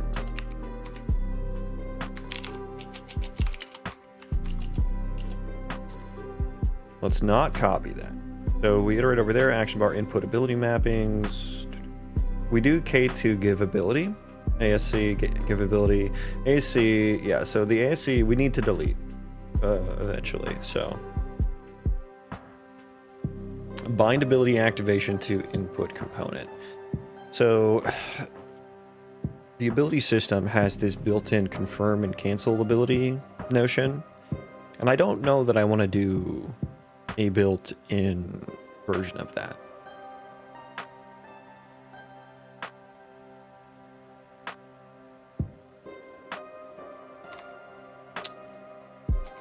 Ability input IDs. Let's pull this thing up too.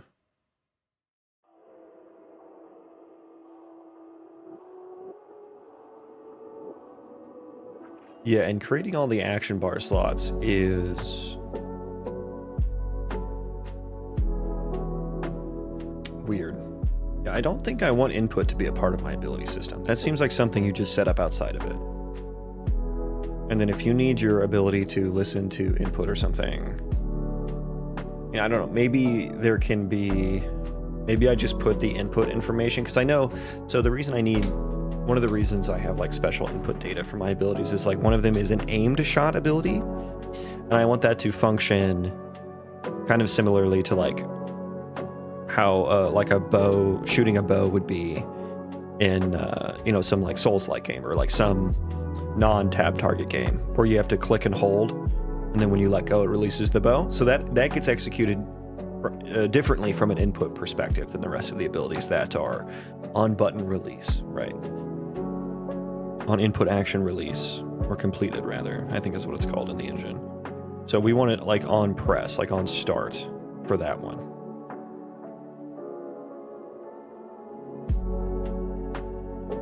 Then I think I do that in, I think I wrote that in here.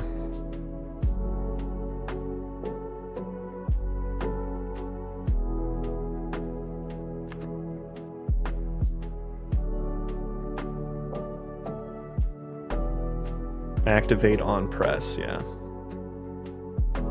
Is that mine? That's mine, yeah. Okay, so I do have that. I do have that. This is Unreal Engine, yeah. So I'm gonna pin that. That is already pinned. Let me pin action bar component as well. I don't have a notion of giving abilities. Like, they just get executed. I don't know that I care.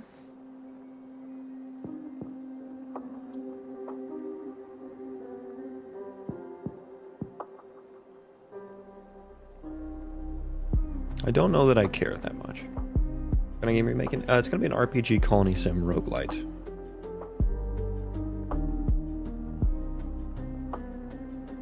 Create action bar slots. Okay, so how do these get executed again? So I create dynamic inputs. Map key. Refresh action bar mappings. What happens first? Enhanced input action subsystem, add mapping context, the action bar ISMC, which we create the bar, we create all the inputs before. So we do that, and then we do that. Okay. Is it multiplayer? It will be, hopefully. It will be.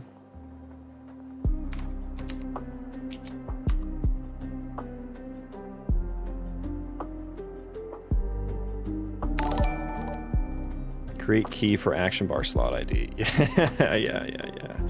Forgot I did that.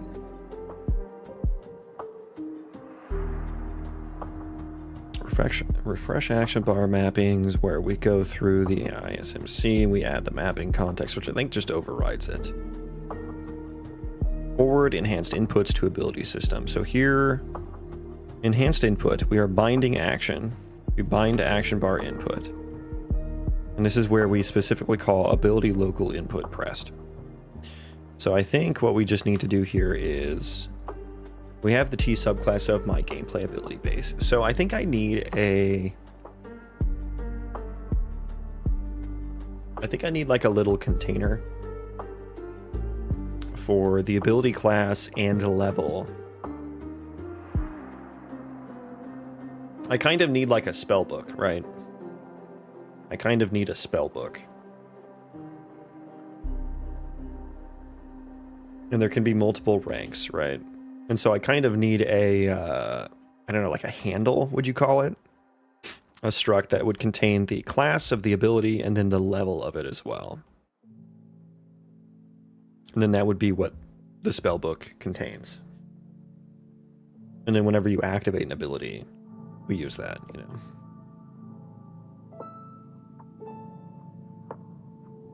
I'm trying to push myself to learn UE. I've always struggled with making a project, with starting a project and finding good resources to help me complete a small project. Yeah, it's rough for UE. It's a big learning curve. There are tons and tons of videos though. There are tons of videos out there now, but yeah, I've definitely felt that as well. But I appreciate your sub.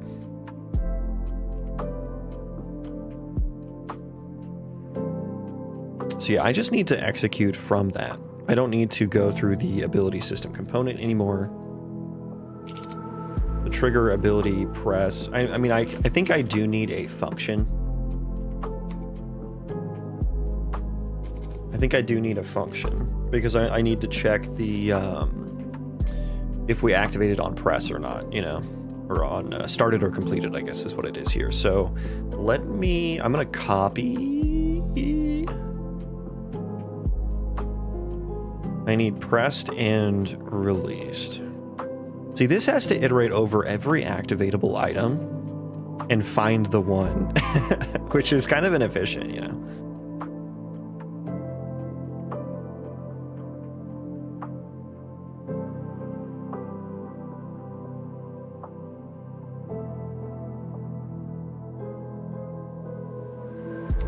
Ability spec input pressed.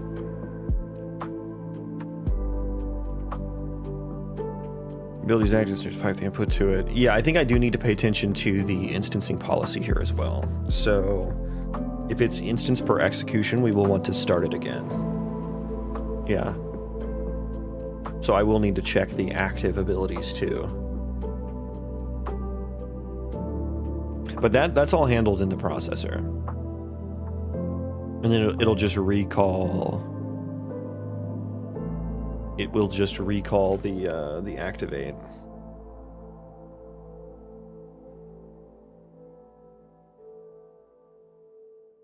So that's kind of already handled for me. A lot of this is already handled for me. Let's just copy this. There's a lot of this that we're going to just get rid of. I'm going to go ahead and just shoehorn it into the action bar component. I don't know. It could be static, right? It could be static.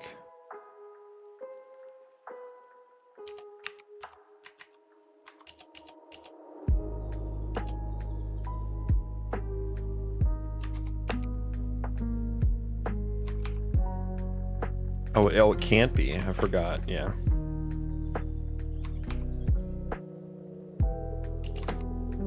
We're going to throw that in there. And let's just put in trigger it. And then this way I don't need multiple ones. So I'll input the trigger event as well. Input ID trigger event.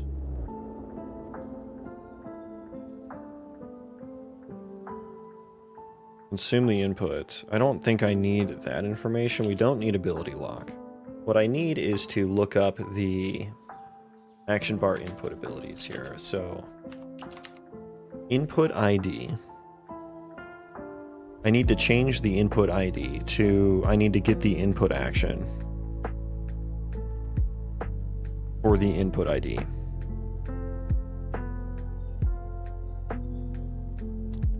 Would I have which input action this is triggered with?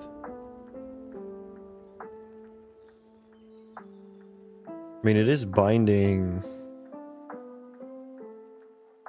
the action. So can I just do, if I had, let's do input action. We'll look it up by input action. We'll pass that in there, and then we'll change that here. And so we will do dot find input action, and so we'll go if, what is this, auto ability class Yeah, if we have one for this slot, we're going to do things with it. If not, we'll do nothing. Okay, so we have the ability class. I guess this is where I need to, like, look up the... Let me look at ability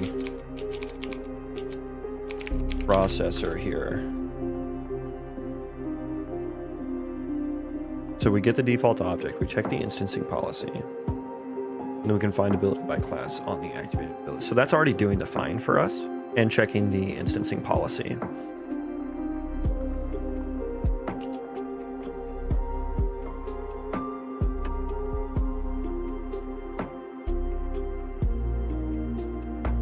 Okay, so we just need to do the try activate ability. Well, we need to check the activate on press first. So if it's bound, if ability, so I need to grab the, let's grab the CDO.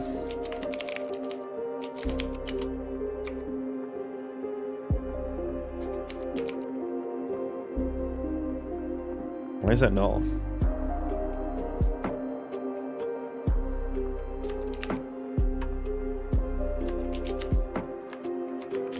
Oh, it's a pointer, right? Oh, do I need to dereference it and then do the pointer? I don't know. Hang on, we'll check that in a second. If ability CDO and activate on press.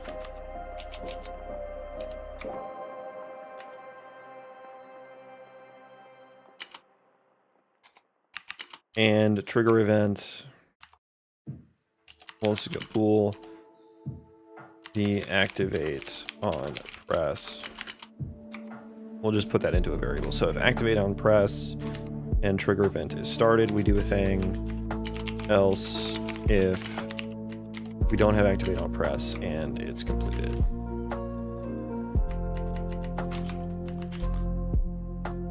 And then we would want to do this. And I think that's it. Spec input pressed. Interesting. Yeah, I don't have an ability spec anymore. Not in that way, at least. And yeah, we're not doing the replication stuff yet, which is going to be fun. Let's import there.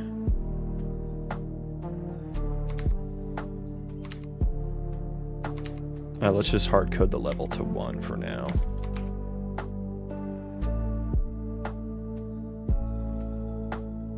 Yeah, so ability class is a pointer. Can I just like chain pointers? No, I don't think so. I think I have to do one of these things here. Yeah, there we go. That's why. Okay.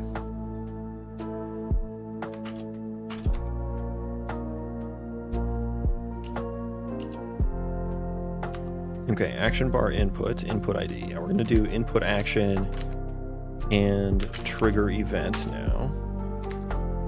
And well, not there. We just do that actually.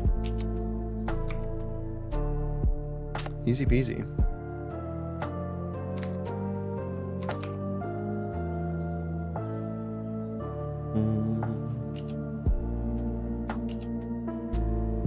Yeah, and so we would want to get rid of the slot ID. Okay, so what are you upset about? Fourth argument. God, these are always so hard to read. Input action.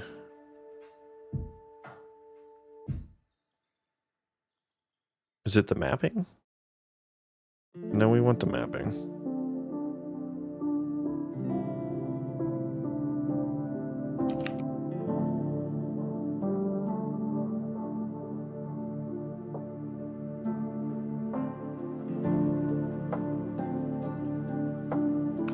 To parameter type. U input action. Wait, dude, I cannot read these for the life of me. Trigger event. Because the source and target function have different first parameter types, U input action and int. Are we looking at the same function?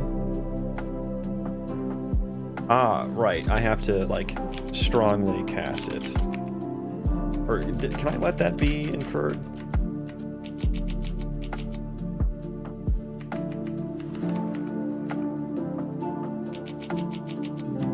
Infer that.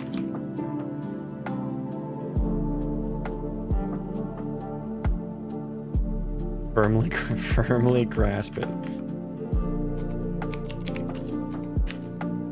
Okay, no, I have to. Why do I not have to pass in the next one? Okay, so yeah, that works. Why const input action? What if it's not const?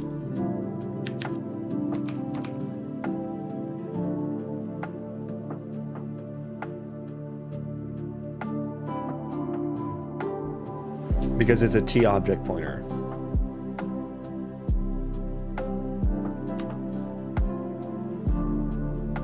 I see. That makes sense.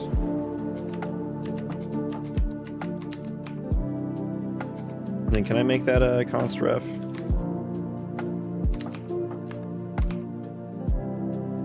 No.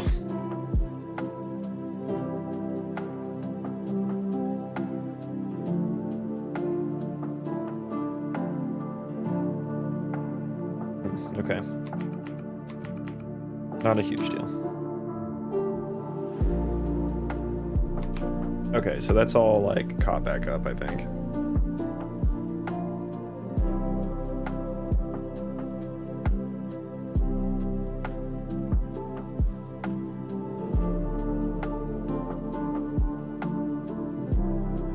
Honestly, just I don't even think I want a different function.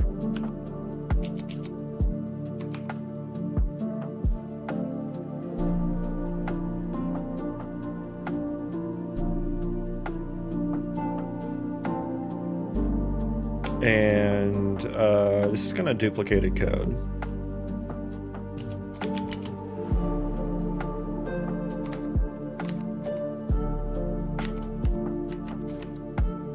So let's do that.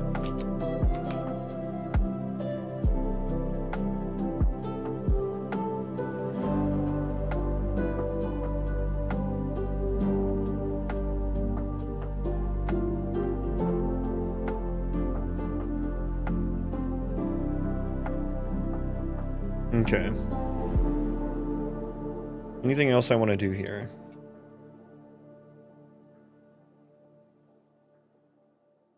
Delete that. Delete that. Bind ability activation to input components. I'm gonna comment that out for now.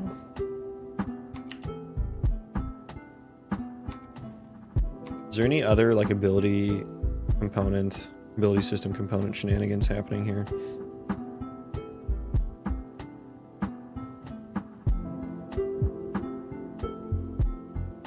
I don't think so. Wrong. There you go. I don't think so. Okay. I guess let's make sure that we can still trigger abilities.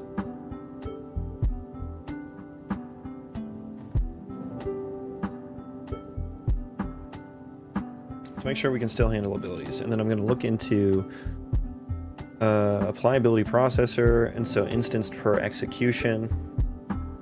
If it's not instanced per execution, we just find it. It doesn't even matter what the other instancing policies are. They'll make no difference.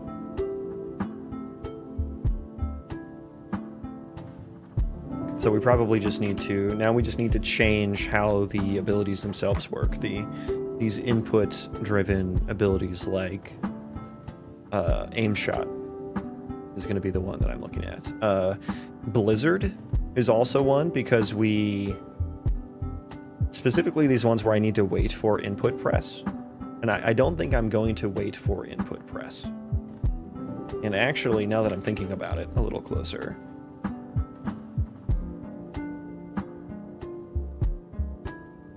I think it should activate again on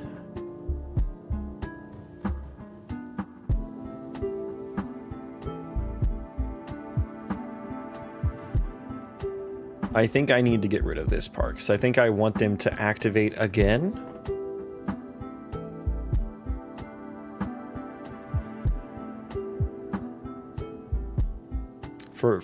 Yeah, so if they are, they should always activate when you let go of the thing.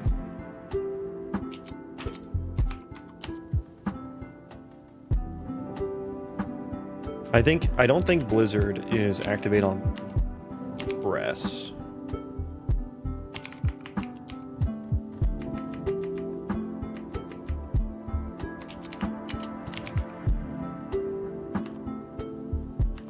Bro, there's my Blizzard. Jesus. Are you activate on press? No. Okay, so let's go to aimed shot. You should be set to activate on press. You are. So first of all, let's just go in here. And let's not spawn. Let's just give me one enemy. Give me a dummy. Let me make sure I can still... Okay, activations are not working. Yay! Okay. They are not working. Beautiful. So does this happen? Wait a second. That's if we find the class in here, which we should. Do we get here? We do. So are you not populated properly then? Also, I'm doing this by pointer, which maybe isn't the best. Action bar slot 2. You should fucking have something, right? Yeah, okay, we're getting here. Activate on press is false. Wait, what? Oh, I didn't actually... Wait, I'm doing it from the ability class. Yeah, this is fireball ability. What is trigger event here? Started. Trigger event is now completed. Oh, yeah, we should... Okay, we are activating the ability. We're just never getting in there. What is try activate ability doing then?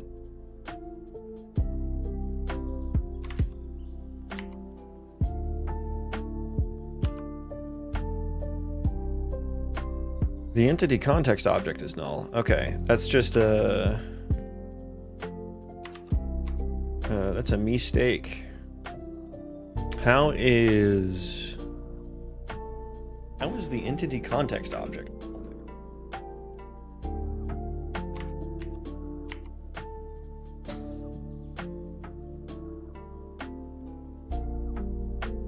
It's... Oh, the action bar oh, I'm using the action bar component. Yeah, okay. That makes sense.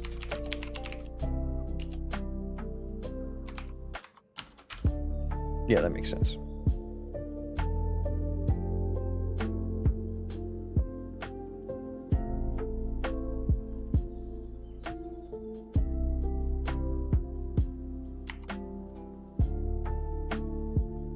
Okay, now we should activate things. Yep. Yay.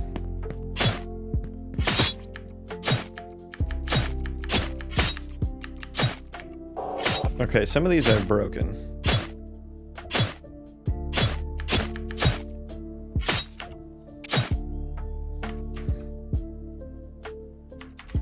So restart here.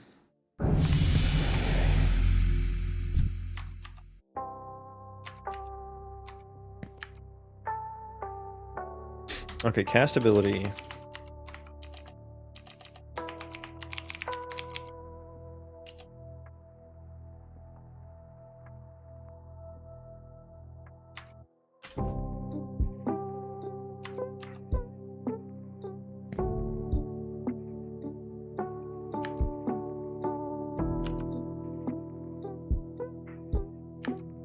Okay, are we not, are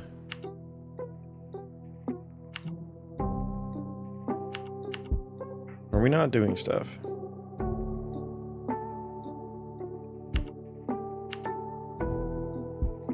Would asking for a girl's LinkedIn be a funny way to ask her out? No, I think that would be pretty unprofessional.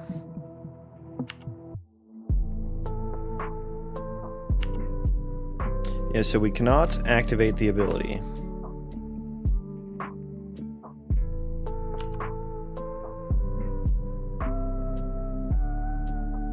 this is toggle auto attack.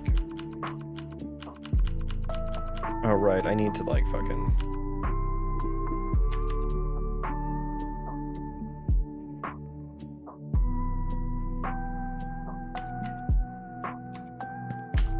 I think girls get hit on in enough places. They don't need to worry about their professional...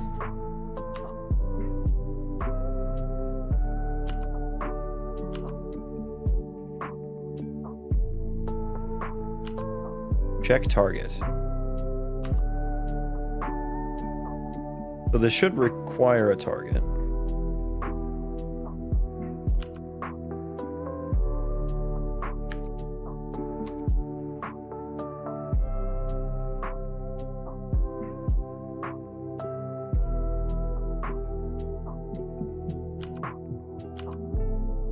Targetable isn't valid here. Okay, it is.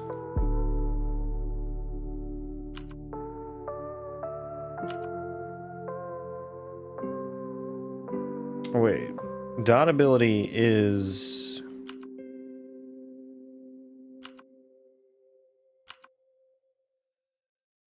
true?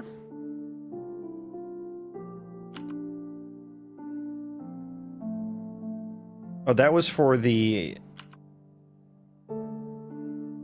action bar one.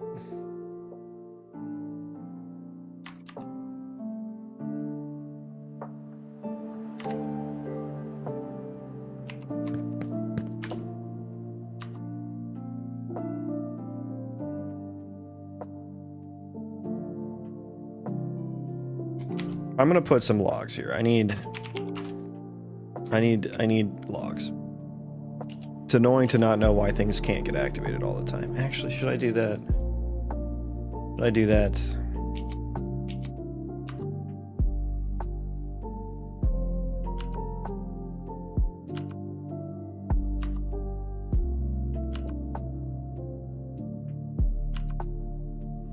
Targetable is not set.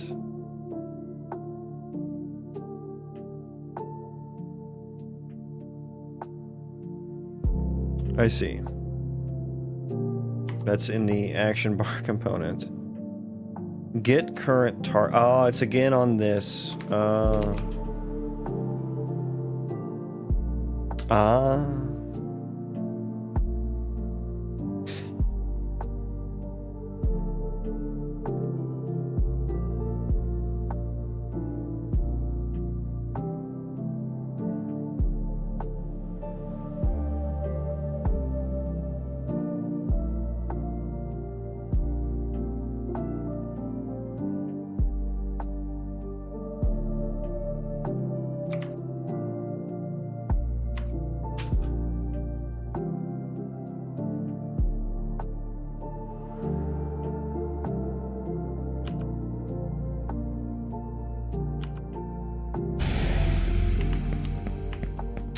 Hello, please?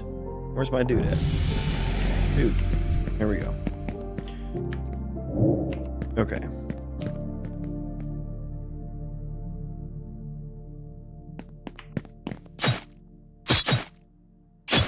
Okay.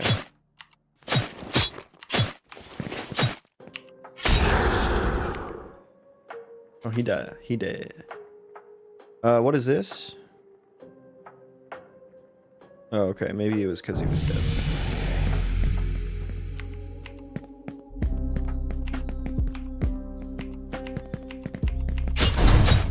Okay, that one works. That one works. 9. We've fucked up our auto attack a little bit. Okay, that one works too. Okay, let's try bow attacks. Okay, those ones all... Well, that one didn't do any damage, did it? Hang on. Did that not do any damage?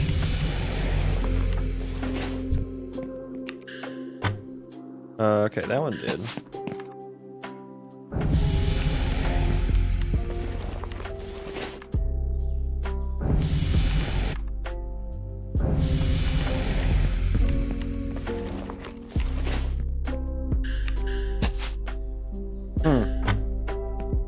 when you fire it like immediately after the auto attack, it doesn't work. We'll have to look into that.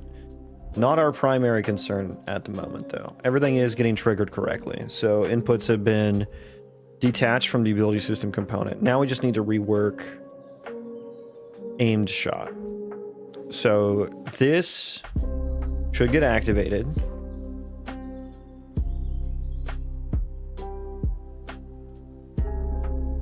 We will start the cast bar. So we wait input release. So I need like a boolean for like has started. Or maybe this is just like, is this a cast ability? It's a ranged ability. So we'll just say casting. Because we do have the cast time. Let's call this is casting. We'll set that to true. Here. And then what we're going to do is we're going to check if it is casting up front before we do anything else. Take all of that, scooch it on down. So if this gets activated again and we're already casting, then what we do is whatever this is. Now it has time held, so I guess I need a start time.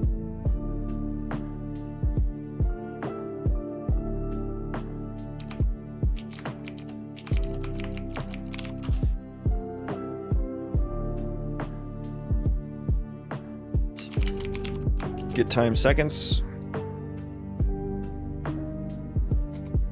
Then I'll take you.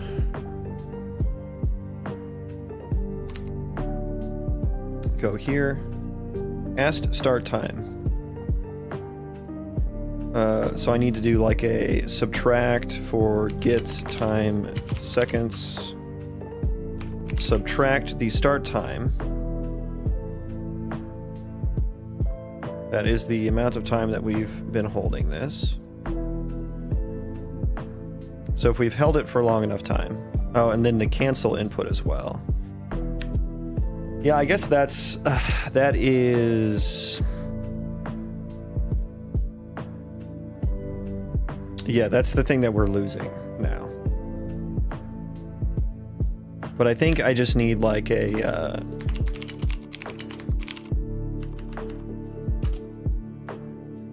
yeah, I think we just need this.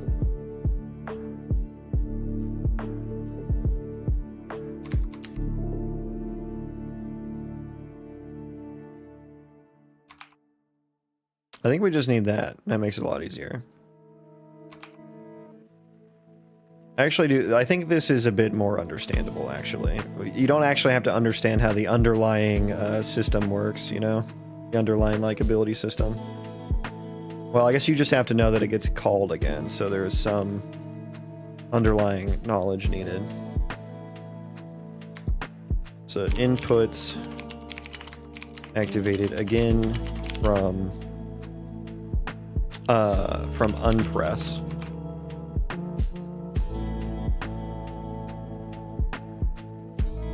We'll say first input from press down. We'll say from press up.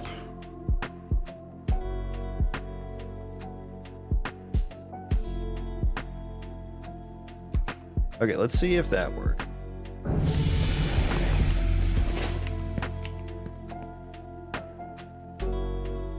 Okay, we just activated it again. Do I have the right instancing policy on this? Instance per execution? No. Instance per active.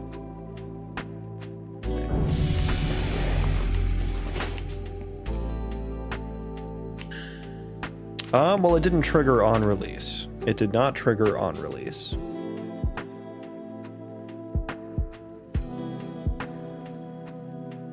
Started and completed.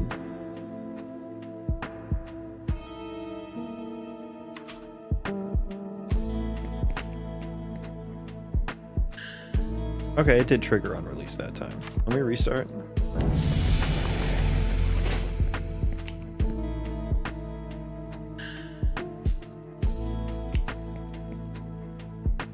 Oh, okay. I did it prematurely and it didn't do anything. We didn't get to cancel?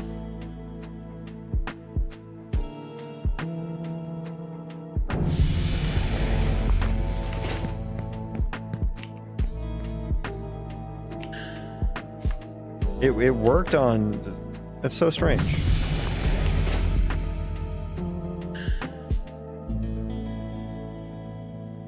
So it works, but only if the... I'm so confused. I'm so confused.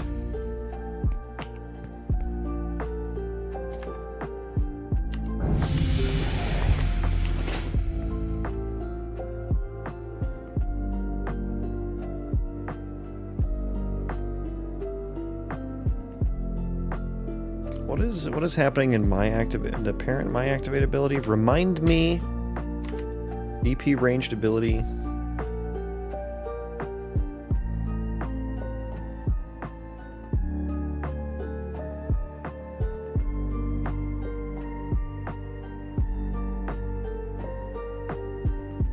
I don't know if I should call parent here, actually. What happens if I don't call parent here?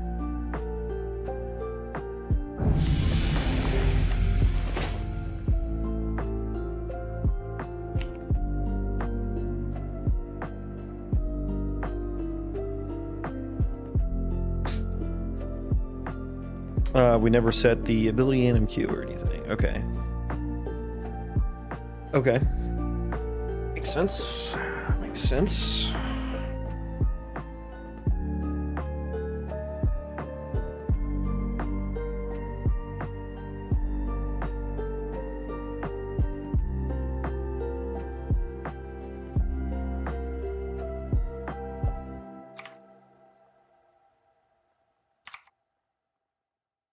Okay, let's get rid of that.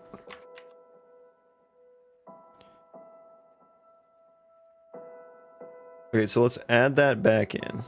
That is still there. Okay. Also, I don't know if that ever happened.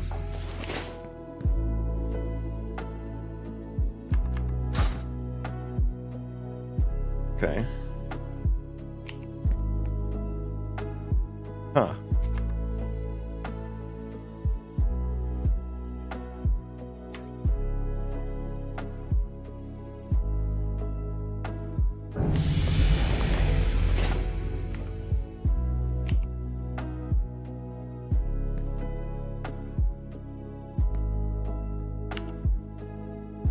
How do I debug this?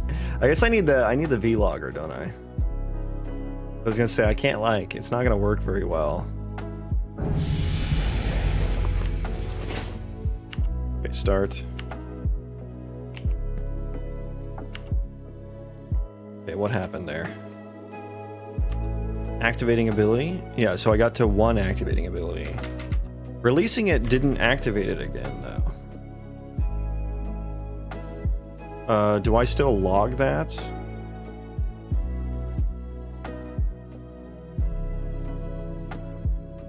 I'm wondering if can activate ability returned false.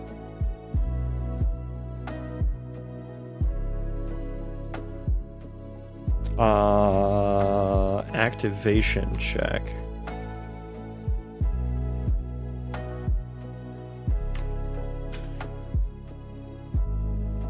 Yeah, I'm guessing that this, hang on, let me look at the tags for this ability. I'm guessing that this blocks activation again under some, wait, what condition would that fucking be? Because it happens here when it's true. Let me look at the vlogger for the true scenario.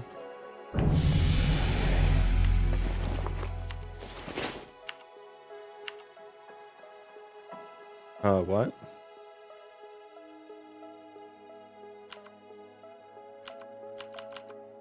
What the fuck is this?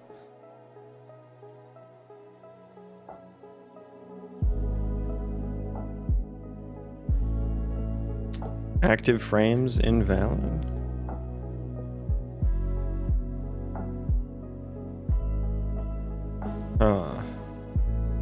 Is that the error?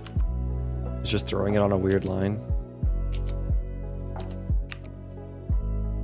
Okay, let's try that again.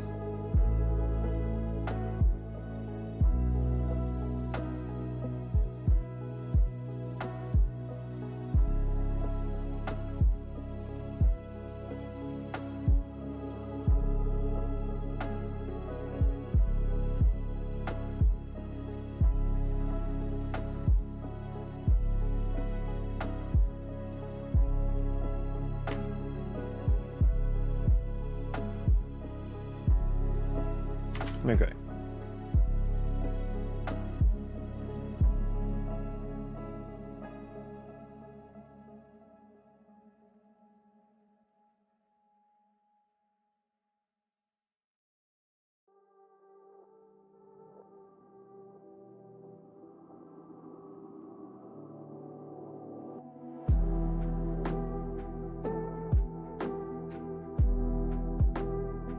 Okay, let's keep that open. Okay, so start. Okay, why does this all of a sudden not fucking work?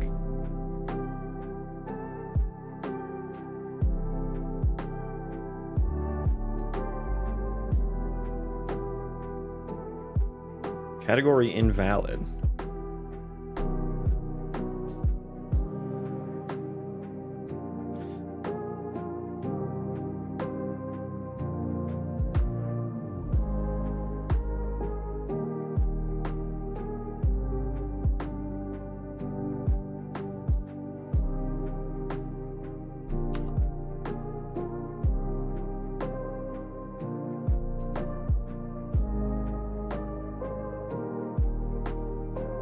I'm so confused. Why is this all of a sudden not working? It worked fine like a multitude of times.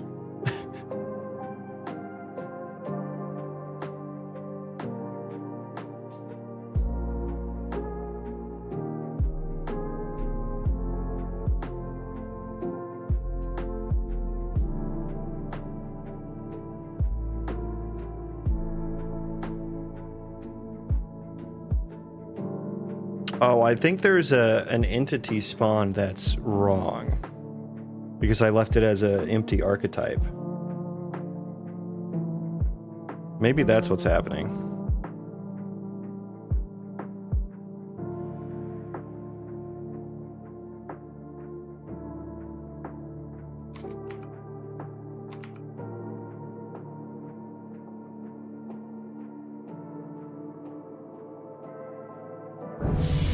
There's an entity this time. Okay, never mind. That is not the issue. What? This was working like 100% fine just a second ago.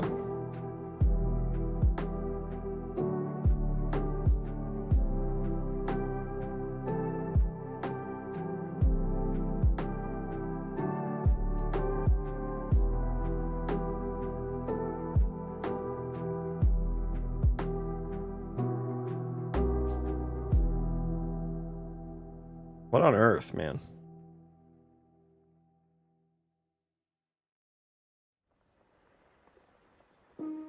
Why is this being so weird?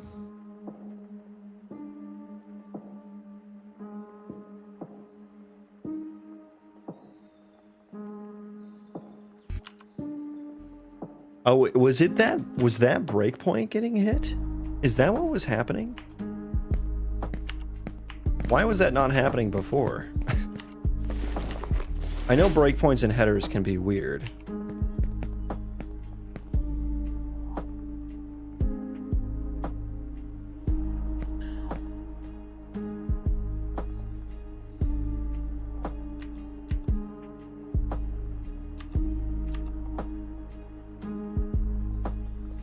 Okay, let me put another vlogger for could not activate.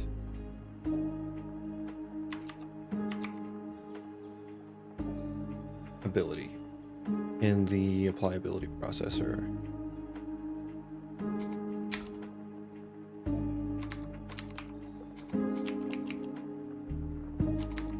Could not activate ability.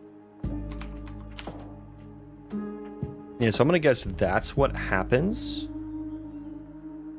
as we're casting.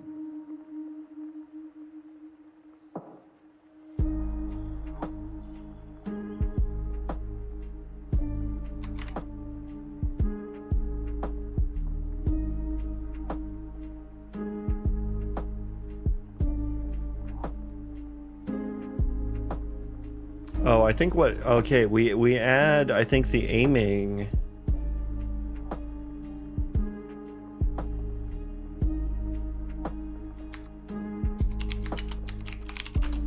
I think we're adding the aiming tag onto the character. Do I still have that up? No, I don't. So class defaults. Aiming is activation owned. Okay, and then activation. Never mind. There's no. Never mind. There's no block or cancel tags. Okay, I was gonna say I thought like activation would be being blocked.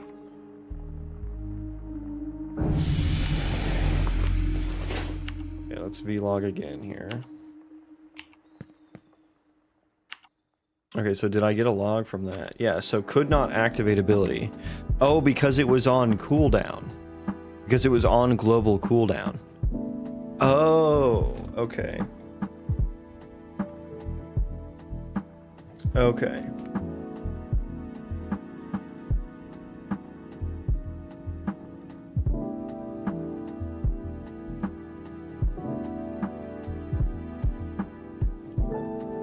What should I do about that?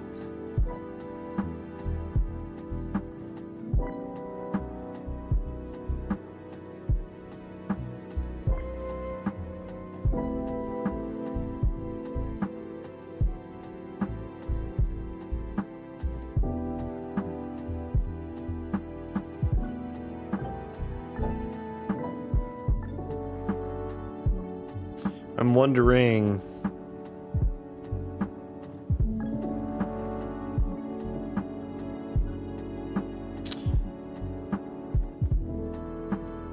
Okay.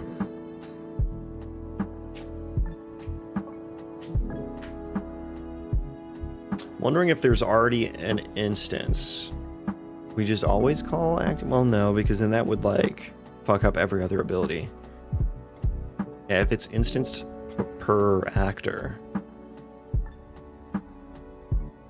Would I just always want to skip? Would I want to skip cooldown processor? Or the, not cooldown, like the cooldown check? Okay, now I guess I kind of get why there would want to be some external input listener.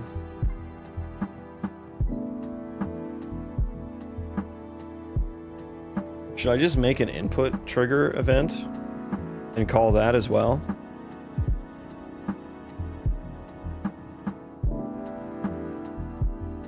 And then never recall this if it's already existing?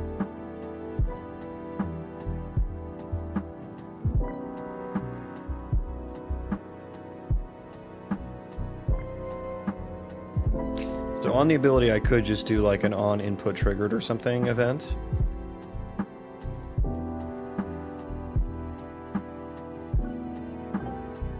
To blueprint native event void on input triggered, or I'll say on input press. And then we'd want another one for on input released as well.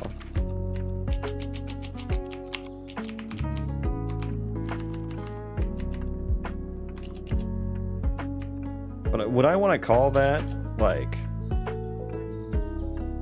I don't know that I would ever want to use pressed, but it's there if we need it, I suppose. And then we just do that from here. Well, I don't have the instance of the ability. That's the thing. Maybe event payload, we can pass in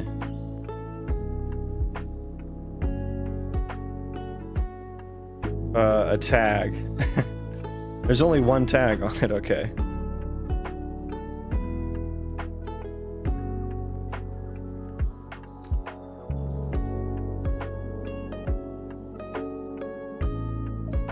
I kind of do want to use the event payload. And then that way we can key off of the event payload in the applyability processor, right? For how this is activated. And I guess the only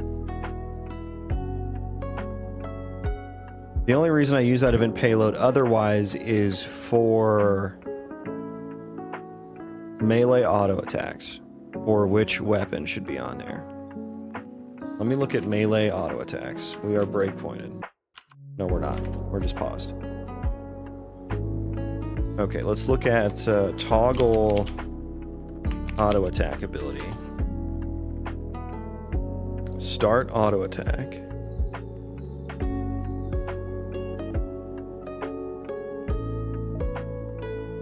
Okay, so I think I want to tag. Yeah, I think let's pass in a tag. This is going to be kind of weird, and maybe I want my own event struct in the future.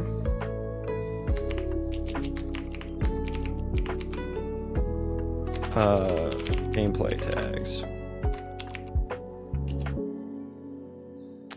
Character state, combat effect, ability scenario. General tags, attribute tags. I need a tag for input input tags, I guess maybe.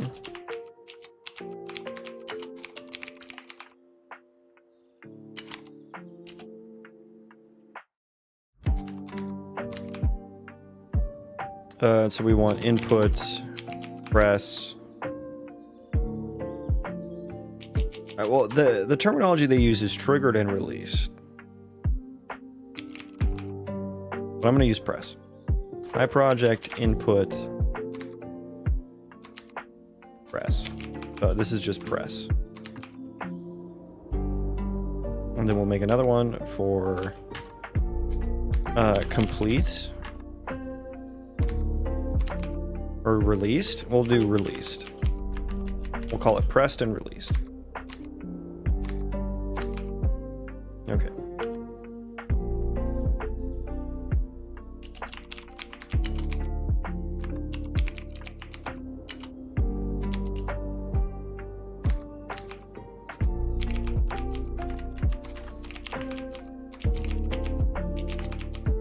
Pressed and released. Okay.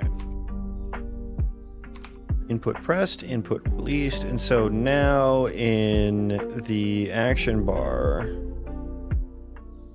we pass in the tag.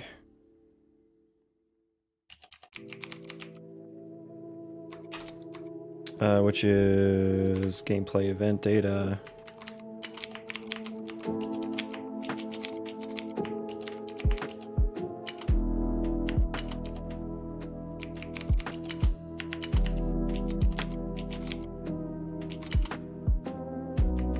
Started. Now we want input tags pressed. Otherwise, input tags released. And then use that payload.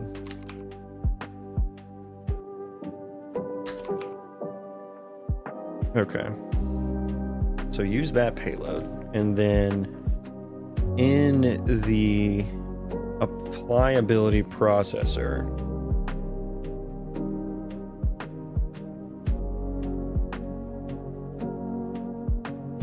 do I do the instancing thing? Yeah, I still need to do that. And so after init, before can activate ability, if activation data payload dot event tag equals input tags rest.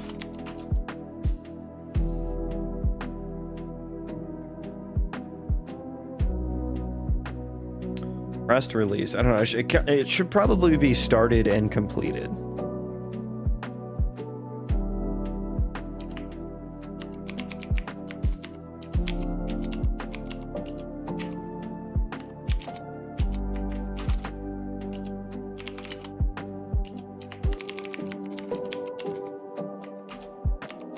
Okay, so that kind of exists outside of the activation.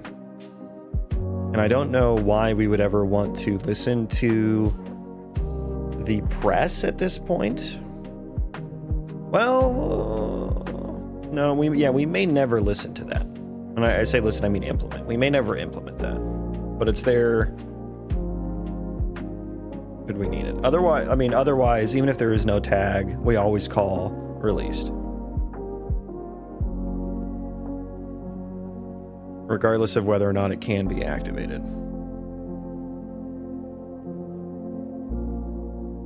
After initialization. Okay.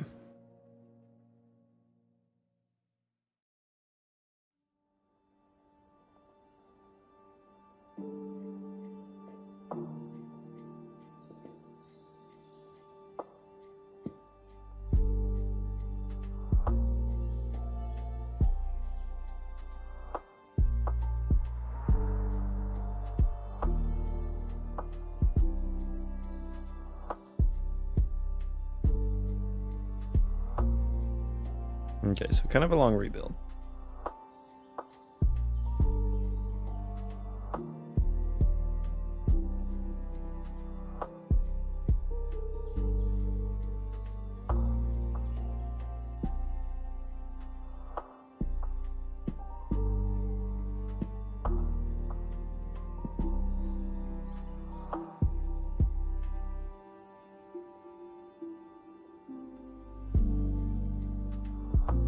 Alright, so after we get this working, I think this will be it for me for the end of the day.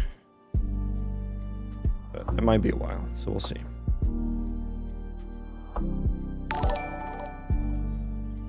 Thank you for the sub, Yamato. Welcome.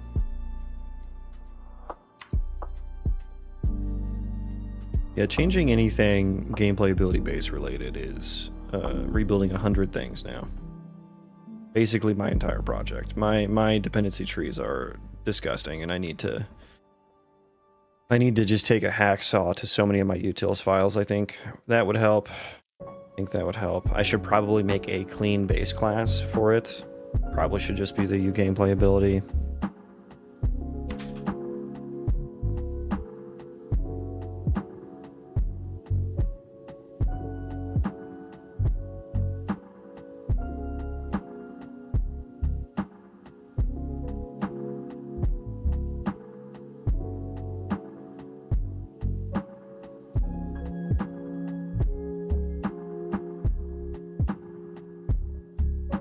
Okay, so we want to go to aim shot, and rather than listen to on activate again, we want to listen for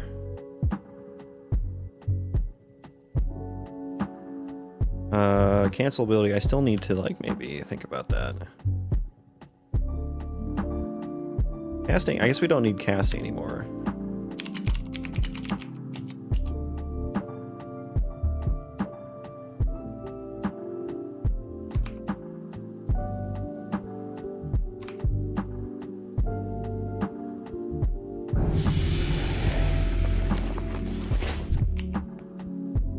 We got to cancel. It did not properly, it did not cancel the cast bar.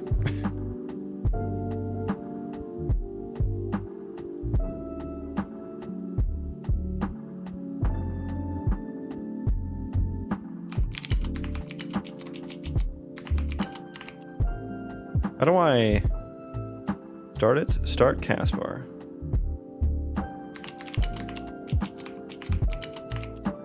Do I not have a stop cast bar? Or a cancel cast bar?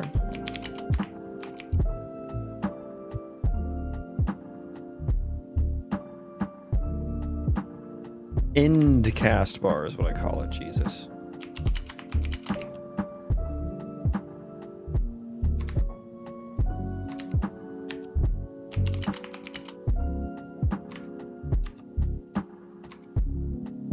What? It's not blueprint callable. Not blueprint callable.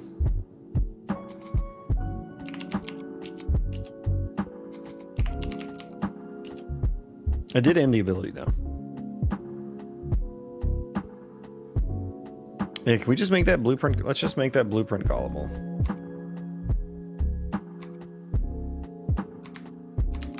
So I need to rebuild that, but it did successfully end the ability, which is what we want. Vanilla level up sound. Yeah, reusing some sounds, yeah.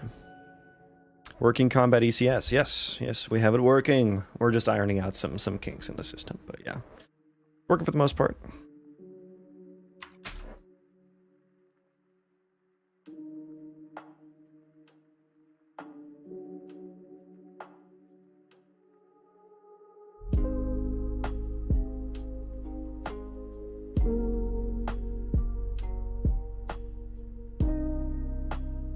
Congrats, thanks, man. Thank you. Okay, what are you doing there? I don't think I need you anymore. Or you. Aim shots on receive, yeah, so let's just do one of these here. And fast bar. Yay. Was canceled. Oop. Do you ever build tests? I've never written a test in my life, ever, in my 10 years of software engineering.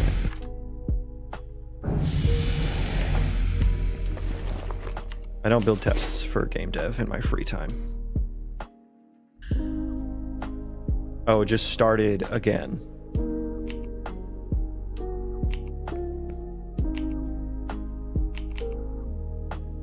Okay, we've got some issues.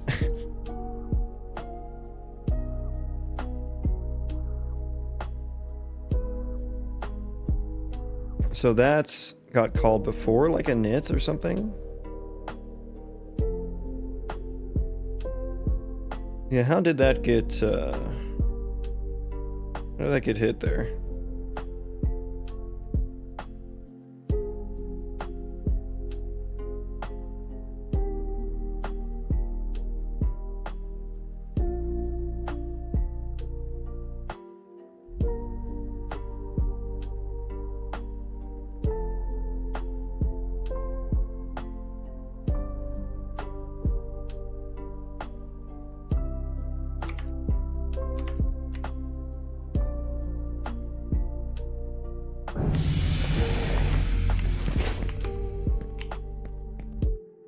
Okay.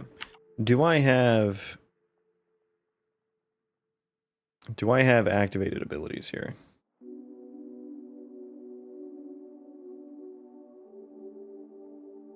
No, I don't. Okay.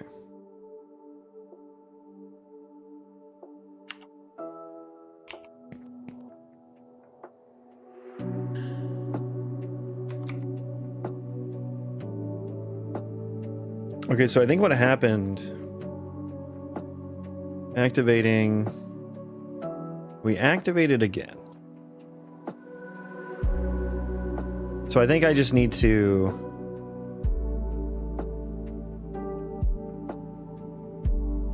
it would prevent having to reload the entire engine and play mode.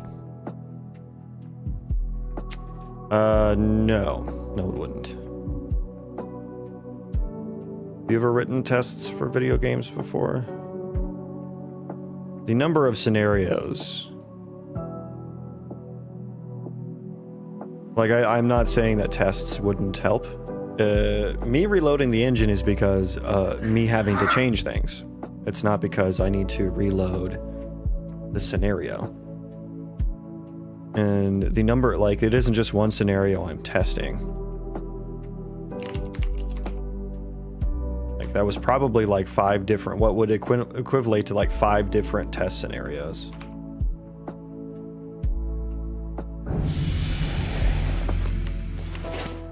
So, yeah, I don't deny that it would help. I don't like writing tests. I'm doing this for fun, so I'm not going to write tests. I don't think most people write tests for their like free time stuff. Okay, yeah, that's working now. Although now this one isn't. Yeah, so why are you getting like initialized stuff, huh? What's our stack trace here? On input released. So we should have initted there.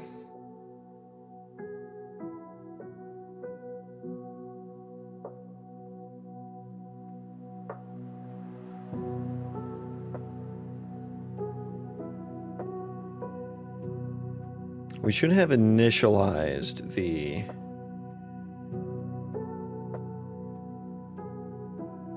ability.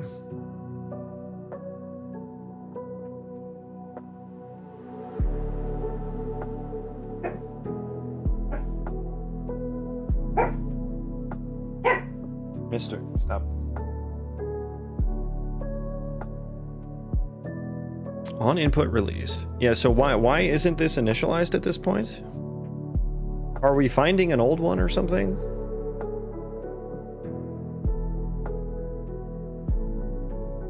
It's aim shot 3.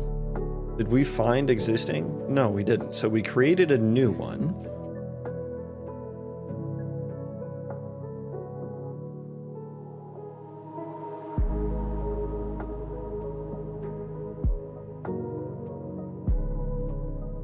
Target is invalid. Well, that's the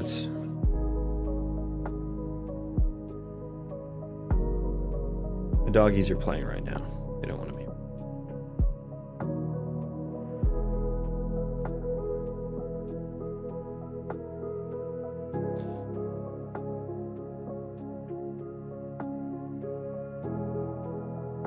Saying, do we have the other things set?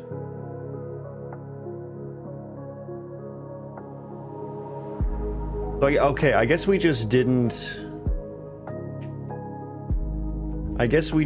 call the activate ability yet at this point.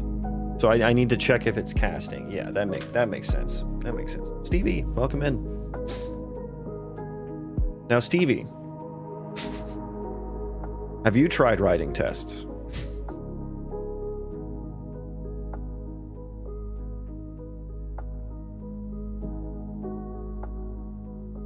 I know, that sounds disgusting to have to write tests for game dev, I'll be honest.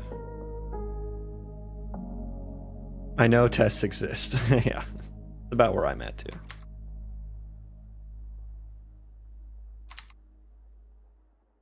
Okay, so I need to check, I need to make sure we are casting. Otherwise, do nothing. I think that's the key there.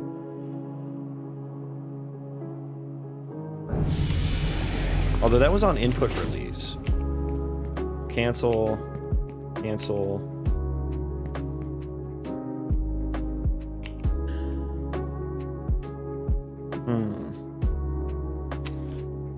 It is a little awkward. It is working now.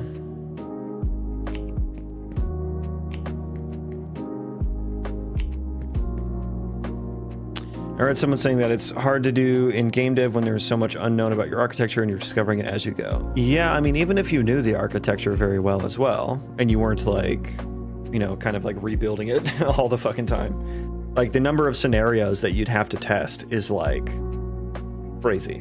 And I'm sure some tests are like pretty trivial to write and can give you some solid coverage for little effort and, you know, actually provide some benefit, but like I've had multiple people come in and just, you know, act like tests would solve all my problems. And I'm just like, I don't think you understand how many different like scenarios there are to test. Like I would spend my entire stream writing tests, which I don't think anyone wants to watch. And yeah, I'm like literally rebuilding entire systems. Like I'm refactoring so much. Like if I wrote tests every time, like I would be constantly rewriting these tests.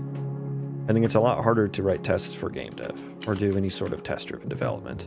And dude, this one guy, I was trying to explain that to this one guy a while ago, and he came back in the next day and he's like, I did some research and such game does, you know, testing, automated testing. I'm like, okay, well, I don't think they did that during development when they were like building the systems and stuff like that.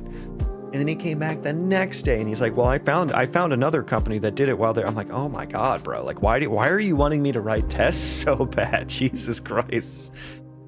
Just let me have fun. Sounds like fun. Let's do it. I'll wait for you to get the ball rolling on that.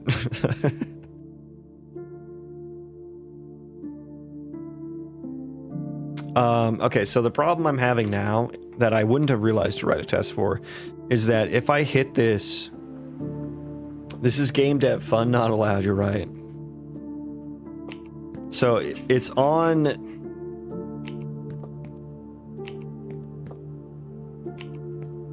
I should only call that if it's already active, I think is the key.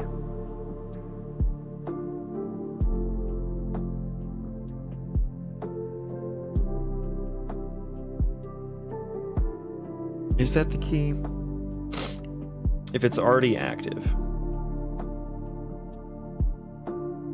But we always activate it on release. Which I think now... Oh man, this is... there's trade-offs here. There's trade-offs. Because in here I have... If it's completed.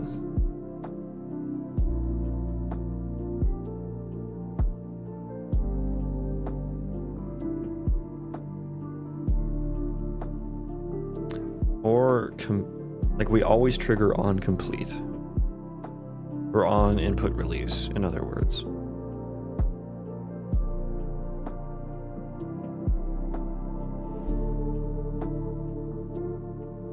Do I let this...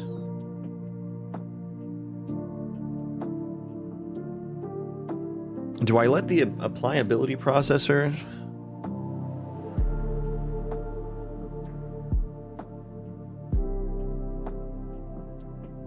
decide when to activate, or like when to call it. If on press,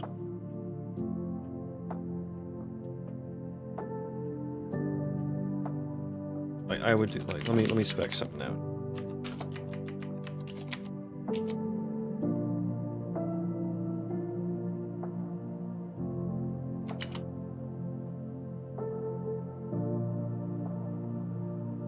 So if ability is active,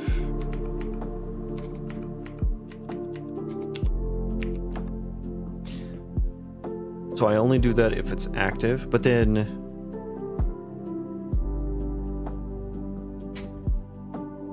is that what I want? Does that fit? Wait, I just thought that this wouldn't fix it. Why did I think that? My brain is getting mushy at this point. On input release, so I would press it, it would go on cooldown, I would release, it would cancel. If I tried to press it again while it was on cooldown, it would not activate. Yeah, so what does this do?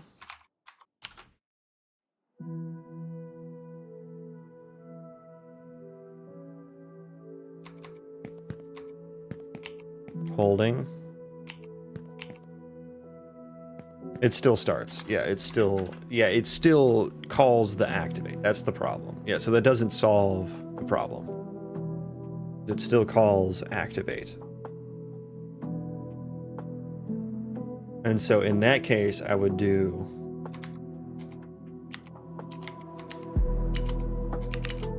one of these guys.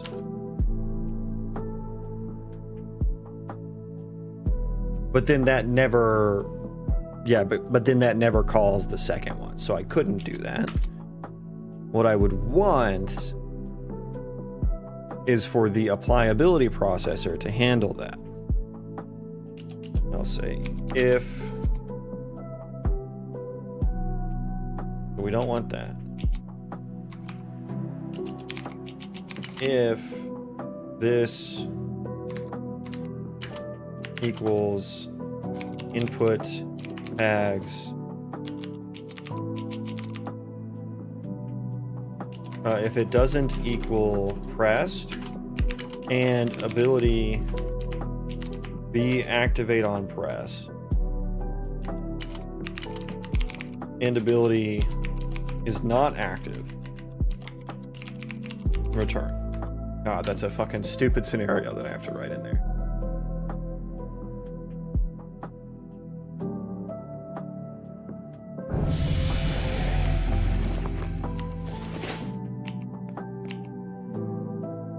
That properly did not trigger.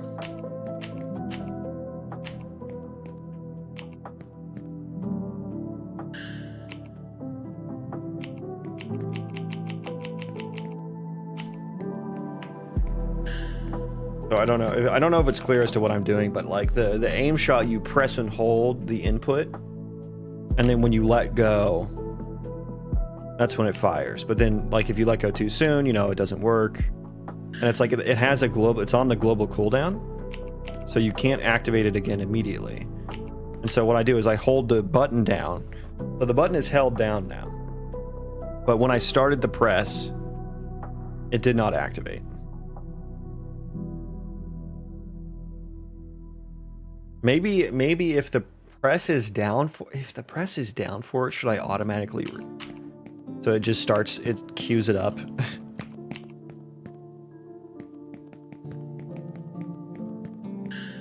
Huh. I don't know. It's kind of a weird interaction. Kind of a weird interaction because it's like if you do that, you cancel, and then you actually want to do it again. I don't know. This isn't like.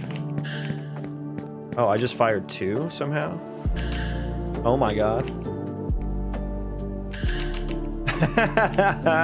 If you've got a quick trigger finger, you can do it multiple times. Okay. Oh, it actually spent the mana.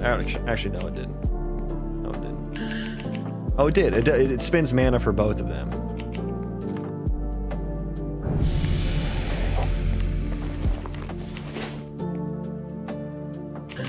Yeah, okay, so it still spends mana for both of them. So we just get here twice.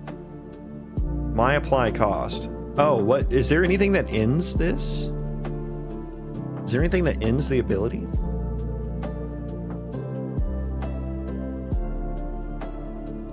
I don't think so, actually.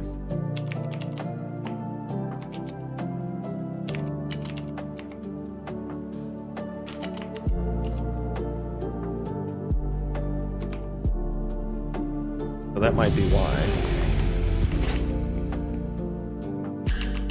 Yeah, okay. Fix that. Fixed that. I need to do the input cancel though.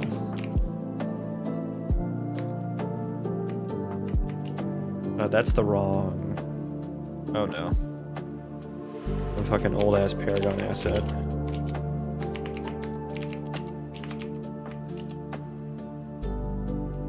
What was my input for, like, cancel or something?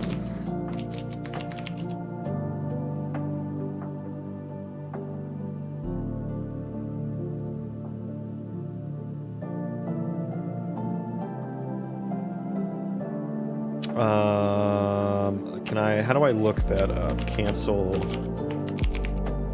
ability. I need to see you in here. It is right mouse button.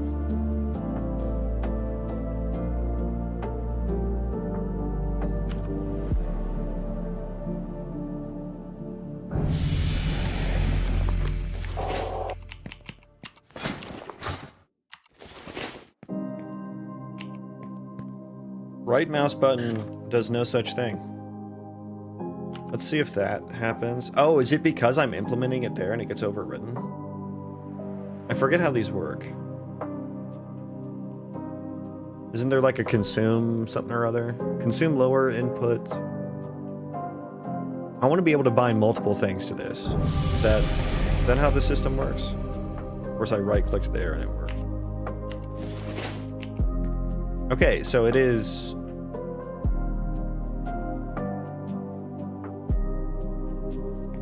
And so if I don't do anything with it there.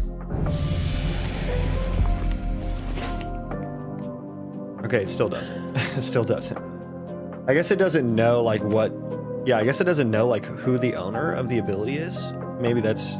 I mean, yeah. How would this ability know what input to listen to?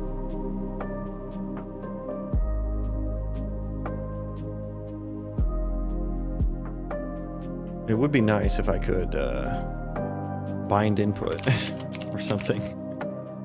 I guess I would need to manually bind to it, right? Which is kind of annoying.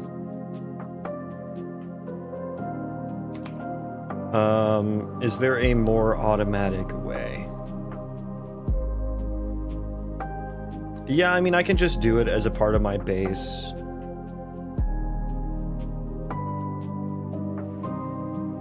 I can just do it as a part of my base class.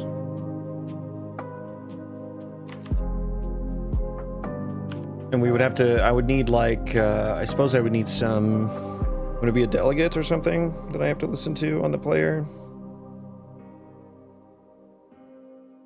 Should I do that on the gameplay ability, or should I do that from my player character? I kind of think the player character makes more sense because that's input specific.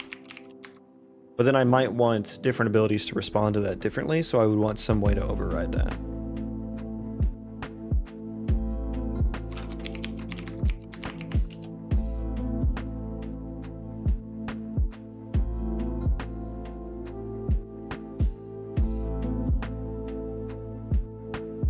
And so maybe I would just have like an on-input cancel.